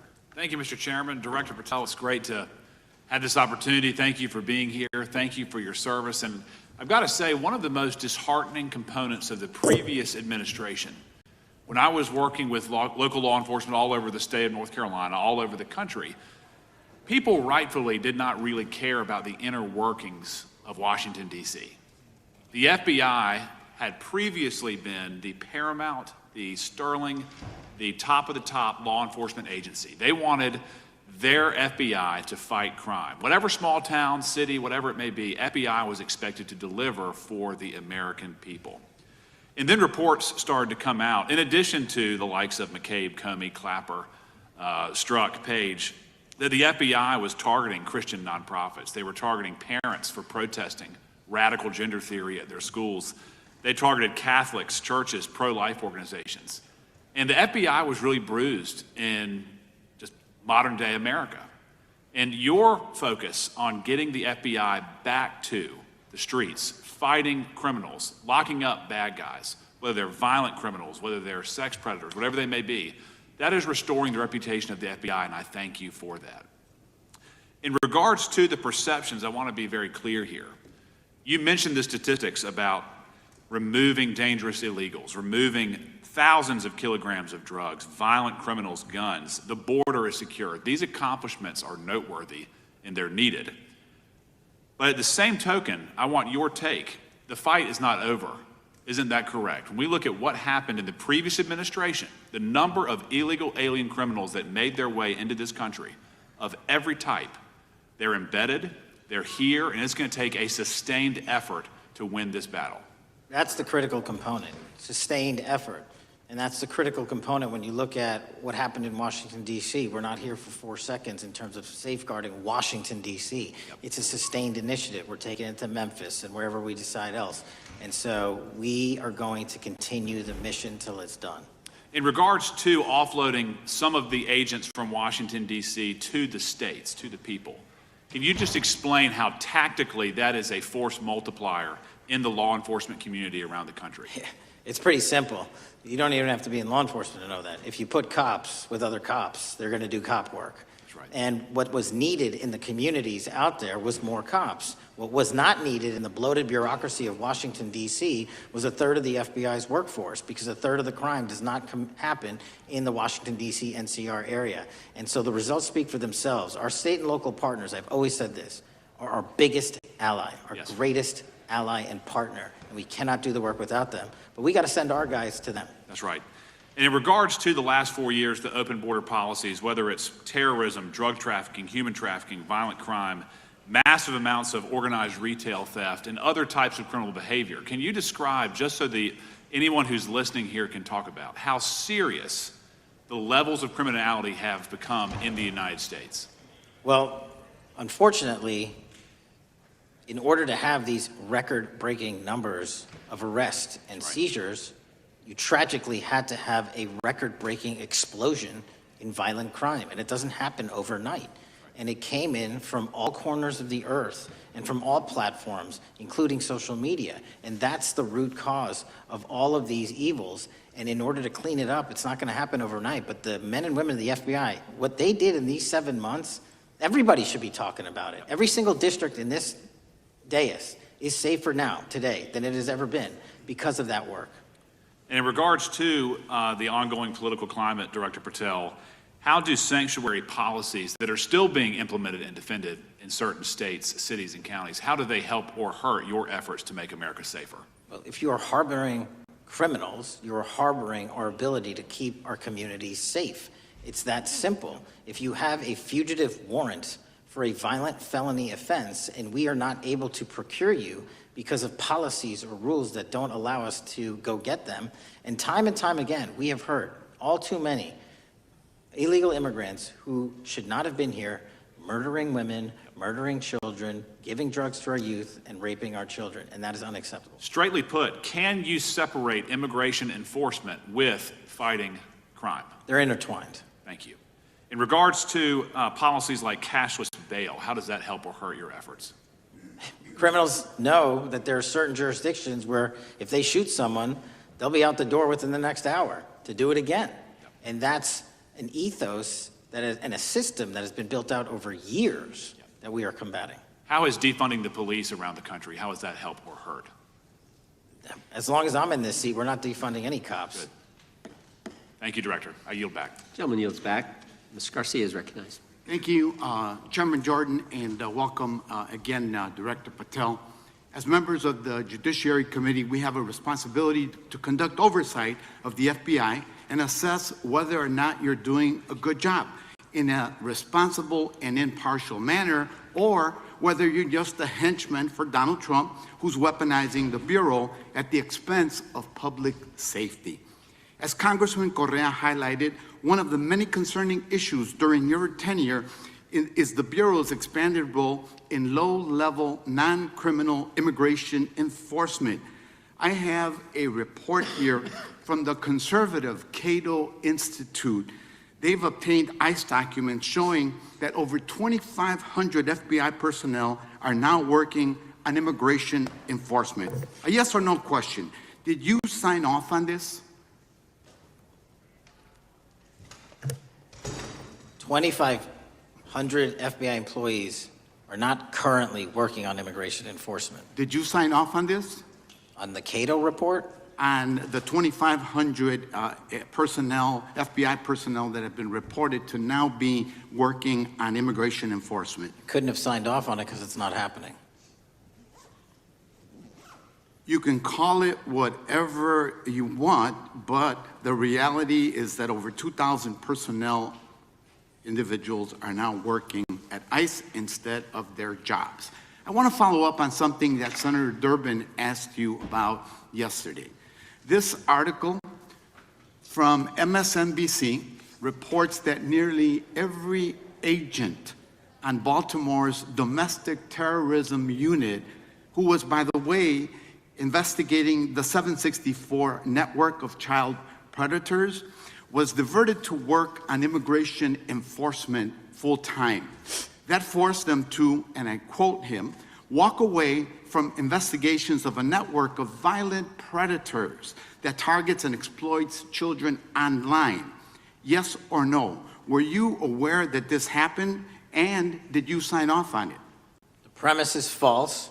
The 764 network in Baltimore is taken down, and FBI agents do double and triple duty all the time. I'm reclaiming my time. You told Senator Durbin yesterday you didn't know about it, so your testimony is inconsistent today. No, I found out. Final question. Let me ask you, again, a yes or no question.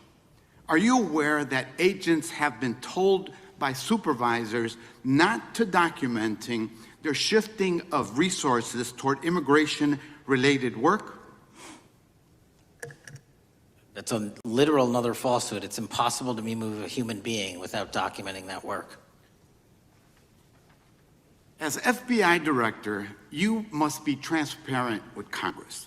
You need to provide us information about how many agents have been diverted to non-criminal immigration enforcement, why the Baltimore unit was dismantled, and whether there's a cover-up of what's happening under your leadership. Because this goes to the heart of whether or not you're carrying out the stated mission of the FBI, keeping our communities safe. Diverting FBI agents from investigating violent child predators doesn't make us safer. Using FBI resources to target parents children, and other immigrants for low-level, non-criminal enforcement doesn't make us safer. Enabling violent, lawless conduct by federal enforcement doesn't make us safer, as we saw last week when an ICE officer killed one of my constituents. And I know that the FBI has been involved in that investigation. And yesterday, ICE did a raid in the suburb of Elgin where 2 U.S. citizens were arrested, and who accompanied them on that filming of that show? Secretary Nunn. Shameful conduct. And weaponizing the FBI to serve Donald Trump's political agenda instead of the American people does not make us safer. Before I yield back, Mr. Chairman, I request unanimous consent to submit the following documents for the record. A report from the Cato Institute, which I referenced earlier, where ICE has diverted over 2,500 officers from their jobs, and 2, an article from MSNBC titled Trump's Deportations Divert FBI Agents Off Child Predator Cases, and an article from CNN entitled White House Pressure for Increased Immigration Arrests Strains Law Enforcement Agencies. Thank you, and I yield back. Gentleman yields back. Without objection, the gentleman yields back. Gentleman from Wisconsin is recognized. Thank you, and thank you, by the way, for coming over here. Sorry you have to put up with all this. I know when you took over, the FBI's reputation in a lot of circles perhaps had never been lower. I mean, part of that is brazen involvement in political activity, the Foreign Influence Task Force, getting involved and trying to suppress news stories in the New York Post, Crossfire Hurricane coming up with bogus stories to try to flip the 2016 election, FBI downplaying the stories of Hillary Clinton's emails in the 2016 election. That's their overt involvement in political activity. I think a strong anti-religious bias. We talked about stories of an anti-Catholic bias in there. I know I've talked to people about horrific overreaction at the big Hindu temple in New Jersey, in which, just so people understand, you had a rectory in the temple area, the religious leaders, taken out at gunpoint, big problems. And I think finally the FBI trying to turn America's viewpoint on certain political issues. And when I talk about that, I'm talking about what was done in Mexico with regard to shipping weapons, fast and furious, shipping weapons into Mexico in an effort, I think, to try to turn the Americans against the First Amendment. But in any event, what scares me is, and all these horrible things that were done in the past, there were individual FBI agents who participated in which apparently their supervisors told them this is okay or even admirable. And what I'm going to ask you, are you able to do anything to make sure that in the future these corrupted FBI agents understand the importance of religion in our life, and they're not to view it with suspicion? They understand parental rights and the idea that traditionally in America, parents have the ability to object when their young 5 or 6 year old children or year-old or very young children are getting what most people consider highly inappropriate sexual contact. What are we doing there to try to make sure we don't have problems with these FBI agents again, or make sure that in the future administrations, they would object if they are asked to behave in such a immoral fashion? 2 things. If you are corrupt, you don't work at the FBI. It's that simple. So we don't tolerate any form of corruption or any deviation from our high standards, whether you're an agent, an intel analyst, or whatnot. And just to show the American public the resurrection that the FBI has had in these last 7 months, you don't have to believe me. Our applicant pool has doubled month over month every year from the highest point it has ever been. More people want to work at this FBI than ever before in U.S. history. I'm sure that's because of you, and you're kind of anticipating my next question. I talked to retired FBI agents in my area who sometimes retired in part because they hated the woke, anti-conservative culture at the FBI. And they are concerned, the retiring agents, about new agents, not on your watch, but before this, being corrupted in the universities before they were hired. And they are very worried about what will happen with the new agents. So I think you're answering my question. Do you feel you'll be able to a certain extent solve the problem of inappropriately woke agents filling up the agency in the past, because now you're going to have a larger pool to draw from? Everybody that comes to work at the FBI is allowed to have their own belief system, but they're not allowed to bring that belief system into the workplace. And anyone that does won't work at the FBI. Okay, very good. Now, recently, there's another potential scandal, I guess, a politically motivated thing, Arctic frost. Do you want to comment on that? And it appears one more time as perhaps the FBI was getting involved in what would normally be considered political events. We are not getting involved in political events, except this one. Okay. And final thing, with regard to prejudice against Catholics, what happened in the big Hindu temple there in New Jersey, do you think, has anybody ever apologized to the Catholic Church or apologized to that temple? I don't know, sir. Okay. Is that something you think would be perhaps a good idea to do in the future? I think leadership should address it. Thank you. Gentleman, time has expired. Gentleman yields back the, so we got the gentleman from North Carolina, Mr. Harris. All right, thank you, Mr. Chairman, and thank you, Director Patel, for your endurance and your perseverance throughout today's hearing, and for all you've shared. First of all, let me start by saying that I was very grateful and glad to see that the FBI has joined the investigation of the tragic and brutal murder of Irina Zarutska in Charlotte, which is just right by my district. This woman, as you know, fled the war in Ukraine only to be killed in cold blood by a man who had no business being on the streets whatsoever. This man, who had been seen stabbing Irina to death on video, had been arrested 14 previous times, served prison time, and was diagnosed with a severe mental illness. In response to the previous offense, the magistrate over his case released him to roam the streets with a $0 bond and a simple written promise to appear in court.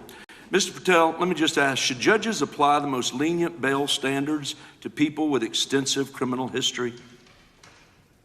Do they apply the most lenient? I'm sorry. Yeah, should they apply the most lenient bail standards to people with extensive criminal history? That has not been my experience. That should not happen.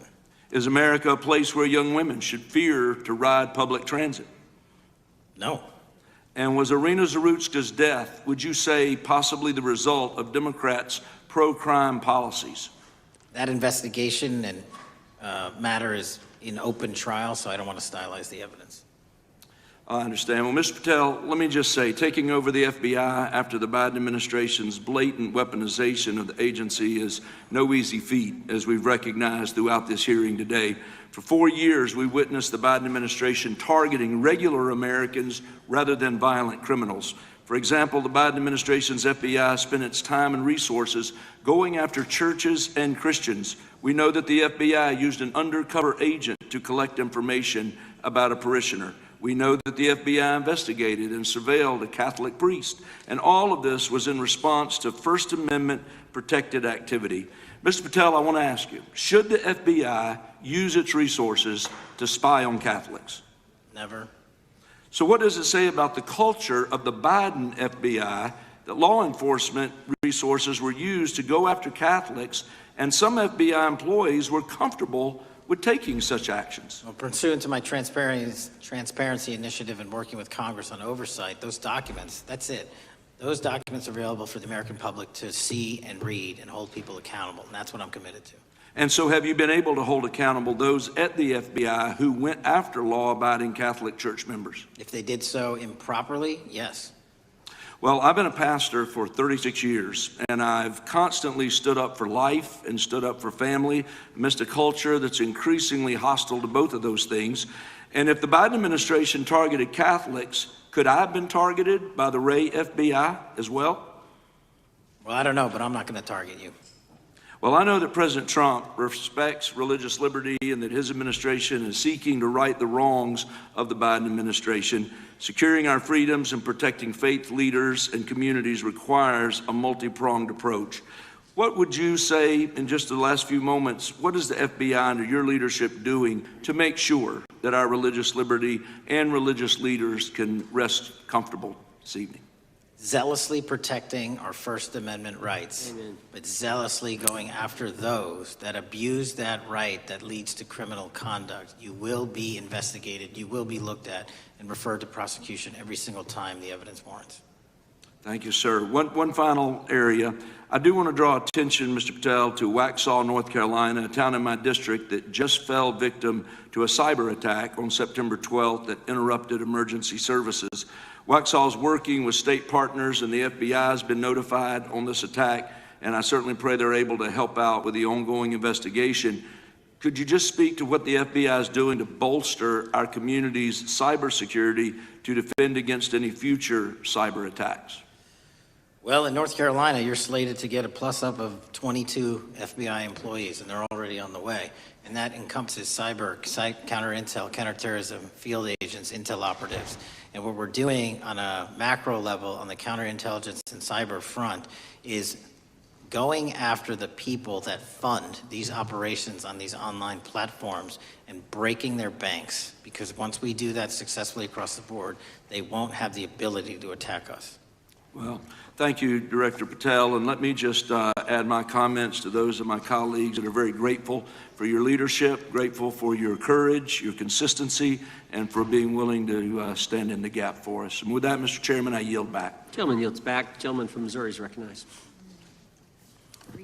Thank you, Mr. Chairman. And Director Patel, thank you for being here with us today. Over the past few years, we have seen a disturbing increase of attacks on Christians and conservatives. Since the leak of the Dobbs decision, there have been 354 attacks on Catholic churches. In the first year following the leak, there were more than 100 attacks against pro-life pregnancy care centers, and the shadowy pro-abortion group Jane's Revenge claimed responsibility for 24 of these attacks. Meanwhile, the Biden FBI focused resources on attacking Catholics and peaceful pro-life protesters like Mark Houck and Paul Vaughn.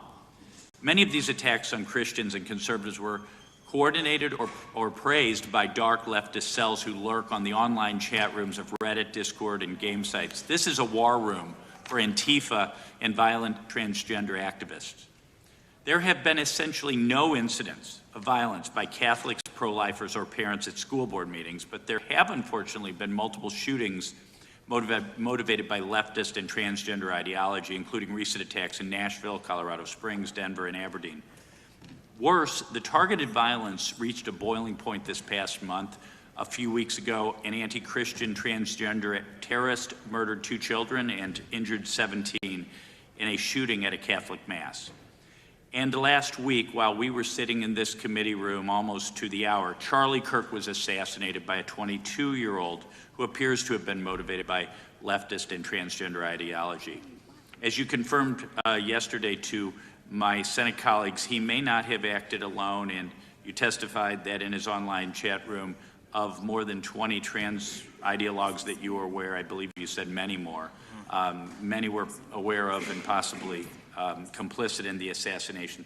Director Patel, in light of the increased violence emanating from the far left, is your FBI investigating this violent trend of anti-religious, Antifa, and transgender-driven violence? All of it across the board is being zealously investigated, no matter what your motivation or bias is behind it. Very good. We've also noticed a dramatic surge of the number of clinics offering so-called gender-affirming care. Whistleblowers in a recent NIH study confirmed that these clinics prey on some of the most mentally ill children and young adults in our society, and these clinics are quick to prescribe life-altering puberty blockers, cross-sex hormones, and surgery, and often these patients get worse rather than better, and unfortunately, some have become violent, some have even committed mass shootings, and the partner of one of them assassinated Charlie Kirk.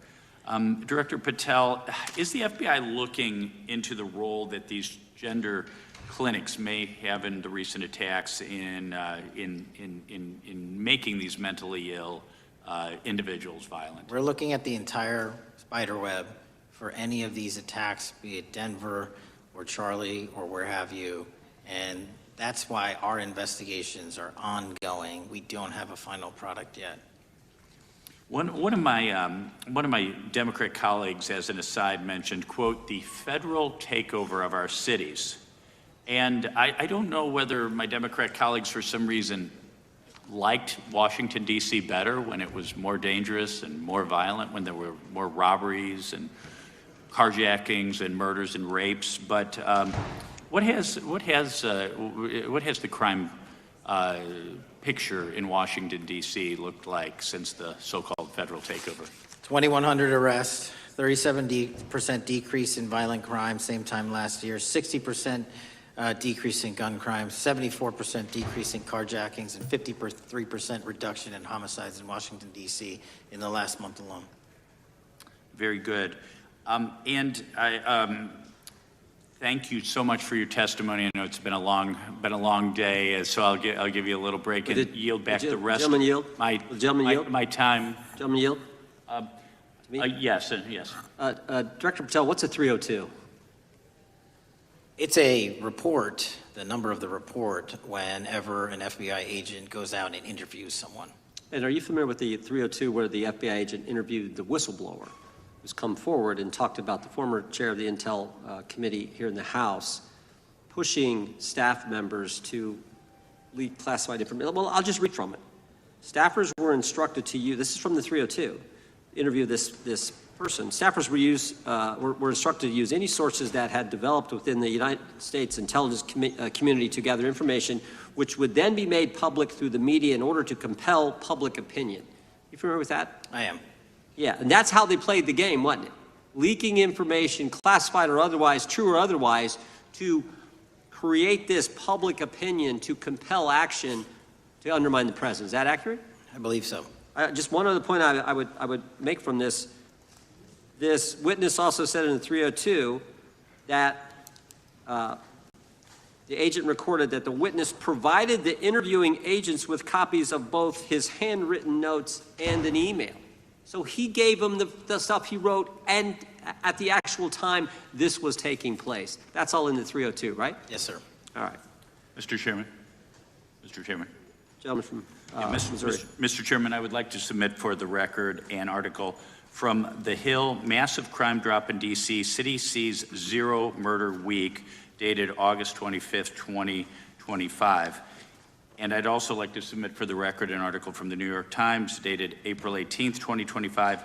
Man who set fire on Shapiro's mansion cited treatment of Palestinians, police say. Yeah, thank you. Without objection. I have. Gentlelady from UC. Texas and then Pennsylvania. Thank you so much. My first UC is the FBIAA letter to Congress on summary terminations, where it states denying fundamental due process and summarily dismissing special agents will only make it harder to protect our nation. These actions distract agents from their work, foster fear that their assignments could cost them their careers either now or under the next administration, and increase the risk of criminal and national security threats by undermining unity and morale within the Bureau. Without objection. The next one is a CNN article. FBI agents are again pulled from their day jobs to address a Trump priority. It states, morale is the worst I've seen, said one law enforcement source. The Bureau is becoming unrecognizable. Lots of people are weighing really difficult decisions right now. Without objection. Gentlelady from Pennsylvania is recognized.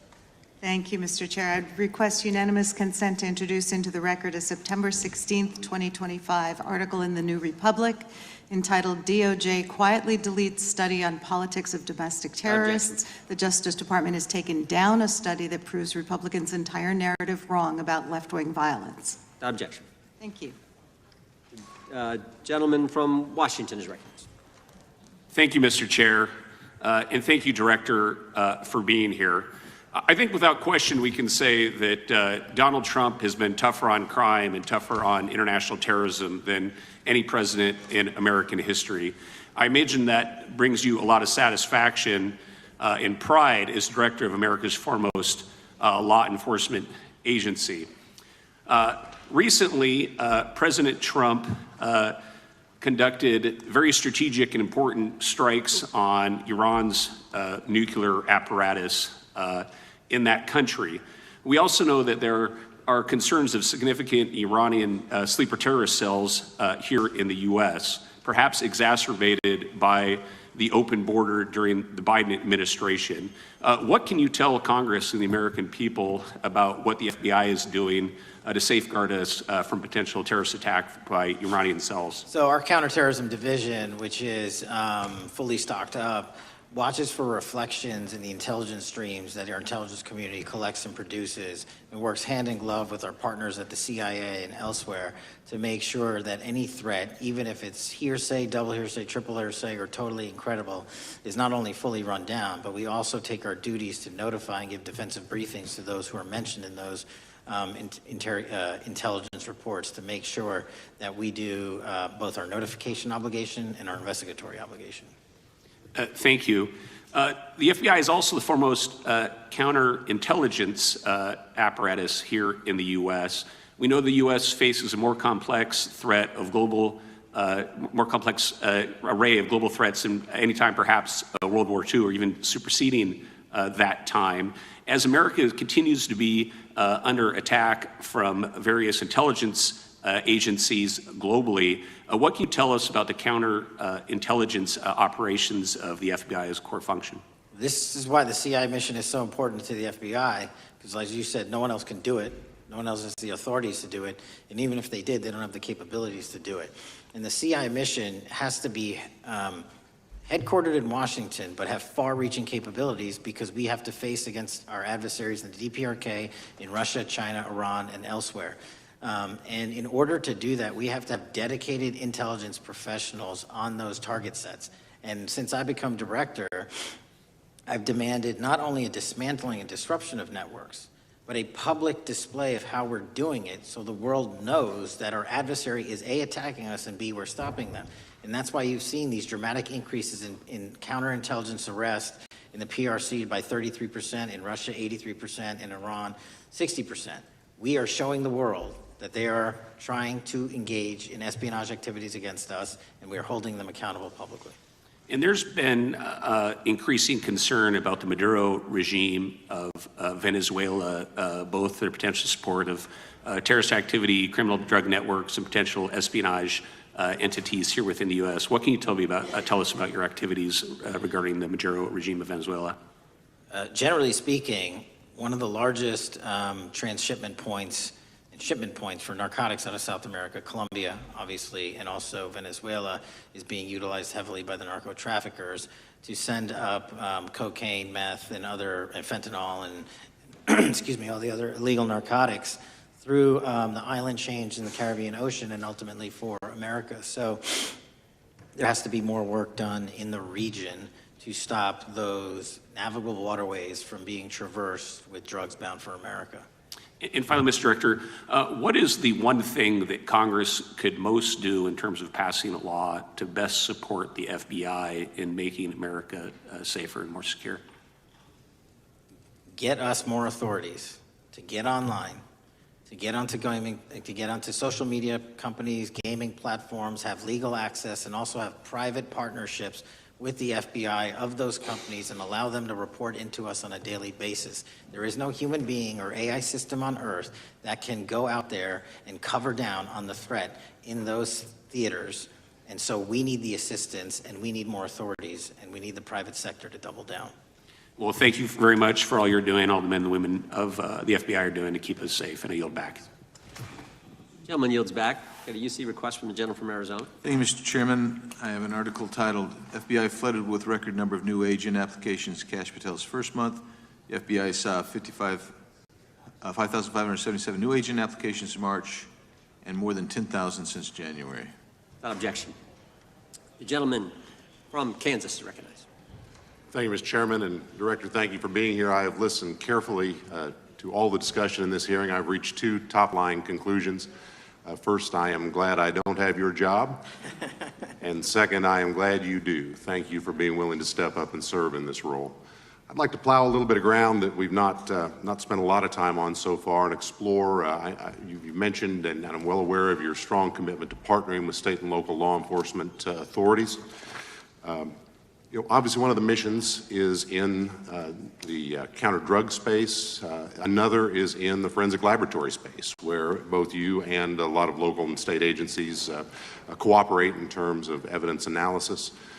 From the state side, programs such as the HIDA programs, very, very important in counter-drug, such as the Coverdell grants, very, very important in maintaining state laboratory capacities. Would I be correct in concluding that if we are able to maintain robust funding for those types of programs, including both Coverdell and HIDA, that would contribute to the safety of the United States and to your mission? Absolutely. Director, you have talked a little bit about some of the counter-drug work that you've been doing. One thing we haven't talked about yet, the President, in one of his first actions upon taking office back in January, designated a number of the cartels as foreign terrorist organizations. That's not just a paper transaction. I believe the list has been expanded since those first actions. In terms of America's military engagement with the cartels abroad, in terms of our intelligence engagement with them abroad, that designation has had real meaning and has affected some of the thinking and approaches of our military and our intelligence community.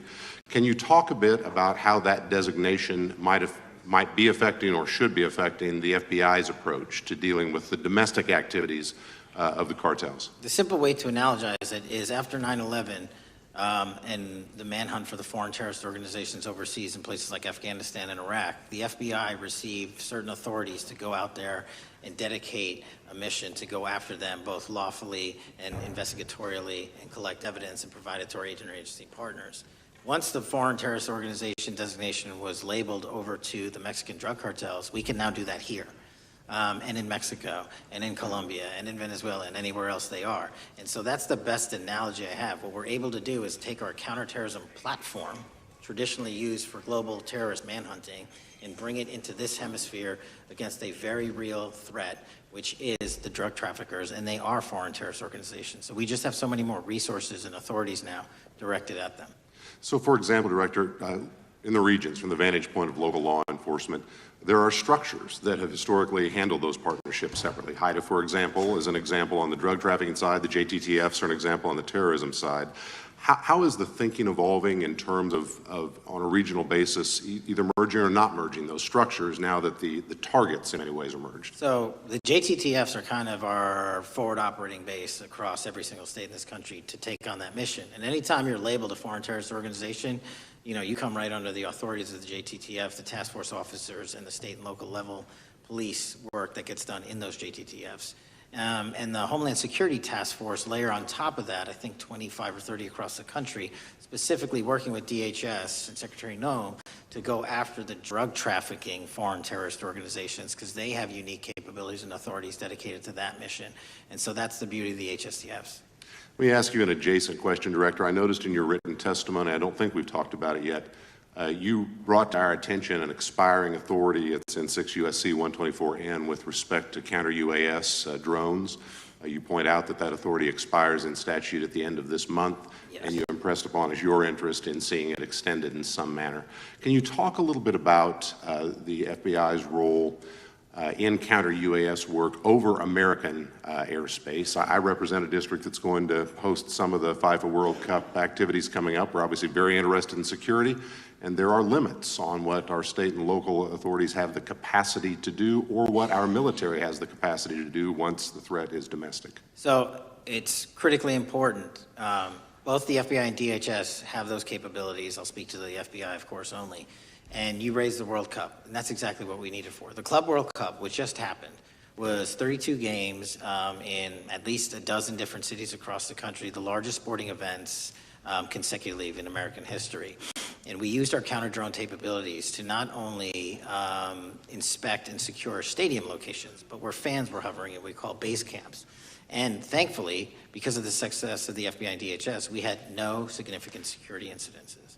And flipping to the World Cup, which is going to be 3 times as large, and obviously the largest we've ever had, and blending into the LA Olympics in 28, our counter-UAS capabilities are going to be the ones that are able us to have literal bird's eye view of the threat dynamic around so many of these cities, which are going to see literally tens and hundreds of thousands of people flock to them. So we have to have it. And making sure the bad guys don't have the same. Exactly. Very good. I yield back and thank you. Gentleman yields back. Director, you've been amazing. You've been here 4 hours and 41 minutes without a break. We appreciate that. I think we have one more member, a few UC requests, and then you can we'll let you go. But we appreciate that. The gentleman from Texas is recognized. Thank you again for taking the time, Director Patel, and for Chairman Jordan for holding this hearing. Thank you for depoliticizing the FBI and getting it back to its original mission as well. Director Patel, do you agree that we have a problem in the United States with politically motivated violence? Absolutely. And I very much agree. I think we can all agree that political violence is wrong, it's evil, regardless of which side it comes from, and that we can all adamantly and vehemently reject it, or we certainly should. But one of the things that we've noticed recently is that affinity and tolerance for political violence is not equally distributed on both sides of the aisle. In fact, right now, social media is filled with leftists who are cheering on the murder of an iconic conservative political figure, Charlie Kirk.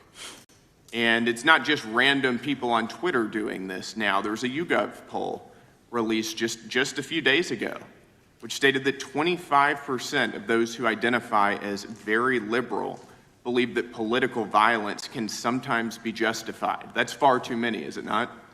It is. One is far too many. One is far too many. That's right. Only 3% of very conservatives said the same thing, and we can agree that 3% is far too many. But there's an astounding difference between 25% on the left accepting and tolerating political violence and 3% on the right.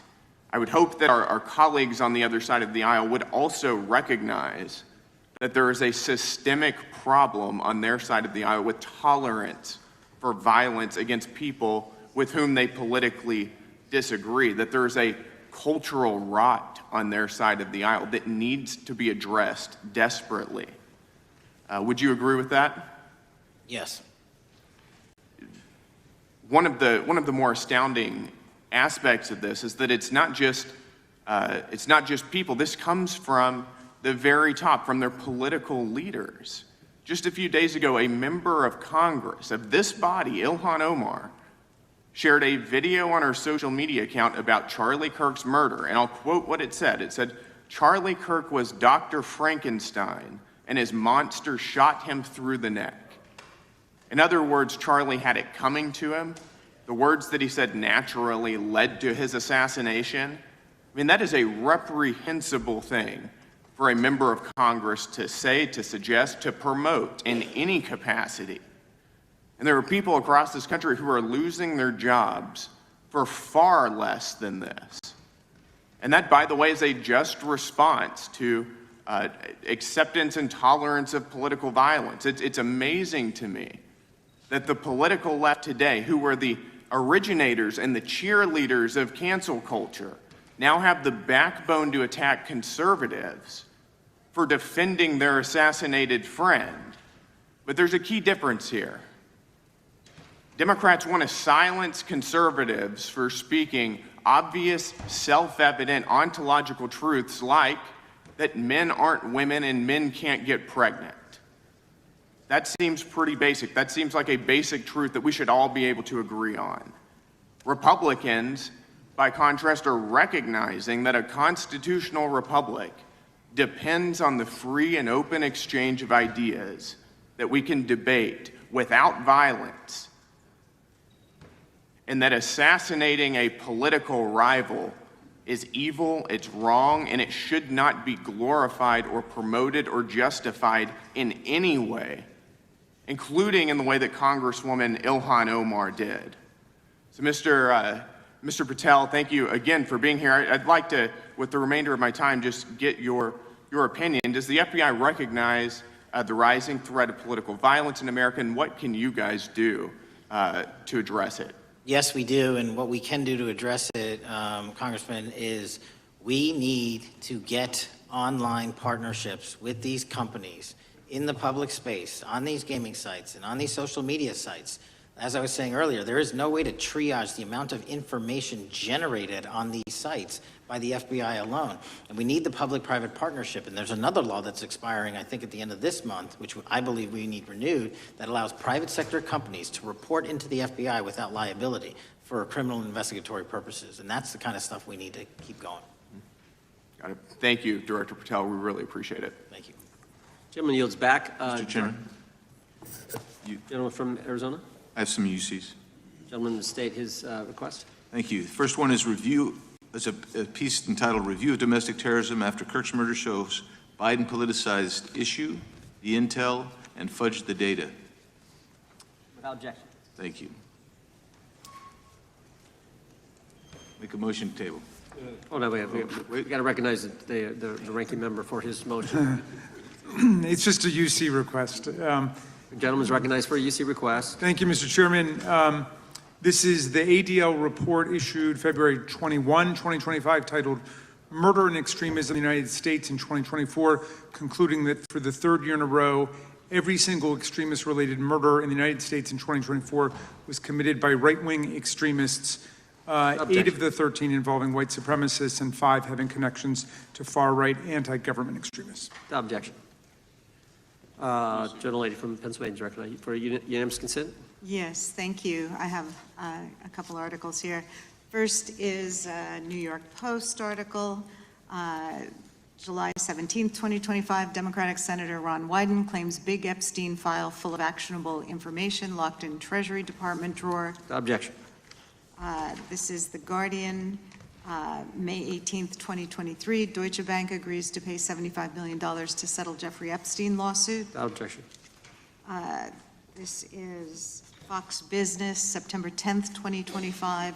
JP Morgan processed over $1 billion for Jeffrey Epstein despite internal concerns over sex offender status. Without objection.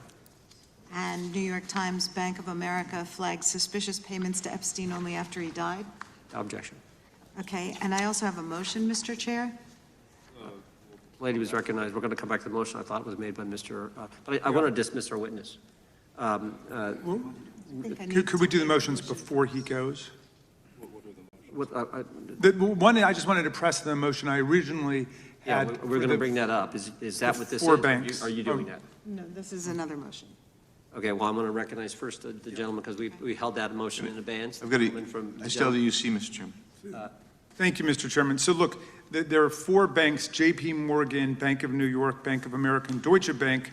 Yeah, but the gentleman can state his motion. Yeah, but the motion is to subpoena the CEOs of these 4 banks to bring in all records relating to their relationship to Jeffrey Epstein and to produce all records reflecting it. These 4 banks have flagged to the government $1.5 billion in suspicious transactions relating to the sex trafficking I move the crimes. table. Mr. Diamond just released a statement saying he would be happy to comply. Chairman, you don't need The motion to table, the motion offered by the gentleman from Maryland. The motion to table is not debatable. The question occurs on the motion to table. Those in favor say aye. Aye. Those opposed, no. No. Opinion of the chair, the ayes have it. The motion is tabled. I'd like a recorded vote if we could, Mr. Recorded vote being requested. The clerk will call. Well, we got to get the clerk here. The clerk's right here. Wonderful. Clerk will call the roll. Yes. Mr. Jordan votes yes. Mr. Issa? Mr. Biggs? Mr. Biggs votes aye. Mr. McClintock? Mr. McClintock votes aye. Mr. Tiffany? Mr. Massey? Mr. Roy? Mr. Roy votes aye. Mr. Fitzgerald? Mr. Klein? Mr. Klein votes aye. Mr. Gooden? Mr. Van Drew? Mr. Nels? Mr. Nels votes yes. Mr. Moore? Mr. Moore votes yes. Mr. Kiley? Ms. Hageman? Ms. Lee? Mr. Hunt? Mr. Fry? Mr. Grothman? Mr. Grothman votes aye. Mr. Knott? Mr. Knott votes aye. Mr. Harris? Mr. Harris votes aye. Mr. Onder? Mr. Onder votes aye. Mr. Schmidt? Mr. Schmidt votes aye. Mr. Gill? Mr. Gill votes aye. Mr. Baumgartner? Mr. Raskin? No. Mr. Raskin votes no. Mr. Nadler? No. Mr. Nadler votes no. Ms. Lofgren? No. Ms. Lofgren votes no. Mr. Cohen? Mr. Johnson? No. Mr. Johnson votes no. Mr. Swallow? No. Mr. Swallow votes no. Mr. Liu? Ms. Jayapal? Mr. Correa? Ms. Scanlon? No. Ms. Scanlon votes no. Mr. Neguse? No. Mr. Neguse votes no. Ms. McBath? No. Ms. McBath votes no. Ms. Ross? No. Ms. Ross votes no. Ms. Ballant? No. Ms. Ballant votes no. Mr. Garcia? No. Mr. Garcia votes no. Ms. Kamlager-Dove? Mr. Moskowitz? No. Mr. Moskowitz votes no. Mr. Goldman?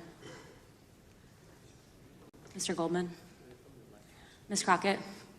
No. Ms. Crockett votes no. Gentleman from Texas, Mr. Gooden. Mr. Gooden? You're a no. You're a no. Lance? Mr. Gooden votes yes. Mr. Chairman, how am I recorded? Gentleman from New York. Mr. Goldman, you're not recorded. No. Mr. Goldman votes no.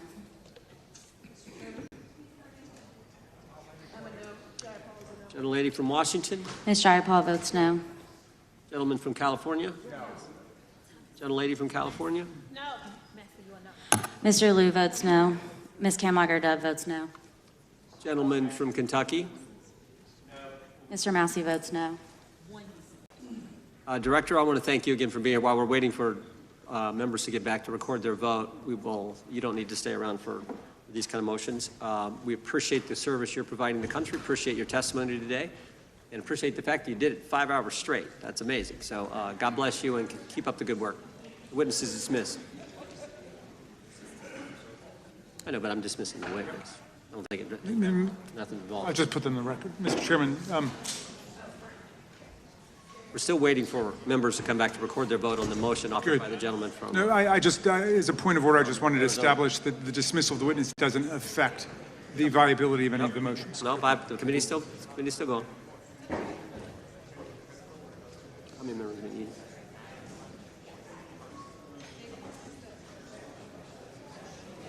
Imagine being able to build anything just by thinking about it.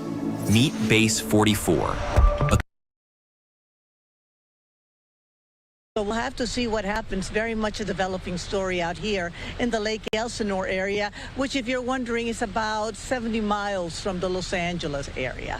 I'm Christina Gonzalez, live. Back to you guys in the studio. Christina, thanks so much for that update. Yeah, really eerie story, no doubt, and we appreciate all the updates right here on Live Now from Fox. All right, everyone, let's continue out in Santa Monica right now. Live look right here of Sky Fox images. They are showing you portions of the I-10 westbound lanes in Santa Monica shut down right now for an investigation. I want to play out just a little bit of the coverage from Fox 11 in Los Angeles. Right now, we take you to the westbound lanes of the 10 freeway. Somebody being taken into custody here after what's being described as somebody with a gun pointing at drivers. The 10 freeway westbound shut down, and right there you have this person in handcuffs there. Not sure if this was somebody who was in a vehicle or a pedestrian there alongside the freeway, but you can see right now this is rush hour here on a Wednesday in Southern California. That freeway is shut down. You can imagine the backup of the traffic there. Again, this is westbound you're looking at right there that is shut down in Santa Monica. Cars being maybe diverted off or exiting, let's say, the freeway as best they can. It's going to be a bit of a nightmare there as they try to figure out this situation here, get this person in cuffs off the freeway. Perhaps this is the only person they're looking for. This can be resolved quickly right there, but you see that police activity right there on the ground. I don't see any other vehicles like an accident or any kind of crime scene there. So perhaps once they get that person in custody, it looks like they might be doing a little investigative work there. You saw somebody with a bag, a number of police units there as well. But again, we'll keep a watch on this situation here because the westbound freeway in rush hour in Los Angeles is never a good thing to have a closure there, but obviously you want police to get all the information they need, the evidence they need. Traffic on the other side of the freeway, eastbound, can obviously slow down when you have any kind of police activity, just people looking to see what's going on there. So that's your look at that open stretch of freeway right there in Southern California. The 10 around 20th, 26th would be probably the ramp there, but that's what's going on there, that closure. So we will keep a watch on this, hopefully let you know when that freeway opens back up in perhaps our traffic report. We continue on with the news here, right here on Fox 11. All right, that was the update there from Fox 11. We appreciate their coverage as well. All right, we are going to take a 2-minute break. When we come back, we have new reaction just moments ago from President Trump on ABC pulling Jimmy Kimmel off the air. You're not going to want to miss that. We'll be back in 2.